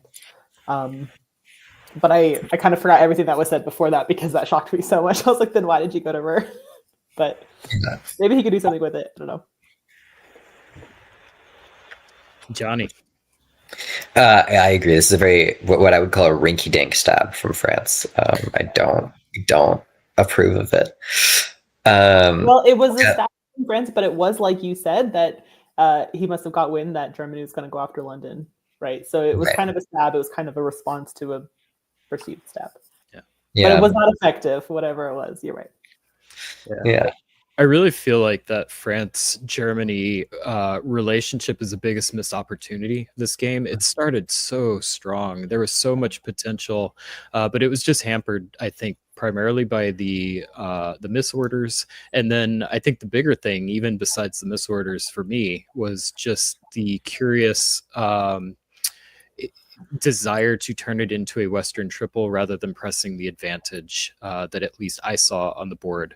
And it could just be a balance of power thing. Like, hey, I don't want to get too big too quick and scare the rest of the board. We have no idea how the rest of the board would have responded to that. But personally, I would have rather be in that position than in the driver's seat, so to speak. The other big takeaway for me was from the getting a little bit of a taste of Jamal's negotiation. That's one of the best things about Sideline is getting the opportunity to hear it. Granted, it's someone else's take on someone's words, but to be able to kind of get some insight into what some of these top players are doing. And I just wanted to call out the conversation about, are you choosing player X over me? That is something I think is a very important question in especially a top board format, but it is also applicable in a league or a tournament kind of setting where you are having someone, the choices they make is going to dictate standings, and calling that out, like people like me, that makes me uncomfortable. I do not like being in that position. When I get uncomfortable, I start to get stressed. And then when I get stressed, I start making mistakes. I can be talked into like wanting to pacify, things like that. It does not work for every player, but that is a very important skill to develop. And that's a great question to add to your repertoire if you're not already asking that. Yeah, totally. All right, winner of 1906. We've got Army in Liverpool, Army in Kiel. Katie, anything standing out with these adjustments? No, I think that makes sense. This is our final year. Why don't you close us out, Katie? All right. We have got so France takes Ruhr and piffs that army. Not entirely unexpected. Germany takes Ruhr from France and piffs the army, not unexpected. France covers London, sort of makes a play on Liverpool. I don't think they're gonna get Liverpool unless Germany's onside, and Germany's not gonna be onside. It's currently between Germany and France, and Germany has England. So I think this is gonna come up Germany. It's my last prediction of the game. But not too much else going on. I don't know what the move to Baltic does. You have one more year to do something. Maybe it's like to open up a retreat or something, but they didn't need to because they weren't going to have a retreat. So I'm not really sure what that does. Italy takes Trieste, but they do it from Vienna, which makes me think there's going to be... well, no, I guess they can cover everything probably. And Jamal takes Serbia. Turkey takes Bulgaria. Okay, so I guess Yelta's done. Yelta has the one army in Albania, and all 4 of his centers are now owned by somebody else, with Italy up 2, but down 1 because of Tunis, which actually they can't take back. So France is going to end with Tunis.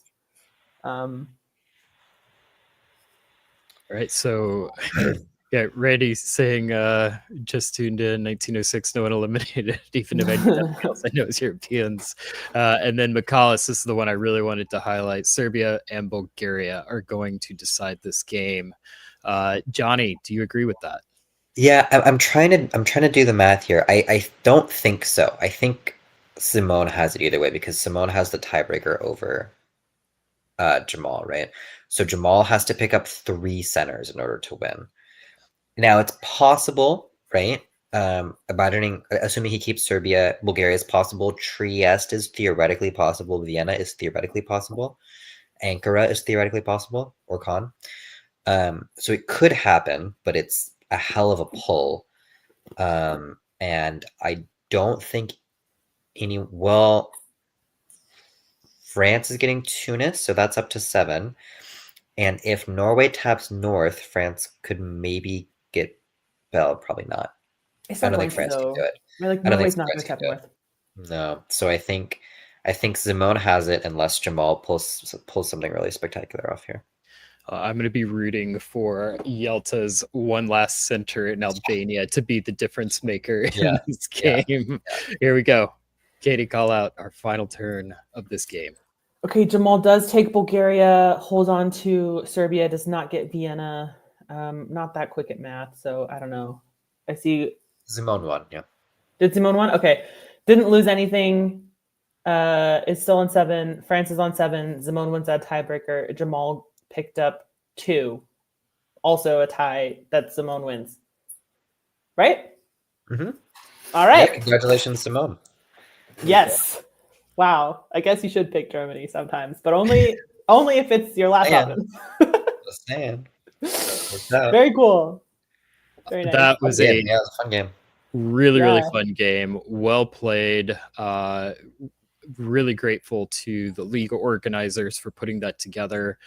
Love seeing so many different language groups coming together to create a league that is quite large. It was a very competitive group, lots of participation, lots of players, and love seeing the game expand. I mean, that is how this game will keep expanding, is if we just find local groups and get them engaged and expose them to the larger hobby and bring them together. And that's one of the main goals that we have here in DBN, and we really appreciate all of those leagues allowing us to cover their games to help accomplish that. Katie, this is your game to call, so I'm going to go to you. What was the story of this game? How did Simone do it? I think he played a really great game. I've said this 18 million times already. I really struggle with Germany, but he didn't have any enemies. I mean, I think Jamal kind of helped Russia, or kind of helped England a little bit, and there was that scuffle between France and Germany in the end. But did he lose? He lost Munich at one point, but he could get it back. I don't know. Yeah. I just maybe I'm overstating it. I just feel like even when he did have enemies, he just seemed to be like in control of the game, and it's really hard to describe how that happens without, we heard the sideline, but without really knowing all of the negotiations, because a lot of the negotiations were coming up Jamal. A lot of the turns were working out for him, and yet still Zimone just like never seemed threatening, but still managed to like, I don't know. I don't have a lot of thoughts. I think he played really well, but I can't really describe why I think that. Johnny? I totally agree. I mean, this is a game where we saw Zimone misorder like 5 of his units and lose Munich halfway through. Yeah. And he like diplomatically he could not, or tactically he could not hold Munich that turn. He retook it diplomatically. So I agree, it was a diplomatic win. I mean, you're playing an FG on a top board. Usually you're thinking this is really good for France, maybe good for Germany, but Germany's at a lot of risk here, right? And here, Zimone was just in control. He was in the North Sea the whole time. He controlled the relationship with England. He was growing. He was always safe. He was in control of the relationship with Russia. And France was having problems with England. France was having problems with Italy. And like you're saying, Zimone had problems with nobody. He was just secure and picking up builds here and there when he needed them. He had the tiebreak over everybody, so he could play nice and slow. That was a great game. Yeah, there was a time when I was trying to pick between France and Germany for who do you like, and I kind of ended up on France. But my thought was like that France had England on side because France was letting England take their dots. But it really didn't end up being the case, and Johnny was completely right about it. Like the way that Germany played against Russia with England got England on side, and it didn't, like, the previous things didn't really matter. I think England like trusted France more in the end, and I think that relationship really helped Zimone. For all of my comments this game about my regret about the pace of the FG and managing the Janissary, at the end of the day, that was the difference. Managing that relationship with England is what won Zimone that game. So well played, well done. Great way to end a fantastic league. With that, I'm going to bring Brandon back on. Brandon, welcome back. Hi, how's it going? Good. I hope you got to catch that. Any thoughts? Yeah, I loved how no one was eliminated early on. Like having everyone there pretty much till the end created a lot of different dynamics that I thought were really cool. Yeah, like it was just a good game all around, and having the 7-7-7 finish was pretty cool. Yeah. All right. Well, Brandon, we are going to have you on for our final broadcast, and Johnny, we are going to bid you good night. Really enjoyed the broadcast as always. Your insight and entertaining commentary. So thank you. Thanks, y'all. Bye. All right. Well, Brandon, Katie, we are going to transition now to our final game of the Virtual Diplomacy League for the 2024 season. It will all come down to this game. Let's take a quick look at where we are on our standings before we get into the final game of the night. So just as a quick reminder, we have Justin Lohr, who just managed to overtake Matthew Tatanci, moving himself into first place. And then we have Ben Kelman, Michalis Kamaridis, Doug Malott, Jordan Connors, and Jamal Bukharli closing out our top 7. Jason Gray just narrowly missing, had a really strong performance in that round 1 game this month, but not enough to break into that top 7. So coming into our final game, we are looking at the following players. Justin Lohr playing again, second game. Jackson Roberts playing again. Matthew Tatanci coming back. So we are going to have first and second place playing on the same board. Christian Brown knocking on that door potentially, and Jason Gray coming back, just needs a few points to squeeze into that top 7. And Christopher Ward, third game of the night, must be exhausted, doing everything possible. This is the final chance for him to qualify.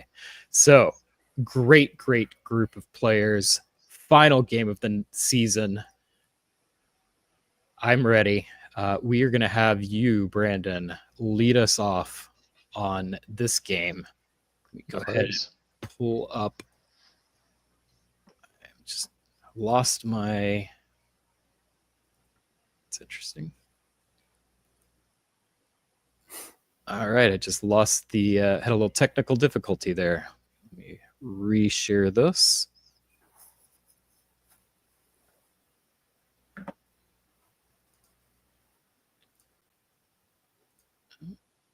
It looks like I'm going to need to restart. While I am restarting this, Katie, you have been at the top for the final game for tournaments. You've been there with leagues. You did DBNI, like all of this.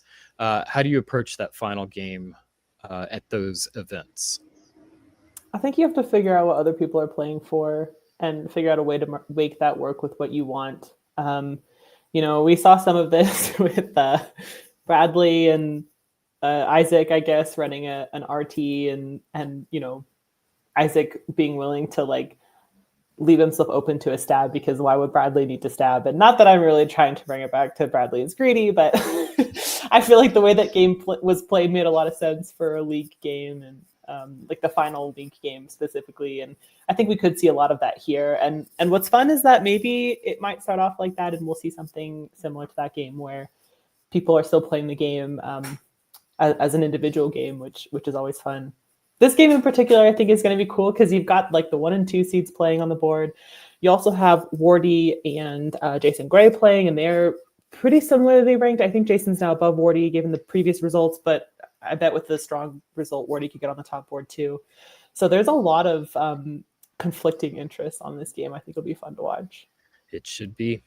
All right. Well, we will close out our broadcast tonight with the final game of the Virtual Diplomacy League 2024 season, Spring 1901.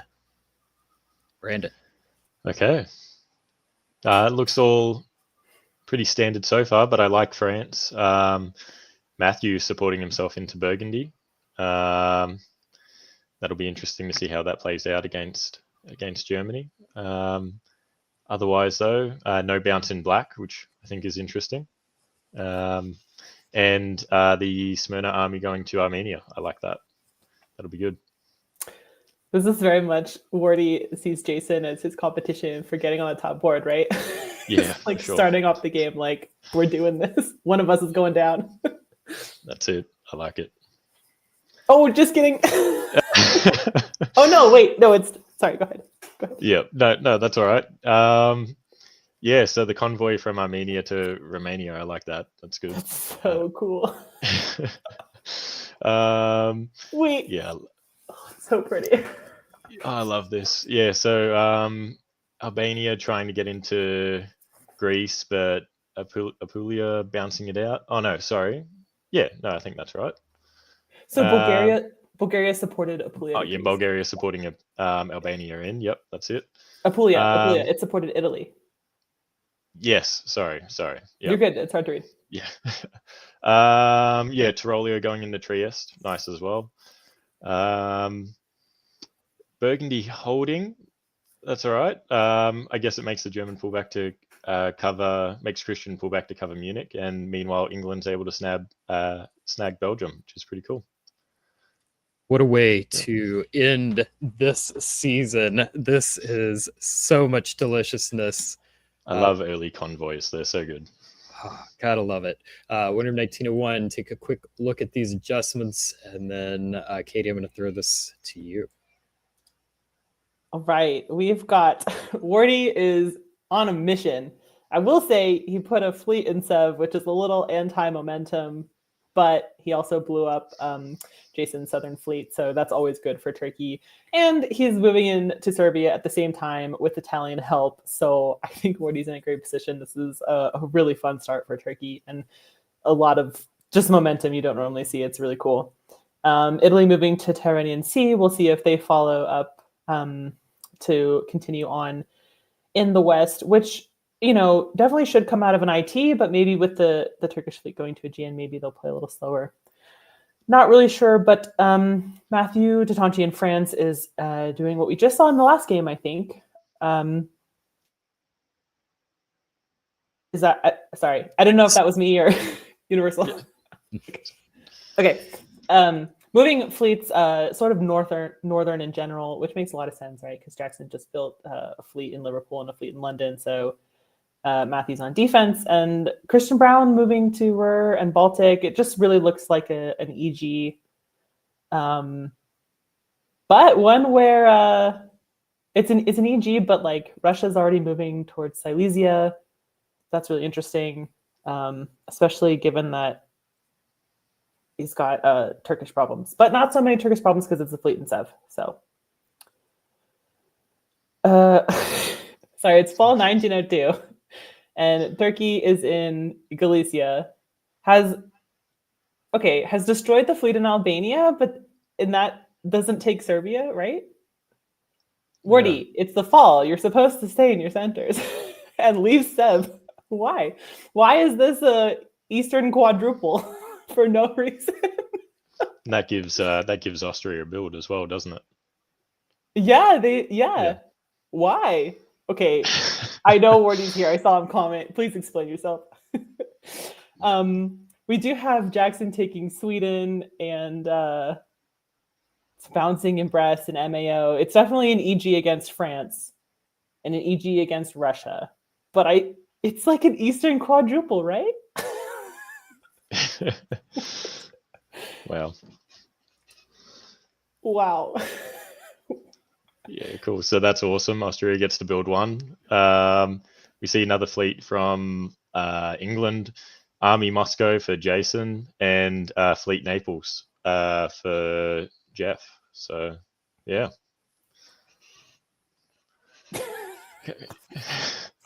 So, yeah, like immediately I look straight at the Austrian moves to see what's going on, just to see if there's anything coordinated there. Wondering if Serbia was agreed, but yeah, I like this getting Wardy up into Silesia.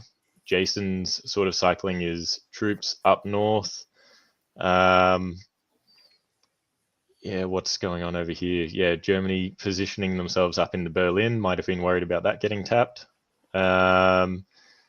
And yeah, France is gonna have to start worrying about the 3 English fleets that are lining up on Mao. So yeah, this is interesting. Meanwhile, Italy is making their way in the Western Med, so tons of fun. If I'm Jackson or Matt Tatanchi and I'm taking this game seriously and then this is happening, what? Okay. Yeah, I like this. This is it's good. Really fun. It's funny. Yep. Brady, I'm not sure what's going on. I think that's what the general read across the board is right now for many of these players. This is the moment where you look at it like, okay, this is going to be one of those games, and I am here for it. This is going to be fun. All right. Okay. There's Go for it. No, it's your turn. I'm sorry. Okay, no, that's all good. Well, yeah, I'm looking at the convoy from Albania to Smyrna. Why didn't it work? I guess the Italian unit supported it instead of convoyed it. Okay, yeah, that's what drew my eye to it straight away. With that as well, we've just got bounces in Serbia, Bulgaria. Up north, it looks like Jason's able to get Norway. England, Jackson retreats to Barents and to Skag as well. Losing Norway and Sweden is going to suck, but it'll be interesting to see what he chooses to keep. And Belgium as well, having to retreat to Ruhr. So down 3. That's rough. Yeah. Italy's holding. So, yeah, giving that support to Mao to stop those English fleets from being able to do anything is a cool dynamic as well. And yeah, obviously had an easy stab on Marseille, but chose not to go for it. So this is good. All right, so we've got -3 for Jackson Roberts. Rough spot. Katie, I'll throw this one to you. Who are you mad at the most, and how do you respond with those disbands? If I'm Jackson, Yeah. probably Christian, because they were working together. There was definitely an EG against France. You can't really be mad at France for, I guess, taking Belgium, right? And you can't really be mad at. I guess you could be a little bit mad at Russia for taking Norway, since like you thought that Turkey and Russia were fighting, but the East is just memeing. So I guess, like, I'm definitely the most mad at the person who I thought I was working with for 2 years who just took Sweden. Is there an option for throwing it away that'll help, like, not the East? I don't know. I mean, I guess you could just slowly give everything to France, but France can't hold against the East by themselves. Yeah. So looks like Russia is the person that is least upset at. That all kind of makes sense to me. What are we looking at in spring of 04, Katie? We've got the East probably all joking around and everything is arranged because why not? We've got Turkey and Austria moving away from the line, and Austria is taking Trieste, and Albania to Smyrna, convoyed but not ordered. Okay, so AT are saboting Italy, I guess is what's happening.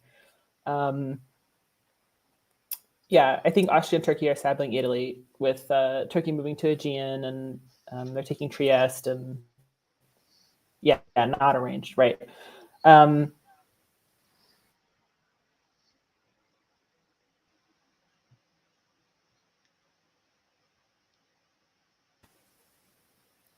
Okay.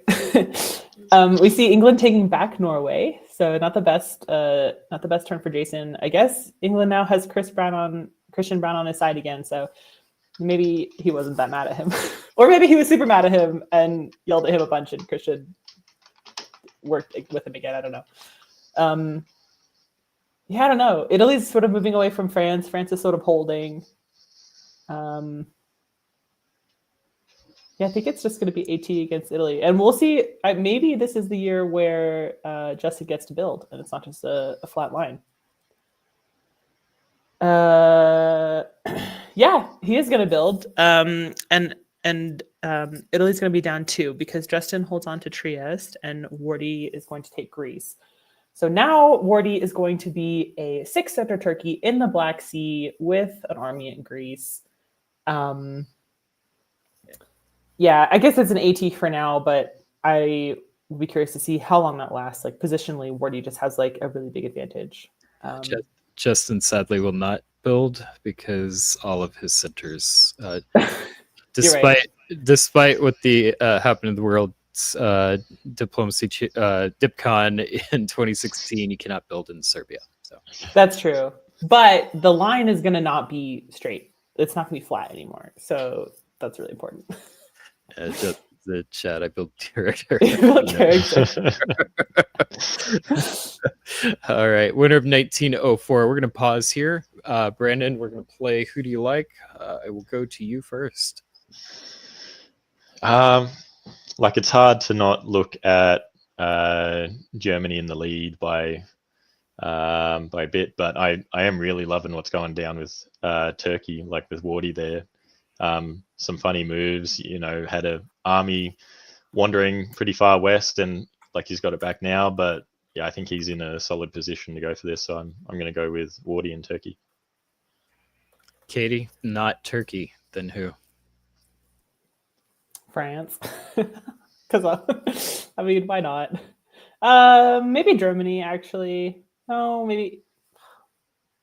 I don't like this game. I'll just pick France. And then I know it's kind of boring, but I'll pick France anyway. I think it's solid. And you've got a player who's probably got a little more motivation than anyone else except probably Christopher Ward on this board.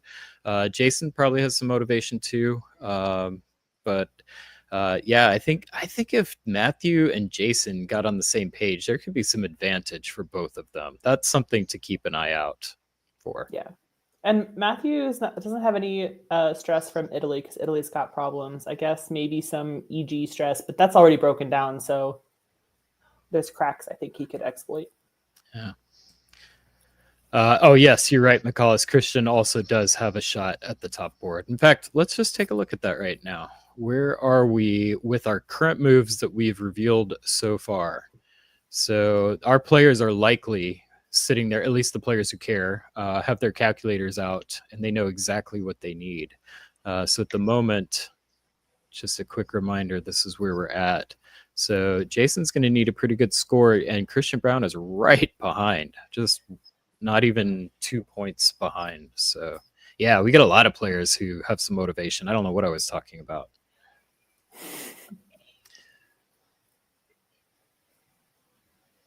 All right, Brandon, spring Cool. of 05. Yeah, so we see France supporting themselves into Mao, hopefully seeing them moved up towards England a little bit there. Looking down across over in the east, Italy pulling away, starting to deal with that AT. With that, Vienna gets into Tyrolia, and Tyrolia retreats to Bohemia. Silesia and Warsaw doing a nice little kiss. Greece up to Serbia with plenty of support, and the fleets, Turkish fleets, starting to position themselves to start pushing west. So, yeah, and yeah, England getting into Sweden as well. So, cool. Germany definitely wants Burgundy, so they've got that. Kept France out of Belgium. France supports themselves into English Channel. Venice is popped. Is it popped? Yeah. I see like it's got a retreat order. Venice retreats to Rome. Yep. Cool. Yep. And yeah, Turkish fleets get themselves into Aegean and Eastern Med, and they'll be ready to crack the Ionian next turn. So, yeah. I believe Italy will go down here. Hey? And kind of yeah, expected German more down too. cooperation. It's rough. Yeah, I expected more cooperation, I think, between Germany and Russia. I don't know if necessarily the past moves supported that expectation, but England coming out with Sweden and Denmark just seems like a breakdown between everybody else. Like, I feel like that did not have to happen, and I mean, good for Jackson for taking advantage of it, but I just feel like that was avoidable. Did anyone go for Norway? I don't think any, because it's empty. Hey, no. Cool. All right. Awesome. All right, winter of 1905, Jackson Roberts building 2. That was not something I was expecting. Rough turn for Christian Brown, having to go down to Justin Lohr, able to build this time. So Vienna open for that adjustment. Then we've got +1 for Christopher Ward and -1 for Jeff Wang. Spring 1906. Spring 1906. Jackson is moving on with no allies. Maybe, I don't know. He's taking Baltic. He's in English Channel. Going to be pressuring MAO, I think, but won't get there until he's in NAO. But I mean, Christian seems content to just fight Matthew over Belgium and Paris and all that effort into taking Burgundy last turn, and now it's popped. It's kind of a bummer. But I think it's really coming up Jackson. Like France and Germany are fighting, and England is just like making progress. In the East, we've got Wardy back in black. Back in Black Sea, and now in Ionian. So this is a really cool place to be as Turkey. The 2 most important sea squares probably for Turkey in general. And Justin is just holding, and Jeff is just bouncing, and I guess Jason's repositioning a bit. So Jason is gonna put up some defense against Wardy, but good position for Turkey. It's really cool. And in the fall, so Wardy's not going to get any Just kidding. He is going to get a build because he walks into Tunis because I missed that. So Wardy will be building from Tunis. And let's see. I don't think anything else is traded in the East. And then in the West, Jackson just walks into Kiel and Holland because, yeah, Christian is apparently a lot more angry at Matthew than at Jackson, which seems strange to me because Jackson and Christian were working together. And usually when trust breaks down and people get stabbed, you get mad at that person. But I don't know, not in this case. So it's all coming up for Wardy and it's all coming up for Jackson. And it's that Turkey-England pair thing going on. I don't know. Do you see any other moves, Brendan, that are particularly? Oh, I'm just loving England's comeback. This is great. So, yeah, yeah. It's a steep line. Look like look at that line. Like goes down 3 and then then up up 5. Yeah. Yeah. Yeah, cool. So, yep, England gets into Mau with France retreating into Portugal. Germany supports Burgundy into Belgium. Cool. Kiel supporting Baltic into Berlin, but that bounces back with Munich and Silesia. A few red arrows for Austria. Nothing really manages to move. And Wardy creeps across to North Africa. So that's awesome. And fills in behind with Ionian and positioning his Smyrna army in Armenia. So, yeah, cool. I kind of wonder if Tyrrhenian Sea would have been a more fun place to be as Wardy. Well, I don't know about more fun, maybe like a little more useful. Yeah, like he seems stretched a little thin across the bottom there, but like maybe he's got some sort of arrangement with Italy so far just to keep them alive and Austria distracted for a little bit. So yeah. Okay. England is in Western Med, so that's cool. France gets Mau back. Wardy tries to convoy Albania to Apulia. Tries to have a crack at Sev. Austria is able to do a couple of moves this turn, which is awesome, being able to move some troops around into Galicia. And then a whole lot of mess up around Holland and Belgium. Looks like nothing has worked there. So, yeah. I'm sorry, that's so funny. Us just been able to make some moves, so good for them. Yeah, that's it. This is cool. Yeah. Dude. Yeah. Michalis, we are leaning heavy into the entertainment side of our broadcast right now, but Michalis bringing us back to a little bit of the educational side. This is boring. That's why it is worse than West Med. But yes, it's true. This is so fun. Yeah, here's our position. Definitely not one that you see all the time. So really fun on that front. So take a quick look at our adjustments. And then Katie, I'm going to throw this one to you. All right. Wardy is in Tyrrhenian Sea now. That's very cool. Unfortunately, they've been kicked out of NAF. Okay. So I guess Matthew Tatanji just decided, similarly to Christian, Jackson is going to beat me. I might as well just help him out and move out of his way. I feel like it's a bit early to be Janissarying. If I'm a 6-center France, I'm not just walking over or rolling over and letting England walk over me.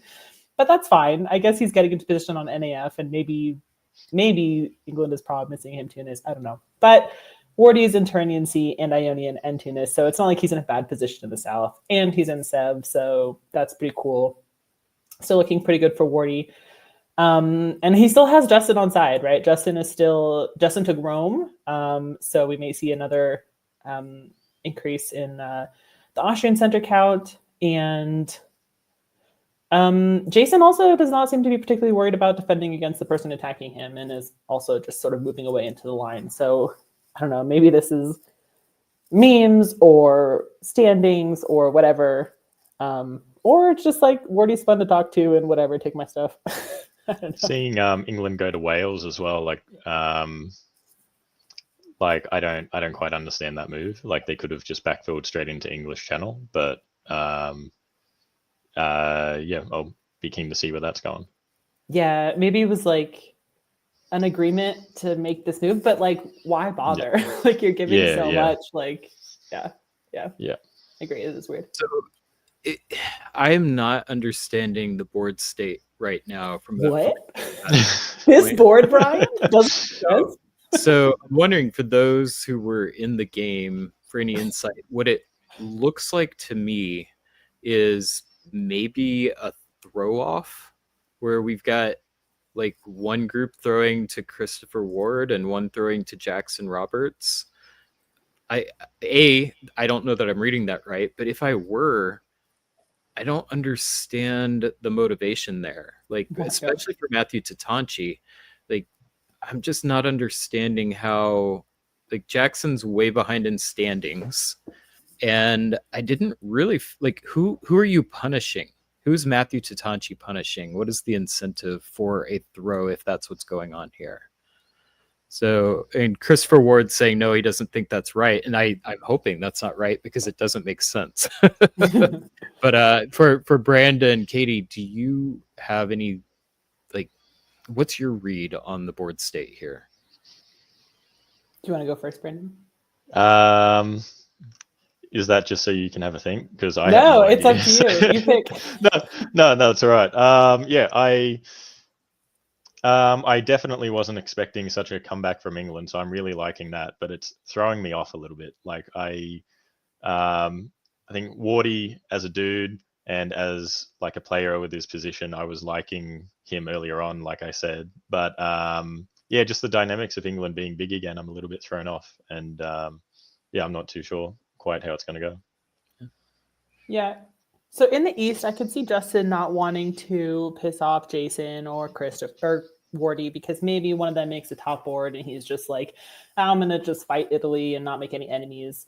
Wardy does say he thinks Matt is just scrambling. And yeah, so I that might be what's happening. I don't know how much he should be scrambling though, right? Because now it looks like England's in a really good position, but that's because France just walked out of Belgium and just he just like moved away and let England do a bunch of stuff. So I really don't think as a six center France, you need to be scrambling in general. I think you need to be talking to Russia. Like you need to be talking to Jason and figuring out why is Norway unthreatened? Why is England able to throw all of his attention at me? And then he's still, he's going after Munich right now in 1908. So I think I guess scrambling is a good word because it doesn't make that much sense. But I just think that like England is not so scary. Now, maybe what's happening, I've played with Jackson quite a few times. He is, let's say he's very confident. He's a very confident player and he is very good at tactics. And I could see him being like, this is what's going to happen. You're going to lose. You're going to die. And I could see it working on some people. Like maybe it's sort of a chainsaw-y diplomatic tactic.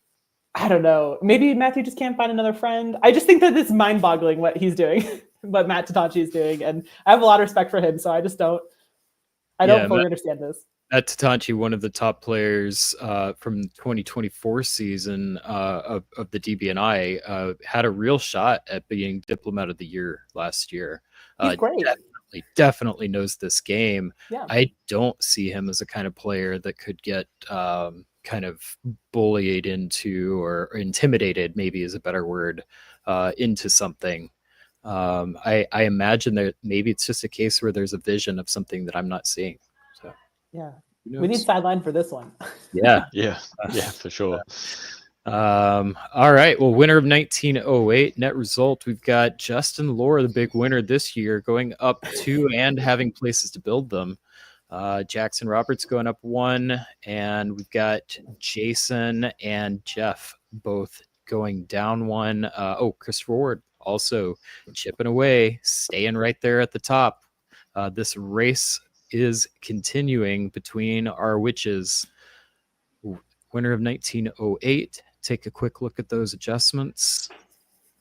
Brandon, 1909. This could be our final year. Most virtual Diplomacy League games make it to 1910 because it's based off time. But we have seen some players slow play a little bit. This could be the final year. Yeah. Cool. So Wardy's able just to walk straight up into Moscow, backfield Sev. Jason gets into Ukraine. And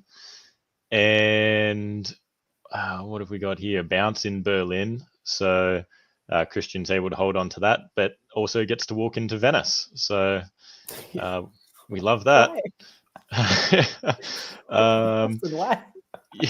We've got Justin and Wardy still at odds a little bit there, bouncing out of Bulgaria, and Wardy having to support Romania to hold there too. Looking at this English fleet, managed to score a retreat into the Gulf of Leon. So there we go. And English Channel is in Mao now. So cool. And backfilled by Picardy. Looks like England should have a little bit of a play on a couple of French centres here. So this is good. It depends who you are, but yeah. Well, yeah, like interesting is what I meant to say. Yeah. Oh my gosh. Yep. Wardy's able just to walk straight up into St. Pete and backfill Moscow, so gets those two. That's gorgeous. Jason gets Budapest with Justin having to retreat back into Trieste. Like Christian being able to hold on to Venice as well. I guess Wardy was able to cover Bulgaria but loses Greece as well.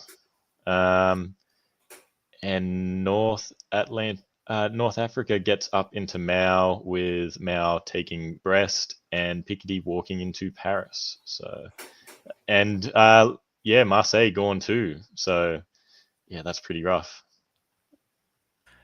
This is a +4 for England, right? Yeah. This is a +3.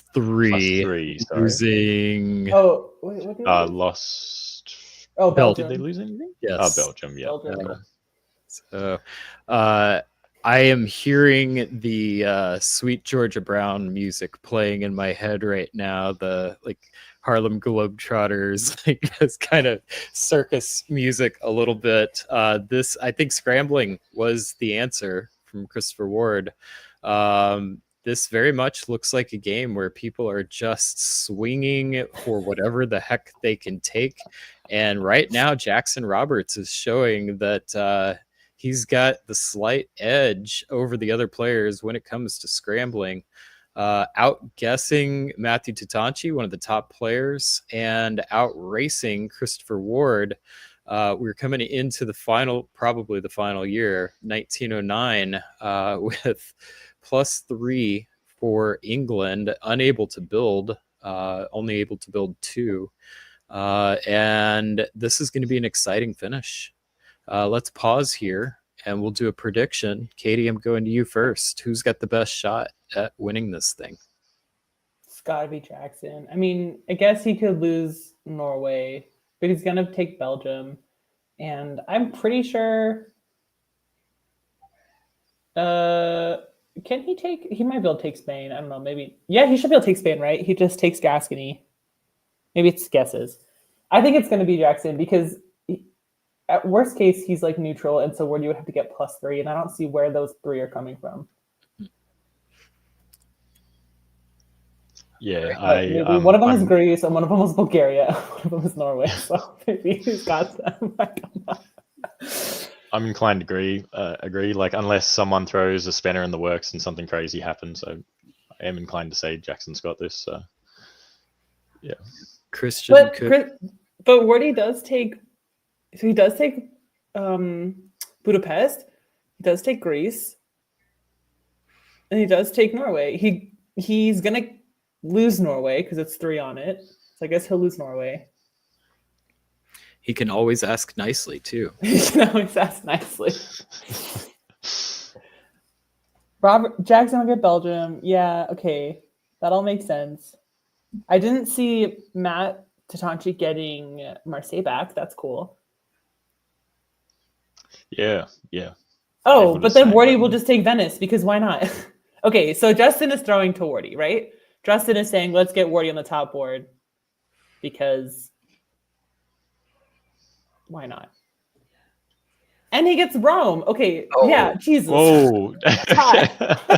Wild. Yeah, there we go. Far out. +5 Oh, in man. 1910. That's awesome. Well, this is called managing a game. This was a wild one.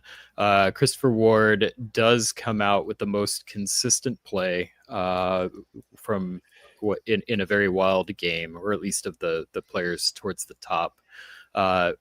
Impressive game from Jackson Roberts. I did not expect him to end where he did, but Christopher Ward did not just scramble well, didn't have good guesses, but he also had the diplomacy at the end of the game, and I think it was those relationships that made the difference. And you said earlier this was his third game in a row, like back to back. Like he would have been tired at this point too. So. Yeah.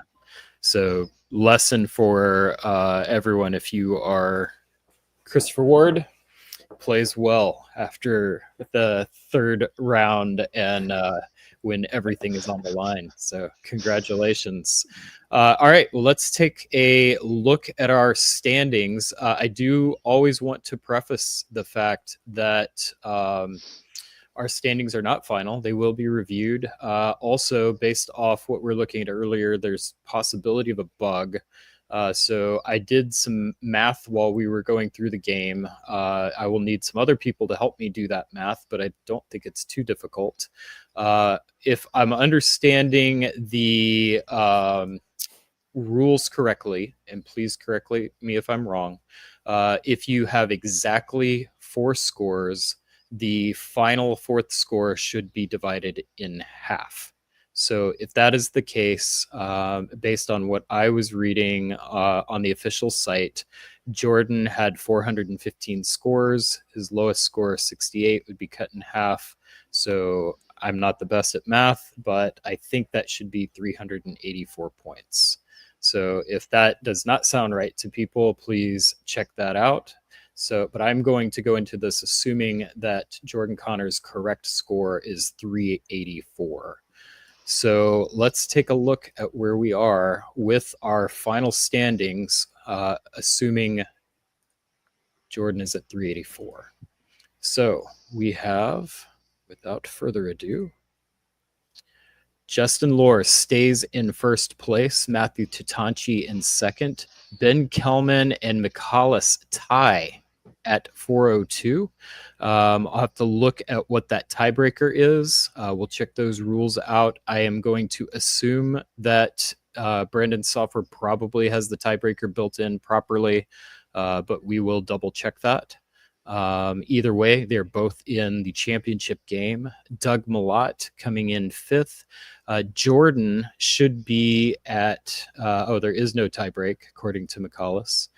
Jordan, my math's saying 384. This coming in at 381. So we'll check that score, but that definitely is better than the 415 that we were looking at earlier. And then Jamal coming in at 369.7. So did we, I'm looking to see Wardy's score. So Wardy coming in at 293. That doesn't look right to me either. So I'm looking to make sure that all of these games are marked over. And I am going back to our standings. Yeah, Wardy should be higher. I think I didn't click a button. Here we go. This is the updated. So wow, we've got ties on ties on ties. So Justin Lohr still top, Matthew Tatanchi second, Ben Kelman, Michalis tied for 3rd, Doug Malott 5, Christopher Ward and Jordan Connors tied at 3-1, assuming that math is correct. So that does mean that Christopher Ward managed to squeak in, knocking out Jamal Blackerly from the top 7. Wow, what a way to finish. Brandon, why don't you summarize this? Is your first broadcast. Summarize the league and the night for tonight. Like overall, I've had such an awesome experience being able to do this with you guys. It's a lot of fun. This game in particular was really cool. A lot of shenanigans, a lot of nonsense. I liked it. Always for the memes. And yeah, that strong finish by Wardy at the end. It's awesome. It's a well-earned top board position. So I look forward to seeing the top board. Yeah. Katie, how about you? Yeah, I totally agree with everything that Brandon just said. And really good to have you. It's just a lot of fun. And Zoe earlier too. I think it's kind of cool that Justin is in first. He played the most boards. So if you want it, work for it, and you have a better chance of getting it. I think that's, I don't know, some life lesson. Just kidding. I don't, whatever. Good for him. He worked really hard and he deserves it. I'm sad Jason didn't make it. I was really rooting for him on the earlier games, but I'm really glad Wardy made it. Good job, Wardy, after that game, especially after like you doing so much random nonsense. It's really cool that you pulled it out to have it be a really, really, really successful game. I mean, 15 centers. I don't know when I've ever had 15 centers in like a live game. Like that's really cool. Good job. Yeah. All right. Well, we do have one more item that we are going to close this broadcast with. And it is a long one, but it is an important one. So we've got some announcements from our Virtual Diplomacy League Commissioner, Zachary Moore. Oh, we don't need those. We've got a recording. And so I'm going to go ahead and load that into our broadcast right now. Zach's got a important message for the Virtual Diplomacy League. So go ahead and load that now.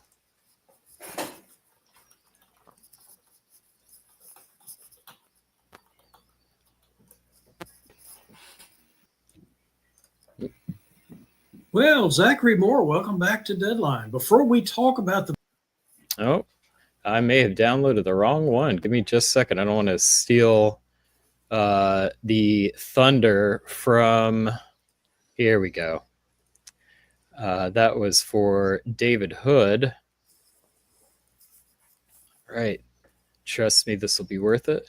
We are professionals. All right, so this one is downloading. It'll be just a minute. So while we're waiting on this, first of all, Brandon, thank you. Real pleasure having you on the broadcast tonight. You did a fantastic job. Great debut. Loved your perspectives on things, so thank you. No, thank you. It was nice to meet you, Brian, and nice to meet you too, Katie. Same with Johnny, and it was good to see Zoe again. So. Yeah. All right. And I'm going to let both of you have the choice. We've got about a 10-minute interview with Zach. This is important. I think everybody should watch it. But if you both need to leave, I'm going to go ahead and release you from the broadcast duties so you can enjoy with all the rest of us. So I hope you both have a great night. Thank you. You too.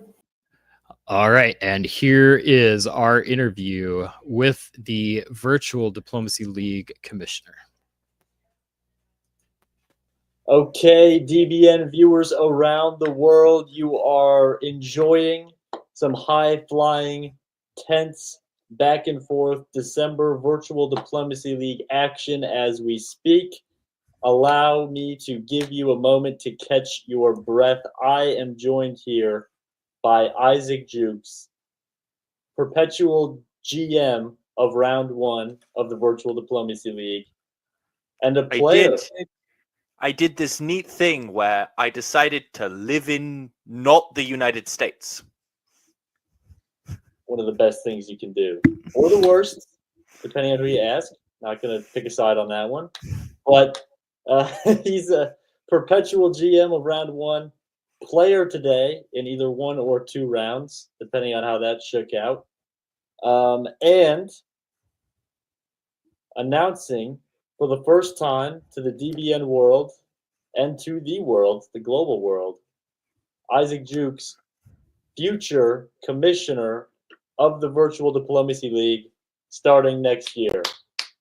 Yeah. They're all clapping at home. They're Yeah, clapping for I feel like global world is one of those phrases that you shouldn't really say. I know it's not really my job, but I thought as my first act I would immediately take apart a statement you just said. Like global world is just saying world twice. What were you doing? Okay, all right. Hear me out on that. Global world, I was distancing myself from the flat earthers by globularizing my language. Okay. I So- mean, there was so many better ways to go there, and but fair enough.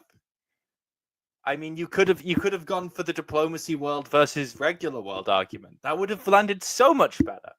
That would have been better. Okay, cutting all that out. 3, 2, 1. Announcing to the first time in the spherical world of the rock that we live on, as a nation and as a people and as a civilization, Isaac Jukes, Diplomacy Virtual League Commissioner, moving forward, starting next year. Yay! And they are Clap. clapping. Clap, or I'll seed you with people you don't like. Ooh, I like that. Okay, good. That's a good place to start, Isaac. We want to introduce you to the people. The people deserve this. They've been suffering under my tyranny and my lackluster rule for years now. Finally, they're going to get somebody who knows what he's doing, who posts the games on time, who answers DMs within a week. Isaac Jukes, tell us what minor quality of life improvements you plan to make to the Virtual Diplomacy League when you take the reins. Minor quality of life improvements. Yeah, I mean, I'll save all the major overhauls for when you're not around to avoid upsetting you. But the minor quality of life improvements. I think one of the things I'd like to do is I'd like to differentiate between players who are going to be around in the round but might not play or would rather not play, and players who think they're going to be able to make the round but aren't 100% sure, just from a planning perspective as a GM and also as a player. It's a nice distinction, I think. And then I thought I'd end your tyranny. You've decided that the Australians must suffer. You've decided that they are not worthy of having things displayed in their time zone. Well, I say no more. I say the Australians deserve a time zone like everyone else. They have time zones? They do. They have time zones. And I also might switch the to give a controversial one. I might switch the time from UK time to the rest of Europe time, because I'm not sure. I think we might have more European players than British players. So I might switch from London to Brussels. Ooh, okay.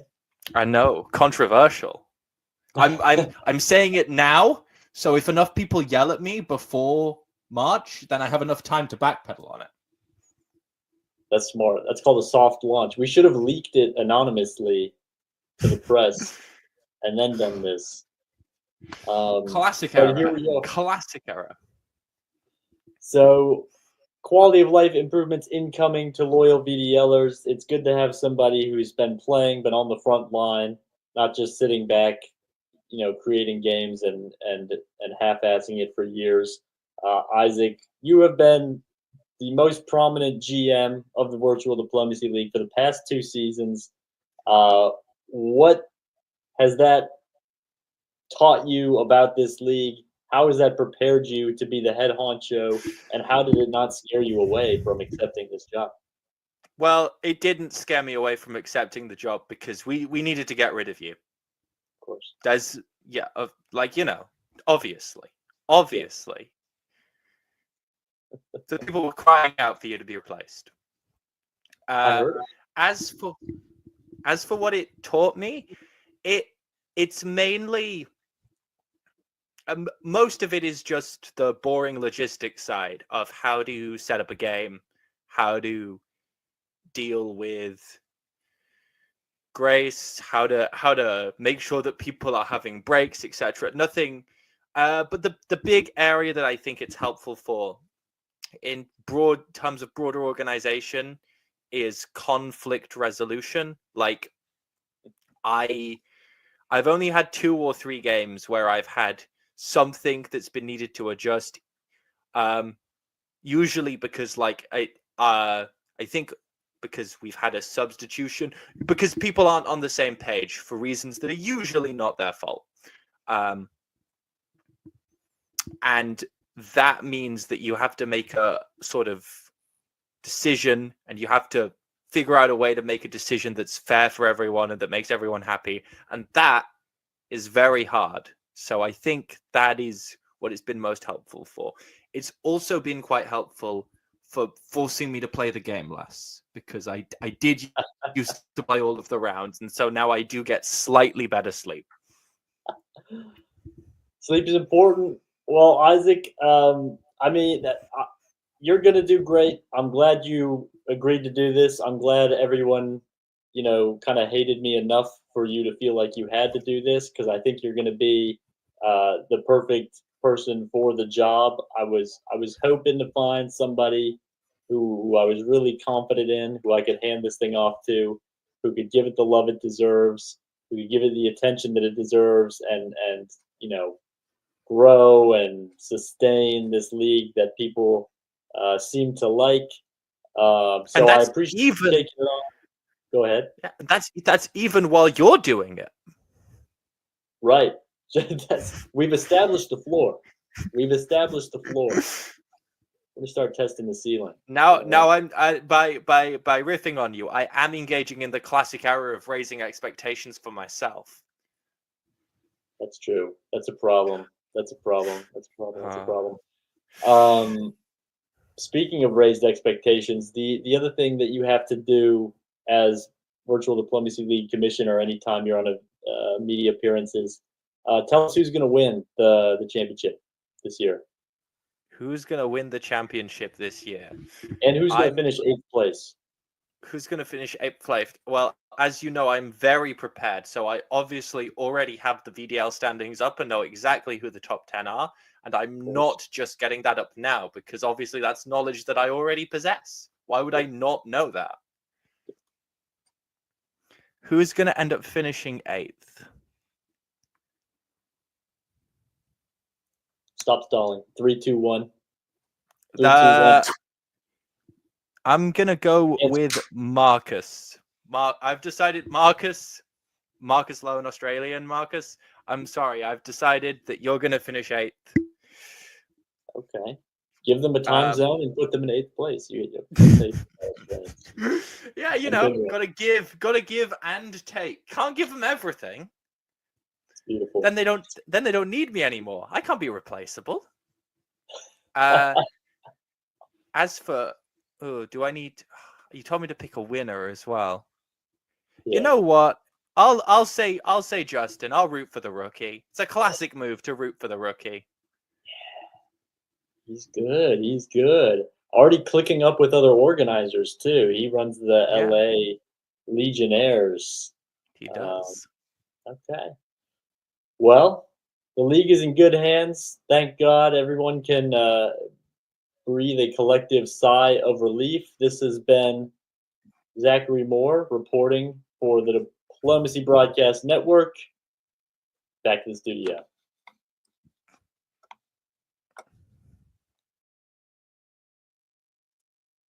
Well, some either sad or glad news, depending on how you take it. But I think we can all agree that we probably would not be here without Zachary Moore.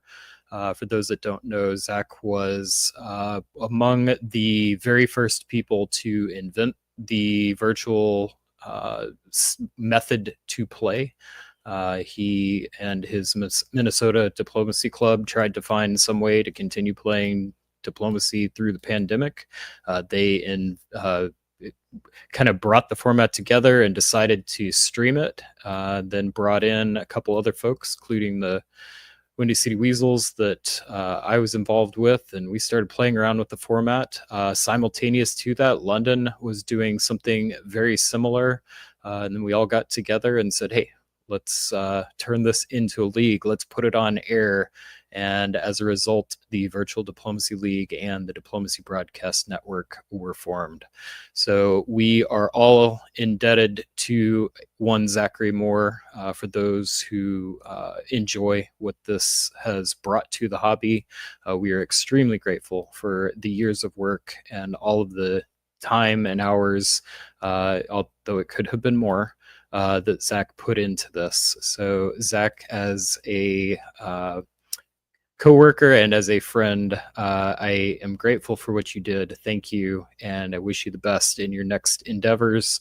Hope that you stay connected to the community, and I'm glad that you are able to find someone in Isaac who will be able to maintain the league, keep it moving forward, and also the irreverence, which I think is an important part of everything. So let's all give Zach a thanks. Please post in comments, little message thanking him, post in chat, talk slander, whatever it is that you have to say. Pass on your parting words, message him in Discord. Zach, thank you for everything. With that, we are going to close our broadcast. We are going to close the 2024 Virtual Diplomacy League regular season. Stay tuned for next month in January for League Night. We are going to continue our championship coverage. We're going to cover the championship of the Virtual Diplomacy League. We are going to cover the Nexus League's championship. We're going to cover the championship game for the Snake Pit. So we've got a lot more diplomacy to cover. January is going to be a great month. Looking forward to it, and hope that we see you all soon. Stay safe and stab well, everyone.